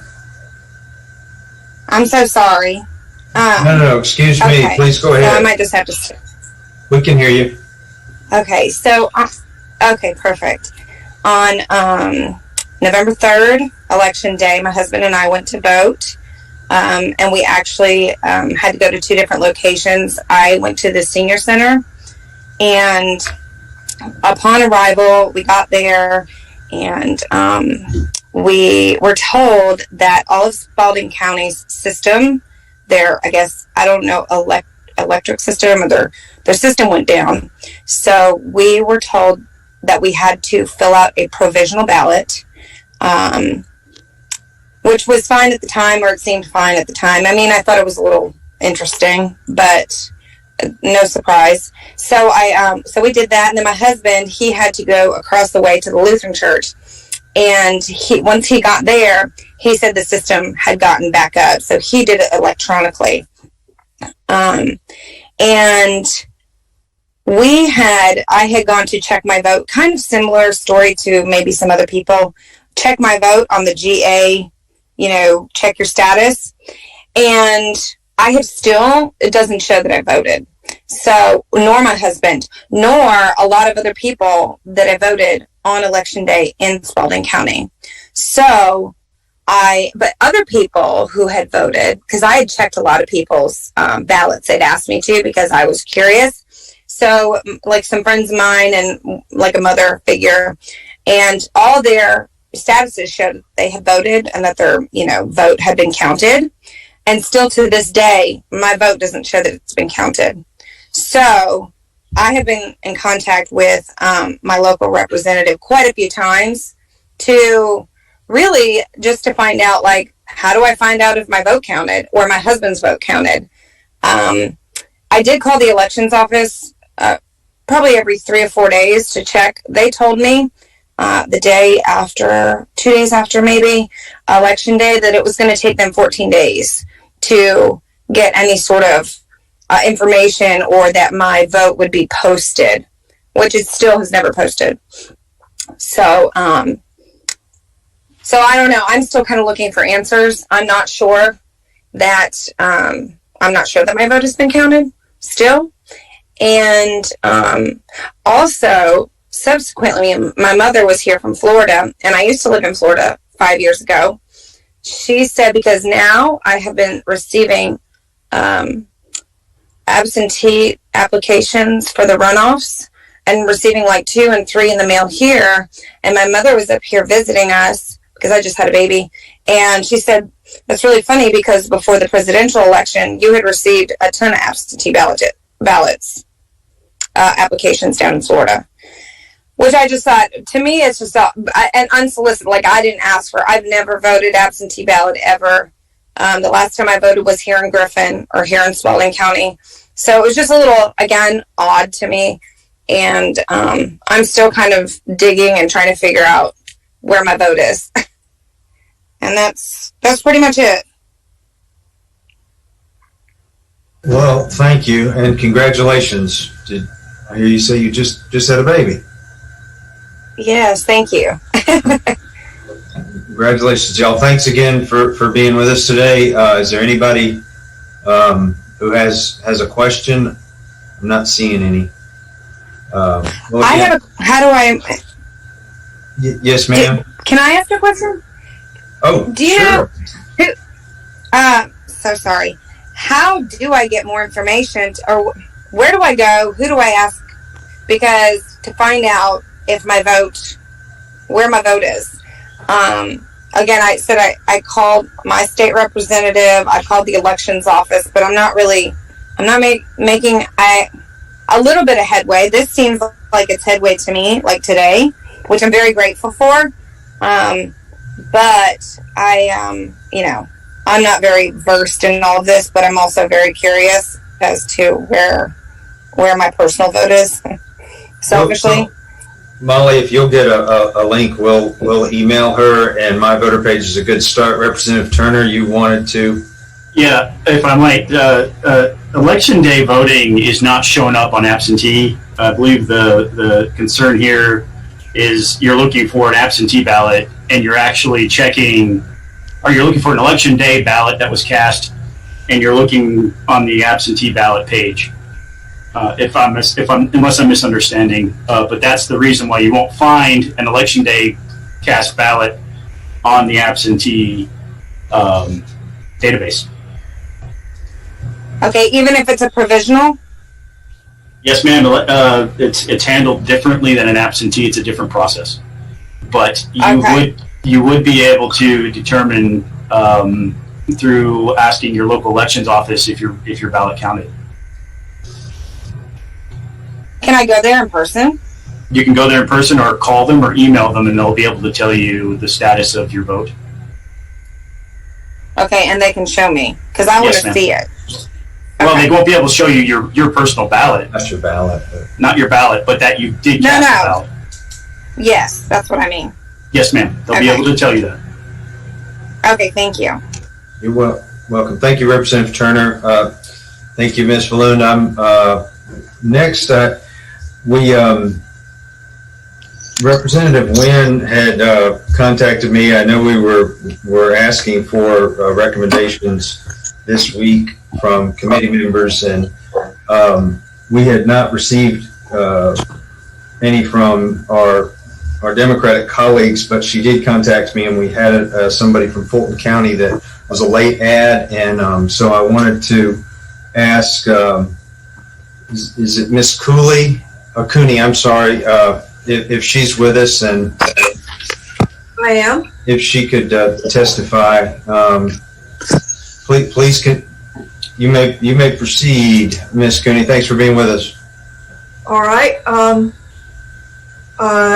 Tell me what kind of remarks you would like from me, which I have not.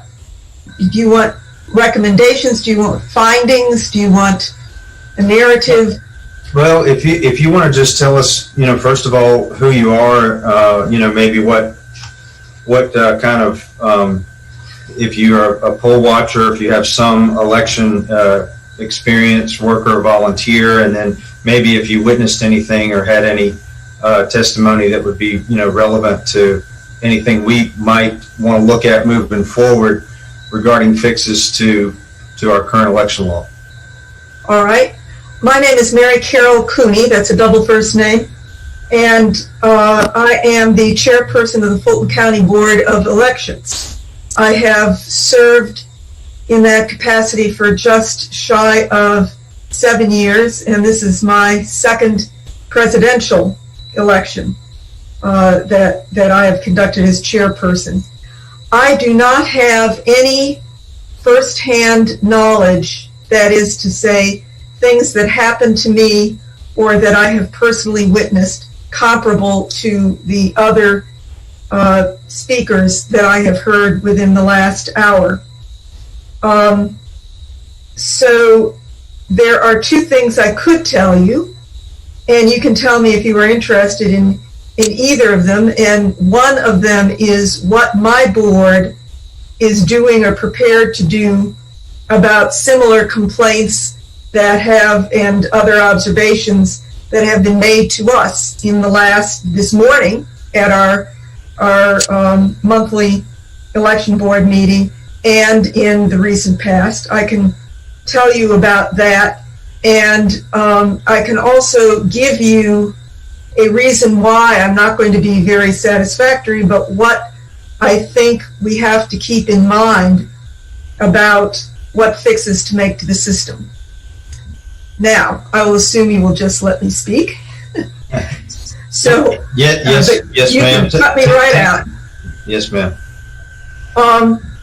I listened to our own public comments this morning, and I read many emails that we also received concerning the conduct of the November 3rd elections. I read and heard concerns about alleged illegalities, lax practices, insecurity of ballots, and some specific things like suitcases of ballots hidden under tables, water leaks, counting ballots without partisan party observers being present, and lawsuits that have been filed. We take those seriously. I take them seriously. What can we do?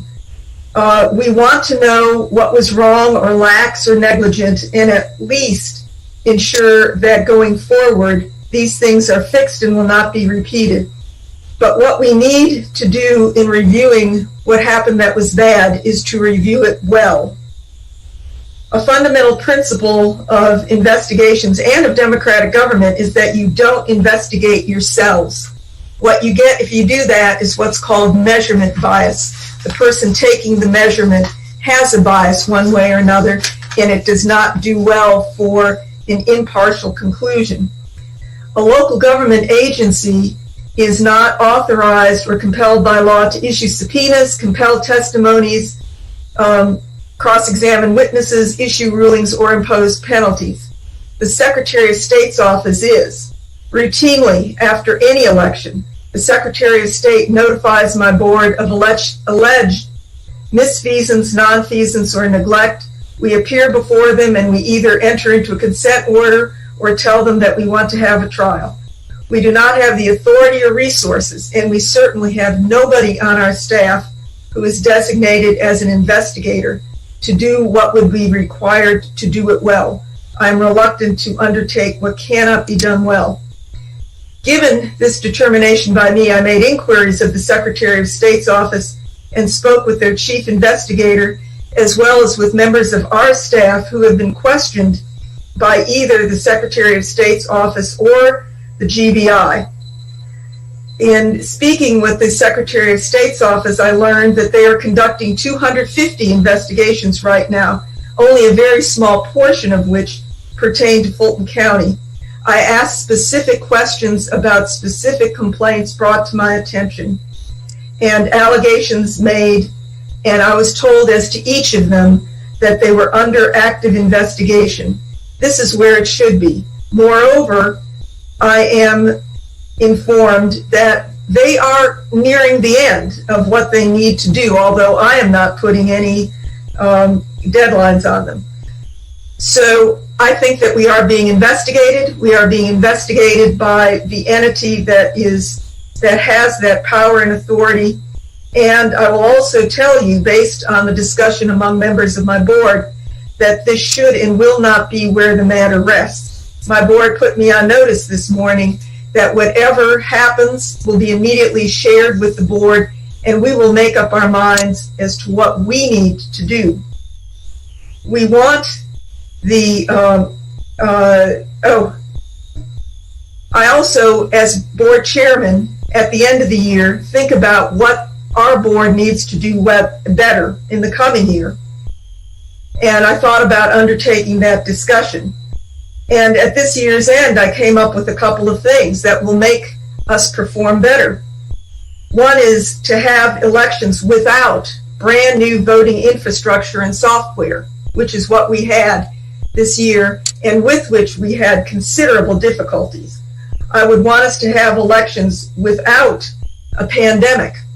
This really was an obstacle for us. You may have heard that we actually had staff members die, and yet their compatriots went right back to our offices and kept working. Nonetheless, it very much slowed us down. We would like elections without 100,000 voters deciding to use absentee ballots for the first time as facilitated by the state, but not facilitated and not put into place with any time or prior planning by us. All of these things would make elections better.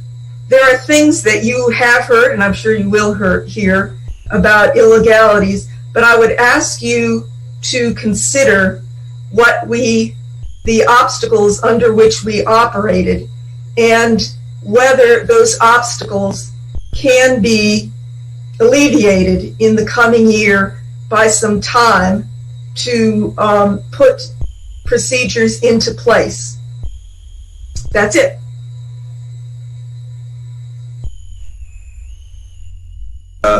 Thank you, Ms. Cooney. Do you mind if we take a couple questions? Sure. Chairman Powell, do you have a question? Thank you, Mr. Chairman. I don't have a question of this person testifying, but I would like to make a comment before we finish the day. Yes, sir. We'll allow the committee members to enter some comments in before we adjourn. I know Secretary Williamson, you had a question? You're muted, sir. Thank you, Mr. Chairman. Ms. Carol Cooney, thank you for your testimony. Mine's a very simple question. Would you have any objection at all to having bipartisan signature observers for the signature verifications on the inbound ballots in the upcoming election as requested by many members of the General Assembly? By bipartisan observers, I assume you are meaning 2 observers. Yes, ma'am. All right. We discussed that this morning. Easier said than done. Definite problems with getting it done for the January 5th election, and that comes down to money, time, and space. We will need to have twice as many observers as we have had in the last election. We will need to find them, put them in place, and we will need to ensure that they have enough space in the places that we have set up to do so. Now, do I know the answers as to whether those obstacles can be overcome? I do not, but I do know that they are real obstacles, and we need, well, as I said, I have a bias, and it is that if I'm going to undertake something, I want it done well. And it is not 100% certain at this time that we can do this in the near term. Do you have any objection at all into at least exploring that? Do you have any philosophical objection? It is being done as we speak. This was why I could not appear earlier. It was the subject of our discussion this morning. So you support the concept as long as the money and time and adequate spacing is available? I don't know why not at this time. But as with everything, I would like to have it in front of me. But we seriously discussed that, and there are several members of our board who really want to move forward with it, and I support them. Thank you. Representative Jones had a question, and then we'll move on to Mr. Favorito. Thank you, Chairman Blackman. Ma'am, thank you so much for your candor. It's actually highly appreciated. Your demeanor could have been completely different, but instead you were very open. So I thank you for that. My question is this: as this committee is reflecting on November 3rd, thinking about January 5th to Representative Williamson's question, and then also getting prepared to see what we should be doing to get prepared for 2022, given the fact that you head up the largest county within the state of Georgia, do you look at other states, other counties that are in similar size, similar demographics, and see who is basically doing the best practice to see what you could possibly bring to Fulton and maybe even recommend to the entire state? Or is that something that isn't necessarily done within your purview? It is not necessarily done within our purview. We have looked at agencies from other states, and let me tell you what I mean. The business of absentee by mail is actually pretty new to Georgia. I have discovered that it is really in the western states that those have been put into practice, places like Utah and Colorado. I have not spoken with the heads of local county election boards in those states or in others out west, but I have spoken to persons who have undertaken that function, and one of them, actually several of them, have said to me that it takes years to have a good absentee by mail function in place, and we have listened to them. Whether we accept what they say, we have not done yet, because we were, as I said a little bit earlier, kind of thrown into it in the middle. But we have spoken to them. When we hired our present elections director, I also became aware, he was from Texas. We seem to be looking to people from the West. I found that in different regions of the country, there are different systems in place. And we hired him because at that time, Fulton County and the state had hardly any early voting. So we addressed early voting. I think we've got some great early voting this time. We are going to have 30 early voting locations on before the January 5th election, plus buses, which you may have heard of, RVs to go where there's a specific need, plus outreach places. We're going to have 38 drop boxes. We're going to cover that. But there are other things that we don't have. We are aware. I told my husband this would happen, and I am sorry. And we do know some things, but not anything I can tell you definitively or conclusively that we have learned that we will adopt. We only know them. Thank you. And if I could just ask, notwithstanding the K-9, and you don't need to answer an email to the chairman, would be perfectly fine. But what I'd love to get is just a very quick answer to these two things. One, you just mentioned 35 plus boxes. Are they all being under video surveillance? And two, could you please ask Fulton's attorneys under which part of the code section are the buses authorized? And if you could just get that, again, I don't want to take too much time. Easy answer to the second one. I don't know how the two outreach buses are authorized. Really, outreach RVs. They're very big. RVs. The first question about the drop boxes, there are 38 of those, and those are authorized under Rule 183-1-14-0.6-14 of the State Election Board rules, which is entitled Secure Absentee Ballot Drop Boxes, which lays it all out for us. Correct. I appreciate that. If you could send that, I'm fully aware of that section, and if you could send things to the chairman, I would appreciate it. Thank you so much, ma'am. Thank you. Ms. Cooney, is that right, though? It's a mobile polling location?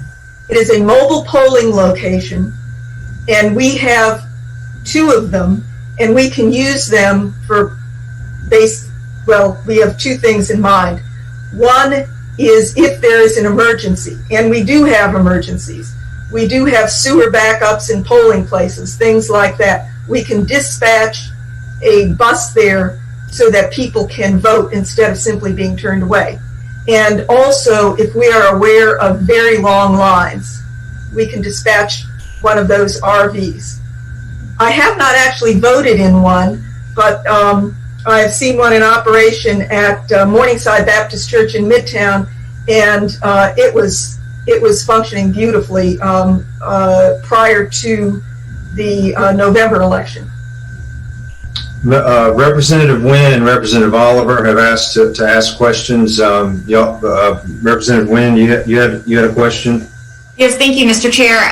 Ms. Cooney, I'm just going to ask, there are a lot of allegations that were made about Fulton County elections, both in testimony in this committee today and all over the news cycle. So would you be willing to send the members of the committee in writing just the response that Fulton County has in regards to those specific allegations? You named some of them today,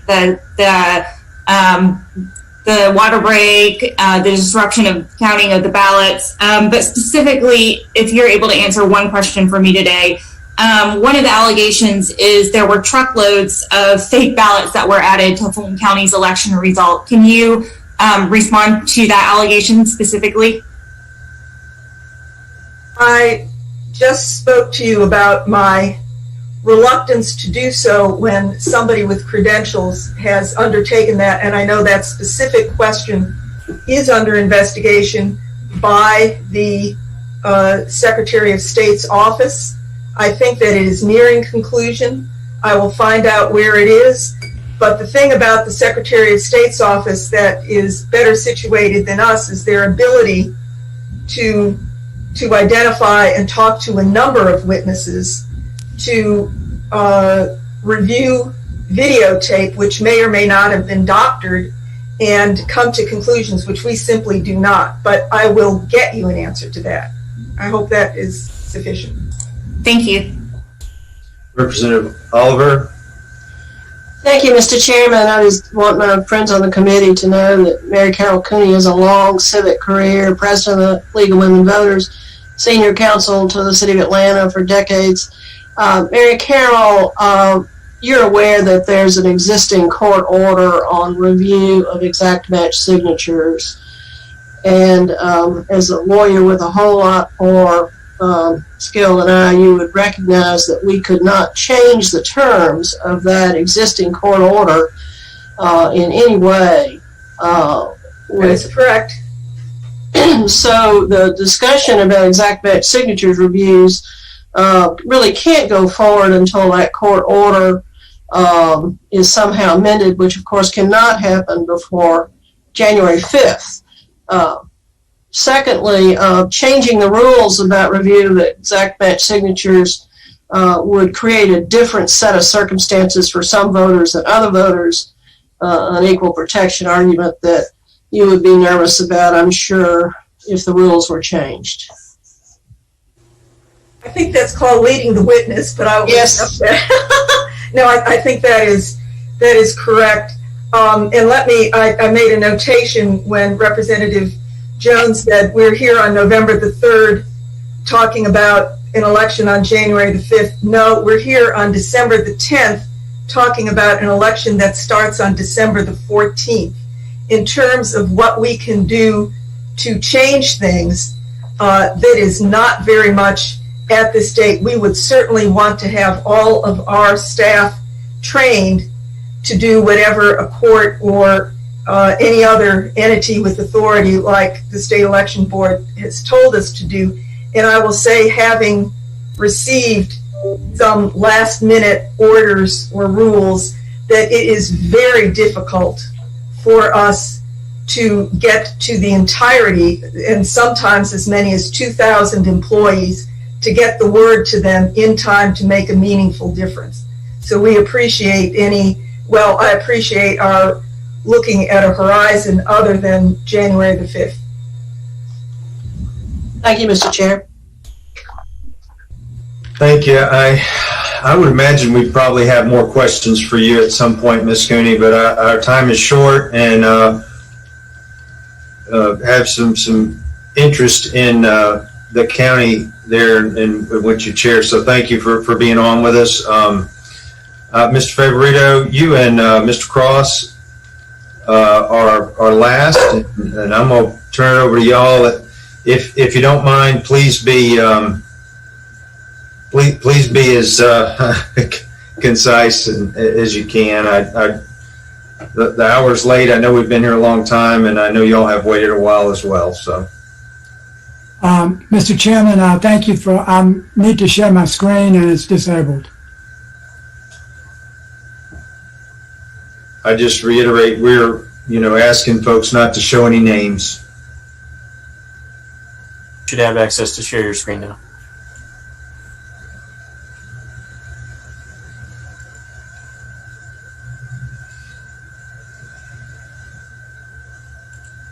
Mr. Chairman, I'm assuming that you can see my screen, so and I appreciate happy to be back with you again this year. I'm going to be as fast as I possibly can. Most of you know me, Garland Favorito. I'm a career IT professional, co-founder of Voter GA, and I'm also the elections director of the Constitution Party of Georgia. Voter GA is a nonpartisan organization that we've kind of led the election integrity movement here for 16 years. I think the real question that we need to answer today is there compelling evidence of Georgia election fraud in the 2020 general election? That's what I think we should be here for. Just to recap, how did we get here very, very quickly? On one slide, I wrote to the Secretary of State and system evaluators back in 2002 that they were evaluating possibly unconstitutional systems that could not produce verifiable, auditable, and recount-capable results. The General Assembly legalized voting that could not be audited back then, and the Secretary of State ignored warnings, purchased the Debo DRE system. In 2009, the Georgia Supreme Court denied our constitutional claims. And in 2019, the U.S. District Court essentially reversed them and said that, yes, in fact, our old systems were unconstitutional, and I was right when I said that 17 years earlier. But the General Assembly legalized a new system that hides votes in barcodes. If you remember that with House Bill 316 last year, that we adamantly opposed. The Secretary of State purchased the Dominion Democracy Suite 5.5 DMD system, and the U.S. District Court has already found that it does not meet Georgia law. So with that in mind, what are my roles? My roles in this election were as a State Farm Arena observer, a Fulton tabulation observer, an audit monitor, and a recount monitor in both Fulton and DeKalb counties. I'm going to skip State Farm for a minute. Fulton tabulation, as a tabulation observer, I noticed an abnormal 20,000 vote spike in Fulton County for former Vice President Joe Biden. I have an affidavit in on that. As soon as I saw that on the 5th of November, I notified elections director, the board, election board, the attorney for Fulton County, and I made an ORR, open records request for the interim results to the board that for Chairman Cooney, Chairman Cooney chairs. I have never received a response from that one on November 5th. Moving to audit monitor, as I was an auditor monitor, we noticed there were 3 boxes of 100% Biden ballots, which we thought were extremely usual. We thought we'd at least have a few in there that were different. But the thing that disturbed me most was that 4 auditors detected potentially fraudulent absentee ballots when they were auditing the hand count. They said this because they were not creased from being mailed. They were not marked with a writing instrument. They seemed to be marked with toner, and there were differences in ballot stock. I filed an open records request to view these ballots in custody of the elections, again with the board and the county attorney and the elections director and their open records request processor, but I was ignored. If we could see the ballots, I think it would resolve the dispute and we would know who won the election. But since we still can't see them, the question becomes, from my mind, how could the audit counters have found invalid ballots? So I want to race through a few slides about the State Farm Arena where I was an observer to give you a little bit of an idea, and then I want to make 3 conclusions on that, and then we're done. So this is the ballot processing room. It's very hard to understand this because it's a curved room. I tried to lay out the slides so that you could see what's going on, but there's very poor visibility from the observation area. This is where the entry door for the public entry door. There's the observation area. There's another door back here on the other side, but you can't really see much between those 2 areas. The room curves like that. So you remember at 6:07 a.m., I'm going to run through the chronology very quickly. There was a leaky toilet that was falsely reported as a water main break, and the supervisor delayed starting of the mail-in ballot processing for 2 hours. The closest toilet in that room would be back behind this wall here. But I do not know if that was the correct toilet or not. Fast forward to 8:22 a.m., a woman with blonde braids brings in a skirted table into the room. The room itself, I believe, violates Georgia law for transparency, but the skirted table, I would think, certainly should do that. At 9:30 a.m., after the delay from the water main break that never really was a water main break, it was just a leaky toilet or urinal, urinal, ballot processing began and it continued through the day. At 10 p.m., everything seems to be normal. The same woman in blonde braids, now dressed differently, came out, changed clothes with a different change of clothes, announced that the processing will stop for the night. You can see back here the observers are present at that time. The observers are still present at 10:40, but everything has been closed up here. The monitors still stayed And at 10:55, the monitors and the Fox 5 reporter leave, but the 4 workers still remain, at least 4, maybe more.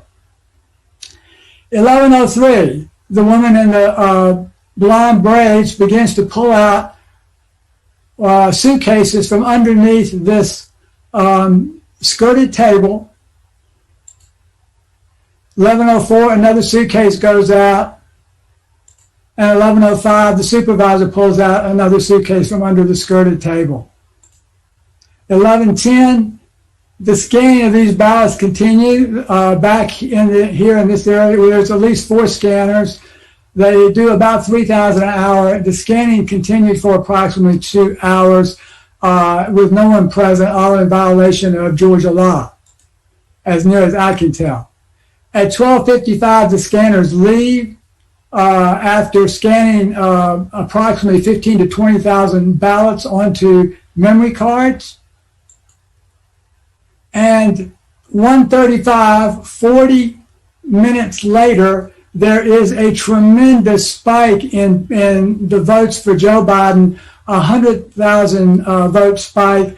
See how inconsistent this is with everything else. This is the time over here on the left-hand side. And this is the votes that went up, the Biden's change and Trump's change by time frame of each of these feeds. David Cross is our next speaker. He's going to go much further into detail on this. At 1:40 a.m., the monitors return after being notified that the counting was still going on. 15 to 20,000 or maybe even more illegal ballots have now been scanned for tabulation for the results. So there are a couple of questions. I just want to make a couple of questions and then I'll take questions. Some of the things I've heard, which are really good questions. If fraudulent ballots were scanned, why do the number of ballots cast match the number of voters voted? That's a great question.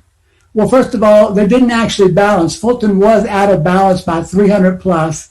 They called a special meeting and eventually returned to the State Farm Arena. Some other considerations as to why these might eventually balance.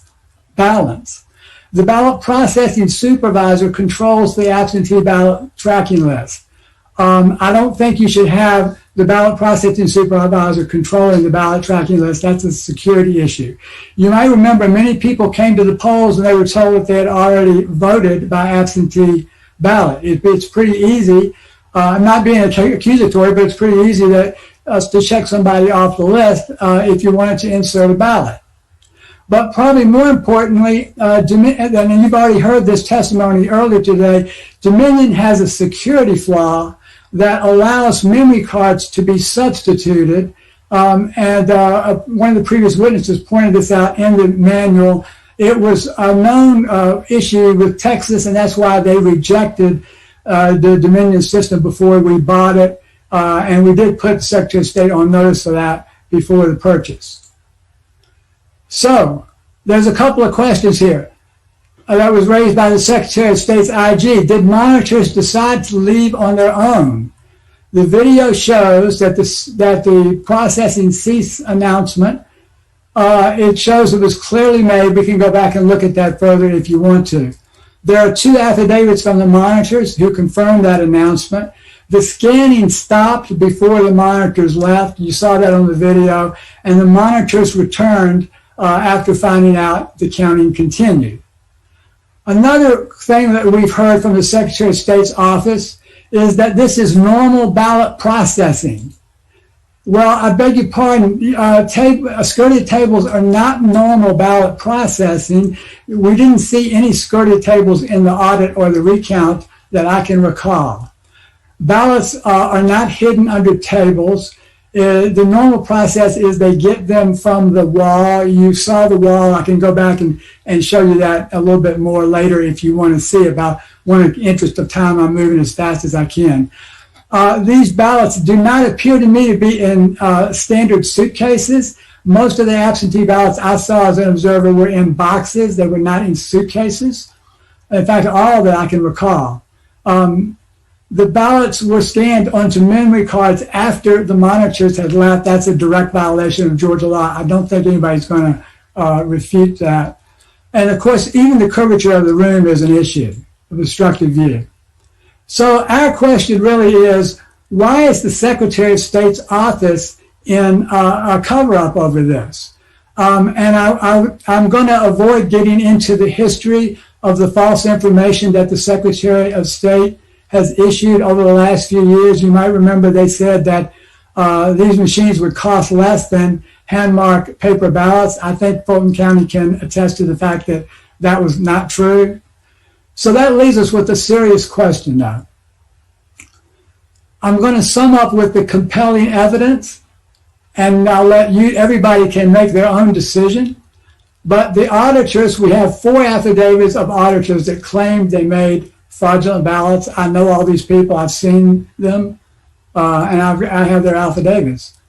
The monitors were told that the processing would stop, but it continued. There's 2 affidavits sworn for that one. The election feed shows a huge spike in Biden votes after the ballots processed. You've got 2 affidavits on that. David is going to talk to that election line feed a lot more. I think you'll be interested in that. Fulton County needs to show us the ballots to resolve the issue. And I've put in the open records request to do that. That would solve the problem. We could find out who won for sure, and everybody would be satisfied. It would either be one of the other 2 candidates. You've got the video evidence. We looked at that, and you might want to check this out. But there is one of the ladies who's on in the video has literally confessed to this on social media and prayed for forgiveness and told the public she's lying up. Now, I don't know if that is an accurate account, but it looks to me to be accurate. You can decide for yourself. I don't trust everything on social media, obviously, but it looks real to me. So I want to give you my nonpartisan perspective in conclusion. I think y'all know me very well. I fought against this bill last year with everything I had, the House Bill 316. I joined with all the Democrats and who opposed that bill, and they were absolutely right. And I didn't vote for either one of these 2 candidates. We, as a Constitution Party representative, we ran our own write-in candidate. We couldn't get the candidate on the ballot because they wouldn't allow it. But I didn't vote for either one of these 2 candidates. I don't have a dog in this hunt. But my nonpartisan perspective is that this steal is in fact real, and the Georgia electors belong to the President of the United States. And with that, I'll take any questions. Mr. Cross, we'll do a couple of questions. We're long here. Mr. Cross, do you have something that you can share in a couple of minutes' time, sir?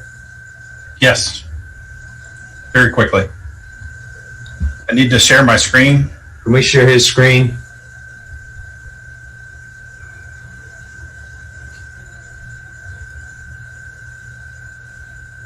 Okay. 1 second. Okay. So, all right. So on the night of November 3rd, I learned that there were several states that had halted ballot counting due to glitches. And just real quickly, my name is David Cross. I own an investment management company in Duluth, Georgia, and I'm a resident of Gwinnett County. So again, on November 3rd, I learned that there were several states that had halted ballot counting, including Fulton County and in Georgia, and because of glitches with the counting devices. The next day, it seemed that Vice President Biden's votes in Georgia had magically catapulted by over 100,000 votes in the dead of night. And what you can see is it happened at 1:34, which ties in exactly with the timing of the folks that were on the security video feed. I also learned that Biden's votes had catapulted by over 100,000 votes in Wisconsin and Michigan, and there were statistical flukes in Pennsylvania as well too.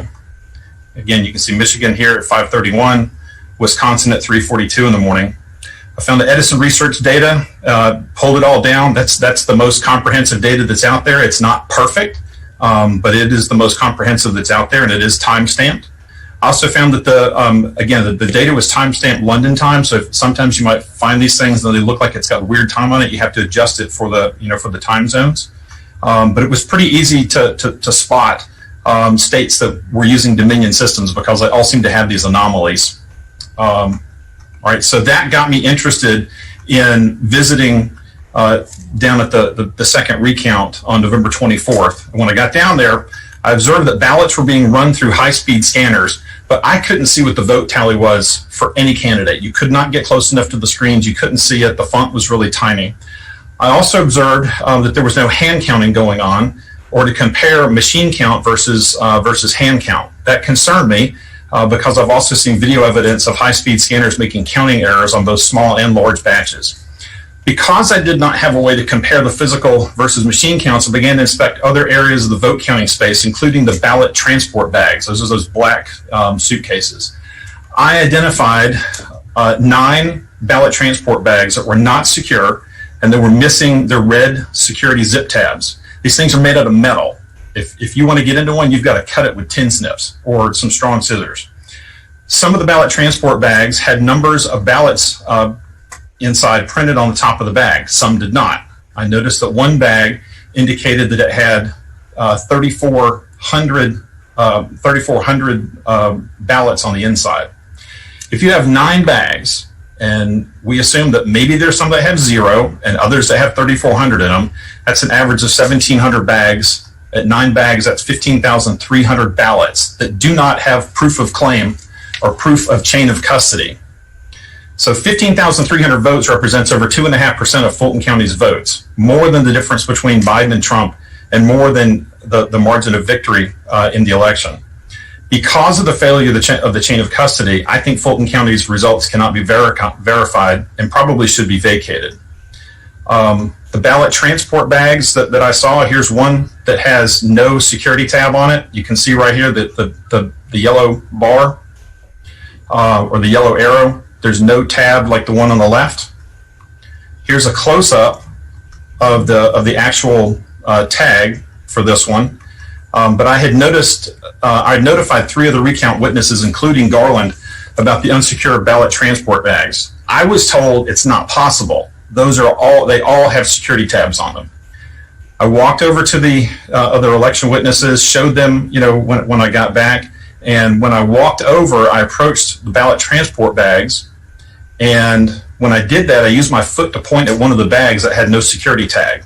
When I did that, I was immediately accused of kicking the bag and told that I must leave by a hostile employee, I presume from Fulton County. Before I left, I notified a member of the press, Melina Weiskup, and her photographer about the unsecured ballot transport bag. I told them I was being ejected and asked if they could document it, and they did. Photographs were taken by her photographer, and a news story was shown on I think it was NTD. Of the ballot suitcases in the security video that Garland showed, only one potentially had a security tab because it looked like somebody had to cut one off, but none of the others did. And you can tell because the case is open without anyone having to cut tabs. Mr. Cross, can you wrap it up in about a minute's time, please?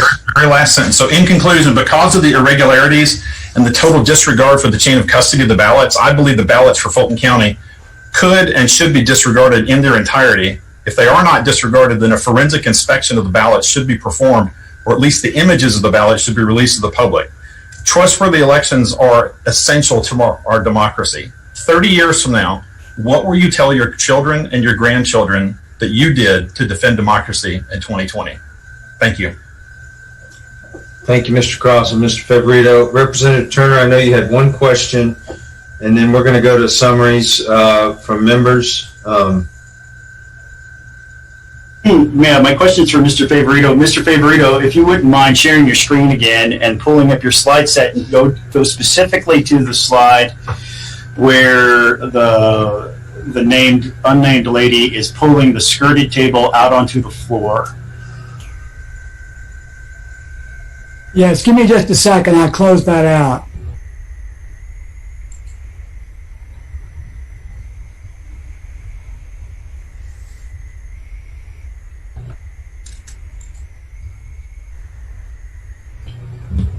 Mr. Garth, while we were doing that, maybe you can tell us, what time did you arrive as an observer at the State Farm Arena? I was there twice, but I am not testifying to that. What is on the clips? I'm just simply recapping what the Senate has already seen and what shocked us so vividly. I'm trying to add a little context so that you understand what's going on there based on my role as an observer.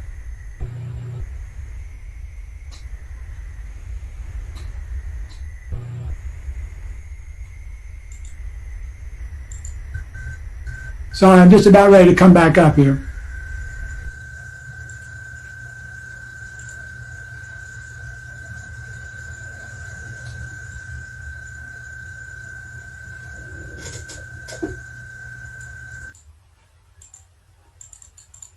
Can you see my screen now? Yes, we can. Okay, so Representative Turner, where did you want to go to? Where she's pulling the table out onto the floor. I believe it might be the previous one from here. There, that's the one right there.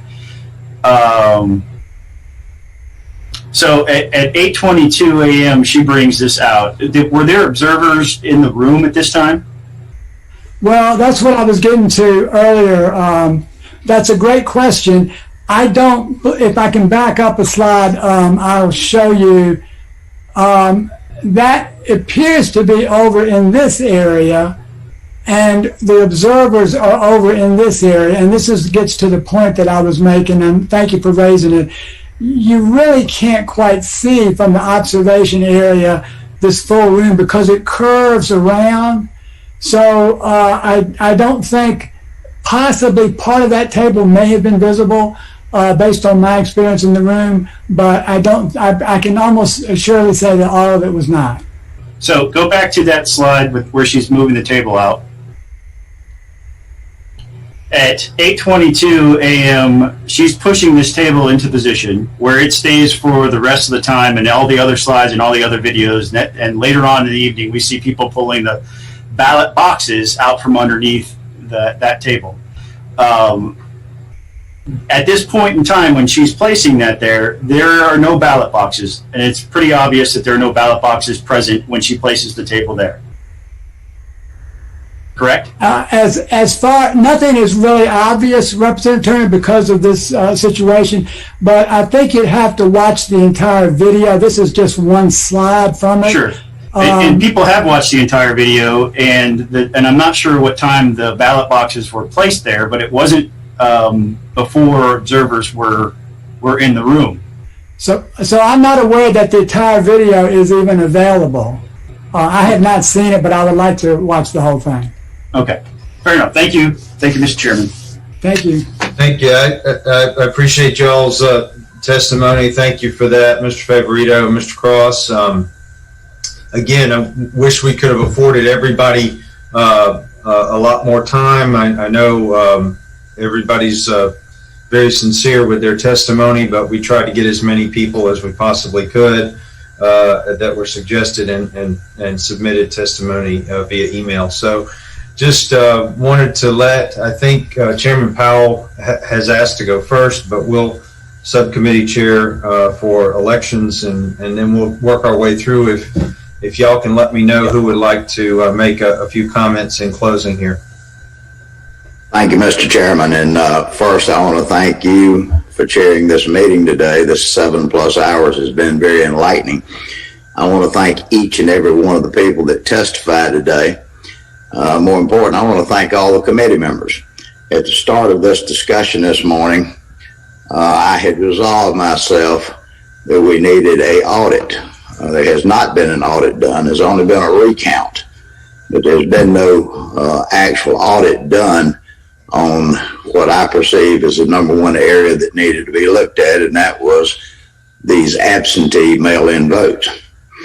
For the last 5 weeks, myself, as well as most of the members of the legislature, has heard from constituents. There's been every type of conspiracy theory in the world, and I have tried to keep my mind open until I could see some evidence. That's the reason that I put so much strong faith that we do need a professional audit done. But after hearing a lot of the testimony today, that audit needs to be a step further. Not only is there a need for an audit if we can figure out who is the responsible party that can prompt such an audit, whether it takes an order from a superior court judge or otherwise, but it needs to be done. And it needs to be done post haste. But after the testimony that I have heard today, I'm even more decided that possibly that we also need to have a GBI investigation needs to be called in. One on the tape on the arena business, but also as a separate independent set of eyes, but also an audit to look at these absentee ballots, because you don't just pull hundreds of ballots out that have no creases in them. These ballots are mailed in and they're folded and placed in the envelope and signed. So to me, and I do appreciate the members of the committee of the other party, but to me, given the number of people in this state that feel that this election was not handled properly, for the sake of for the stability and the sake of this state, to reinforce the confidence in this election process, I think it would be just as important to the members of the Democratic Party as to the Republican Party to be sure that we get down to this to try to reinstill the confidence and the faith. If not, there'll be an ongoing and continual fight from hereafter. Now, that being said, anybody that can hear what I'm saying that has a legal mind to tell me what would be the process that we need to call for a verifiable audit of these ballots that I've referred to, the absentee ballots. And secondly, to call in the GBI investigation on several of these things that need to be addressed from a separate independent audit, because this is just as important as any other type of public safety matter, because this is a basis in the foundations of our democracy. Mr. Chairman, we'll work on getting those to you. I know that a number of different bodies have requested that similar ballot envelope audit, and then we can try to differentiate, some of the testimony as to what might need further follow-up. If I may add one last question to the chair. Yes, sir. There was such a flood of information that came out today that needs to be verified. Not that I don't believe anyone, but I do believe in truth, but verified. But there was a lot of things that came out today that we need to look into. One is the uniformity of these election boards, to be sure they're uniform or ever how they're appointed or chosen. Secondly, we need to look at this. Something that stood in my mind since the first testimony this morning was private money that has gone to finance some of the activities of the election boards. That is something that is paramount in my mind that needs to be looked at, because if you follow the money, then you can generally follow whatever corruption there may be. Thank you. Thank you. Leader Trammell. Thank you, Mr. Chairman. And, this is the 37th day after the election, and there have been court challenges filed in 8 states. In 55 to date, 55 court cases have been dismissed because there's no there. This in Georgia, we had an initial count. Joe Biden was the president elected in Georgia. We had a hand count audit, a risk limiting audit for a second count of 5 million ballots. Joe Biden was the president elected in Georgia. We had a machine recount pursuant to statute, and for a third time, Joe Biden was elected in Georgia. Multiple cases have been dismissed here in Georgia, dismissing some of the very allegations that have been raised in this committee. But I want to say, I understand losing elections is hard. Believe me, I have a unique perspective on this committee about losing elections. And elected officials have a responsibility. They have a responsibility to the institution and to the democratic process. And that is when you lose a competitive, narrow election, your responsibility is to make sure that you don't burn down the building on the way out. And that's what we're seeing at the presidential level. And I know 2020 has been a tough year. And I just want to say one other thing about something that deeply troubles me that happened this morning, and I hope is never normalized. I hope that every member of this committee disavows this specific testimony. But we heard a witness come before the Governmental Affairs Committee and allege that the governor of this state, a governor who I might add 38 days ago was on television for my opponent. So I'm in a unique position here. Say that the governor, the lieutenant governor, and the secretary of state were engaged in an active crime of a cover-up of a crime. This is just absolute insanity. And we can't countenance it as a committee because it's absolutely insane and absurd. And giving more fuel to this fire will do no one any good. So I won't be there when you take up these in 2021, but I would say this, that changing the rules simply because you lose an election is not good policy. And with that, Mr. Chairman, I yield for the final time.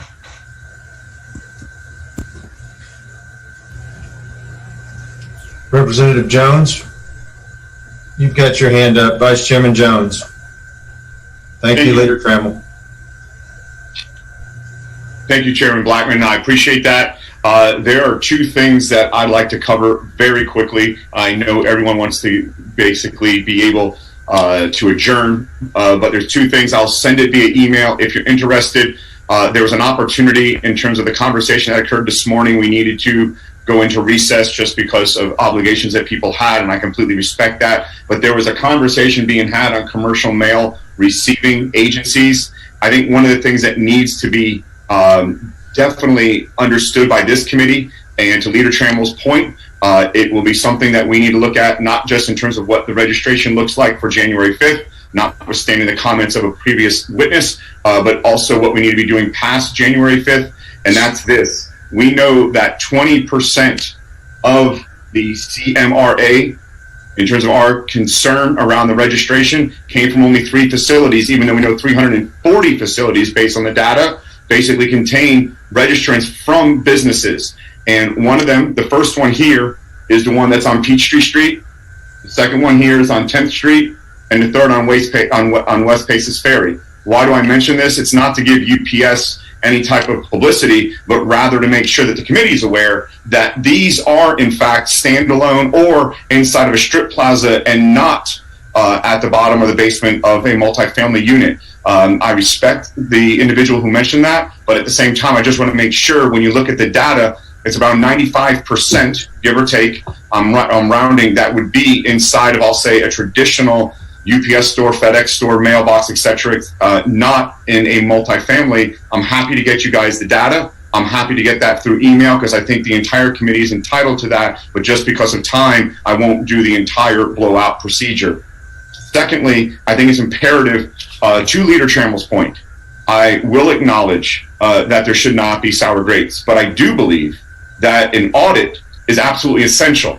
Every business audits every year, at least of those with good business practices. And I think in this case, I think it is good to take a look back and understand what went right, what went wrong, and what can we improve.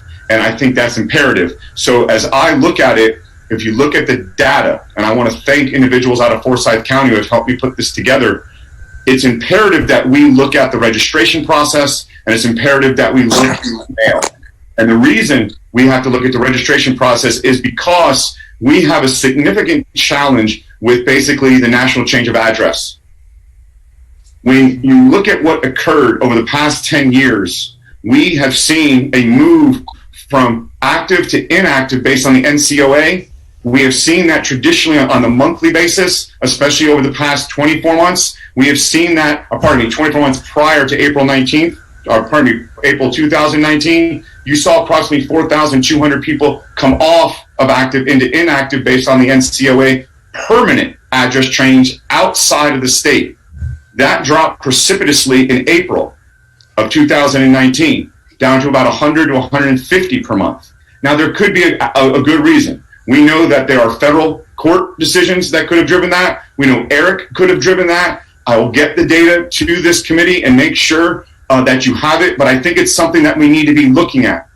I think the second thing we need to be looking at is we know that based on the ballot request forms that were sent out by the Secretary of State, about 6.9 million, we know that about 25,000 of those had put in permanent address changes outside the state but still voted. Again, I'm not suggesting anything nefarious. I'm not suggesting that all 25,000 of those individuals should not have voted. But what I'm saying is it's imperative for us to take a look and peek under. To Chairman Powell's point, if it's the GBI, fine. If it's another third-party entity, I'm open to that. I do not believe it has to be us, but I do believe for us not to look at it, I think absolutely does not go in terms of the oath that we took to our oath office and making sure that we have the sanctity of the vote. The last thing I'll mention, even though I have like 6 points that I'll email to each and every one of you, is the fact that we need to be concerned, and I do not believe it's a huge number, but we know through the data that after November 3rd, people have moved out of our state, have registered in new states, but are still registered here. Again, I'm not suggesting those individuals are planning on voting in Georgia. They may not have just taken the time to take their registration off. But the SOS have not removed them, and maybe they haven't gone through the national address database yet. But we need to be looking at data anomalies like this to ensure that from a registration standpoint, the right people who are qualified, and we want all qualified citizens to vote, and we also want to make sure that mail is protected. So I'll get this data to the group. I want to be completely transparent with you, not looking to hide anything, but I do think, and I have several other points, but for the purposes of time, I won't say them, but I think it's imperative that we look at each and every one of them as a committee. Thank you, Chairman Blackman. Thank you very much, Representative Jones. Representative Wynn? Did you put your hand up? It's been up. Keep saying Representative Darling, say it. Thank you, Mr. Chairman. I know we've heard a lot of testimony today, and there's a lot of information for the members of the committee to process. But I do want to be clear about the testimony that we have heard today, which has been unsubstantiated and rejected in courts all across our country, including in Georgia, and including by judges that were appointed by the president. The election that was conducted in the state of Georgia on November was the most secure election we've had in the state of Georgia, and we have no evidence of voter fraud, as backed up by the Secretary of State and the Lieutenant Governor. This morning we heard testimony to try to undermine the use of absentee ballots without any substantiated evidence. And I'd like to remind the members of the committee that this was a Republican passed initiative, the No Excuse Absentee Ballot. I know Chairman Powell didn't vote for it, but there are sitting members of our Republican legislature, including on this committee, who did vote to pass that. Taking away the right to vote by mail with no excuse is simply a voter suppression tactic. And I'd like to remind the members of the committee, the reason we saw so many Georgians use absentee ballots this year is because we are in the middle of a pandemic that is still going on, a pandemic that has taken the lives of nearly 300,000 people across our country. And while we did hear changes or suggestions on changes for the absentee ballot process, I am curious as to why we have not addressed any changes that we could potentially make to the Dominion voting machines, which Republican members insisted on passing as well. We know when the Dominion machine legislation was brought up for consideration, it was the Democratic members who voted against that legislation. A potential way to address some of the concerns of vulnerability with the elections machines would be to move to a hand-marked paper ballot system. A proposal I think would be supported by both Republicans and Democrats.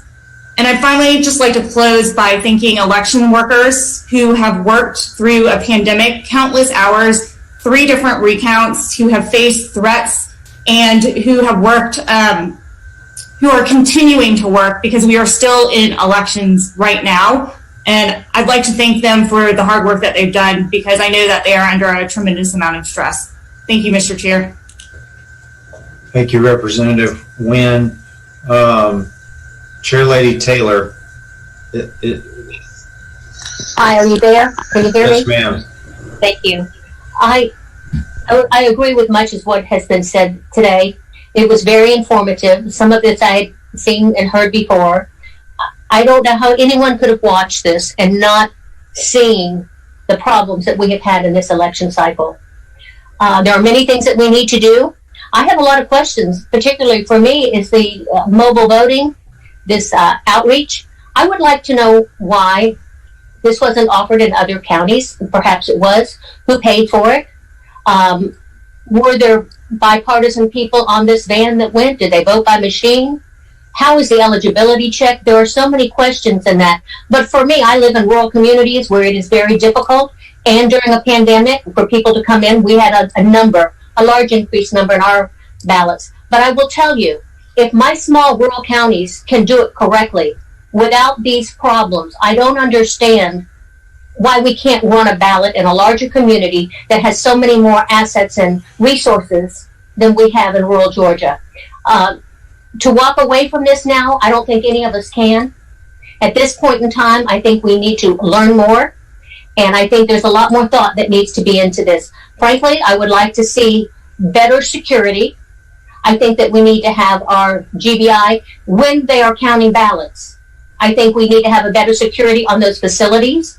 The watchers need to be able to watch and monitor. Too many things were hidden. I don't think this is what the people of Georgia expect in their voting.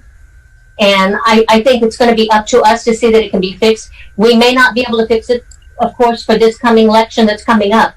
But before we have another general election, it's going to be up to this committee.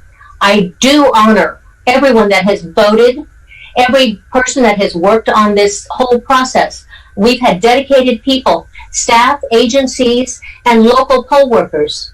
Everyone has put their heart in it. We value our vote more than anything else in this country, and we've got to see that it's protected. Thank you, Mr. Chairman. Thank you, Madam Chair. Representative Shannon.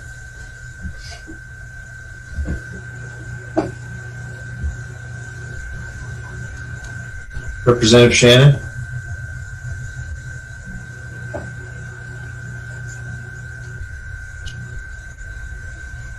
Okay, we'll come back to Representative Shannon. She may have stepped away from her computer. No, I waived, Mr. Chair, because Representative Trammell and Wynn covered everything. But thank you. Thank you. Representative Williamson? You're muted. I just had to unmute my microphone. Thank you, Mr. Chairman. I just had a couple of comments. I do, first of all, Leader Trammell, enjoyed serving with him. I do have to strongly disagree with his comment about rule changes. I've heard nothing about rule changes during this, but we certainly, and by having an audit of the signature match is only about move forward. Do we have secure absentee balloting process or not? We just need to assure the public that their vote matters and legal votes only matter. That being said, I think it's very important that we revisit the evidence presented by Mayor Giuliani today, the uncontrovertible evidence of the problems with the adjudications of ballots that was presented, that occurred in Coffee County. Unless you doubt the veracity of that statement, I would just refer the members of the committee to the affidavit that was sent by an administrative assistant of this committee at 1:24 p.m. today. And the affidavit not only verifies that they knew about this problem, but they've known about it for a while. So that I think all of us in a bipartisan manner want to make sure that there's no back doors, there's no ability for people to controvert the will of the elector or the voter by having somebody have the very clear, easy opportunity to change someone's vote.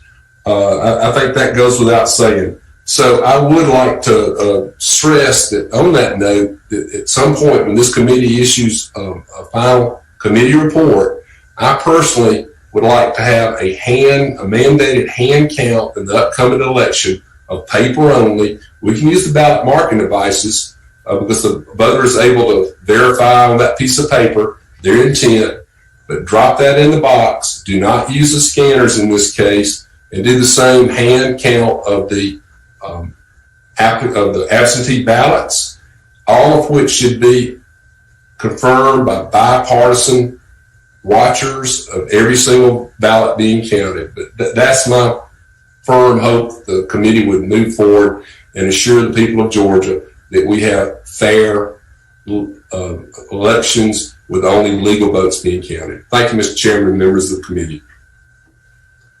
Representative Turner. Did I miss anybody? I think you'll be last to Representative Turner. Oh boy. These may be my last words as a committee member and during a committee hearing. And I just want to start by saying thank you, Mr. Chairman, for putting up with me for all these years. And your friendship means more to me than our professional one and our professional relationship. And thank you for that. I've made some great friends in my time in office as I head out as a self-term limited legislator. I'm in a unique position in that I'm the only Republican in the entire General Assembly, in the House or the Senate, that voted against HB 316, the bill that brought the ultimately the Dominion voting machines to Georgia. Now, I'm also the guy who started this debate when I started working on bringing paper ballots back to Georgia 6 years ago, and dropped the first bill 5 years ago to that effort, and was happy to see that we were moving to paper ballots. I'll remind the committee how hard I fought for the risk limiting audit, and that there were many interests aligned to fight the existence of the risk limiting audit in Georgia. And now it's become so important that we do that. And the whole vision behind all of that was to create a voting system that was 100% verifiable from beginning to end. And it's important that we verify every aspect of it so that we can identify areas for improvement. Those may be regulation or rules changes, but they could also be legislative changes. But we have to check. We have to check everything. And to this point, we haven't. And that's what's disappointing to me. And I'm most disappointed, frankly. And I have friends, dear friends, some I call brother, who work in the Secretary of State's office. And for them to go and have a press conference today and spend 40 minutes in front of television cameras and not come answer our questions today is completely unacceptable to me, not as a state rep or a member of this committee, but as a Georgian. I am beside myself that they would not bother to come talk to us. I think it shows a heightened amount of disrespect to this committee and this body, and it's not acceptable. To that end, over the Thanksgiving weekend, I authored a letter and had 20 plus, some members of this committee even signed a letter to the Secretary of State asking for a signature audit because it has to be checked. Now, state law requires us to keep that for 2 years, and it's implied that so that people can go back and look at those things. But the problem is that after certification, you're going to need a court order. So I won't be here to introduce that bill, but if I was coming back, I'd be dropping a bill on January 11th stating that we're opening that process up so that we can look at it. We didn't go through the RLA process and recount the ballots because of specific instances of fraud. It was to validate the system. We need to do that with the signature audits as well. And so I sit here in amazement as I watch the tables flip from my unique perspective as the only Republican who voted against the bill. Watching my friends who are Republicans saying, well, there's problems in the system now. These were things that I tried to bring up at the time. And watching my friends on the left who were saying there are going to be problems in the system now saying, oh, everything's okay. The truth is probably in the middle. And it has been really hard to hold that candle of truth in front of the tsunami of misinformation that has been brought from everywhere. And when we have hammer and scorecard accusations, as one person tried to testify today, all we're doing is feeding this conspiracy theory stuff, and it's making it really hard to focus on the areas that actually need to be improved. Of all the stuff that we heard today, there were two things that stood out for me personally. And that is, we had a data analyst come and bring findings that matched a different data analyst's findings. And these two gentlemen never knew the other was doing the work, but the numbers matched. And you need to dig in on that, because that's 15,000 potential people who voted in this election that shouldn't have. And we should be honest enough with ourselves to look at this process. I've defended this process from the beginning, even though I voted against the bill, because I believe that it was intended to be 100% verifiable. And so when you have independent auditors who have taken it upon themselves to look at our data, voting rule cleanup must be a priority. That's not changing the rules, that's doing a job. Somebody needs to do that, and they need to start doing it right away. And secondly is the issue around the signature match audit. I think if it has to be addressed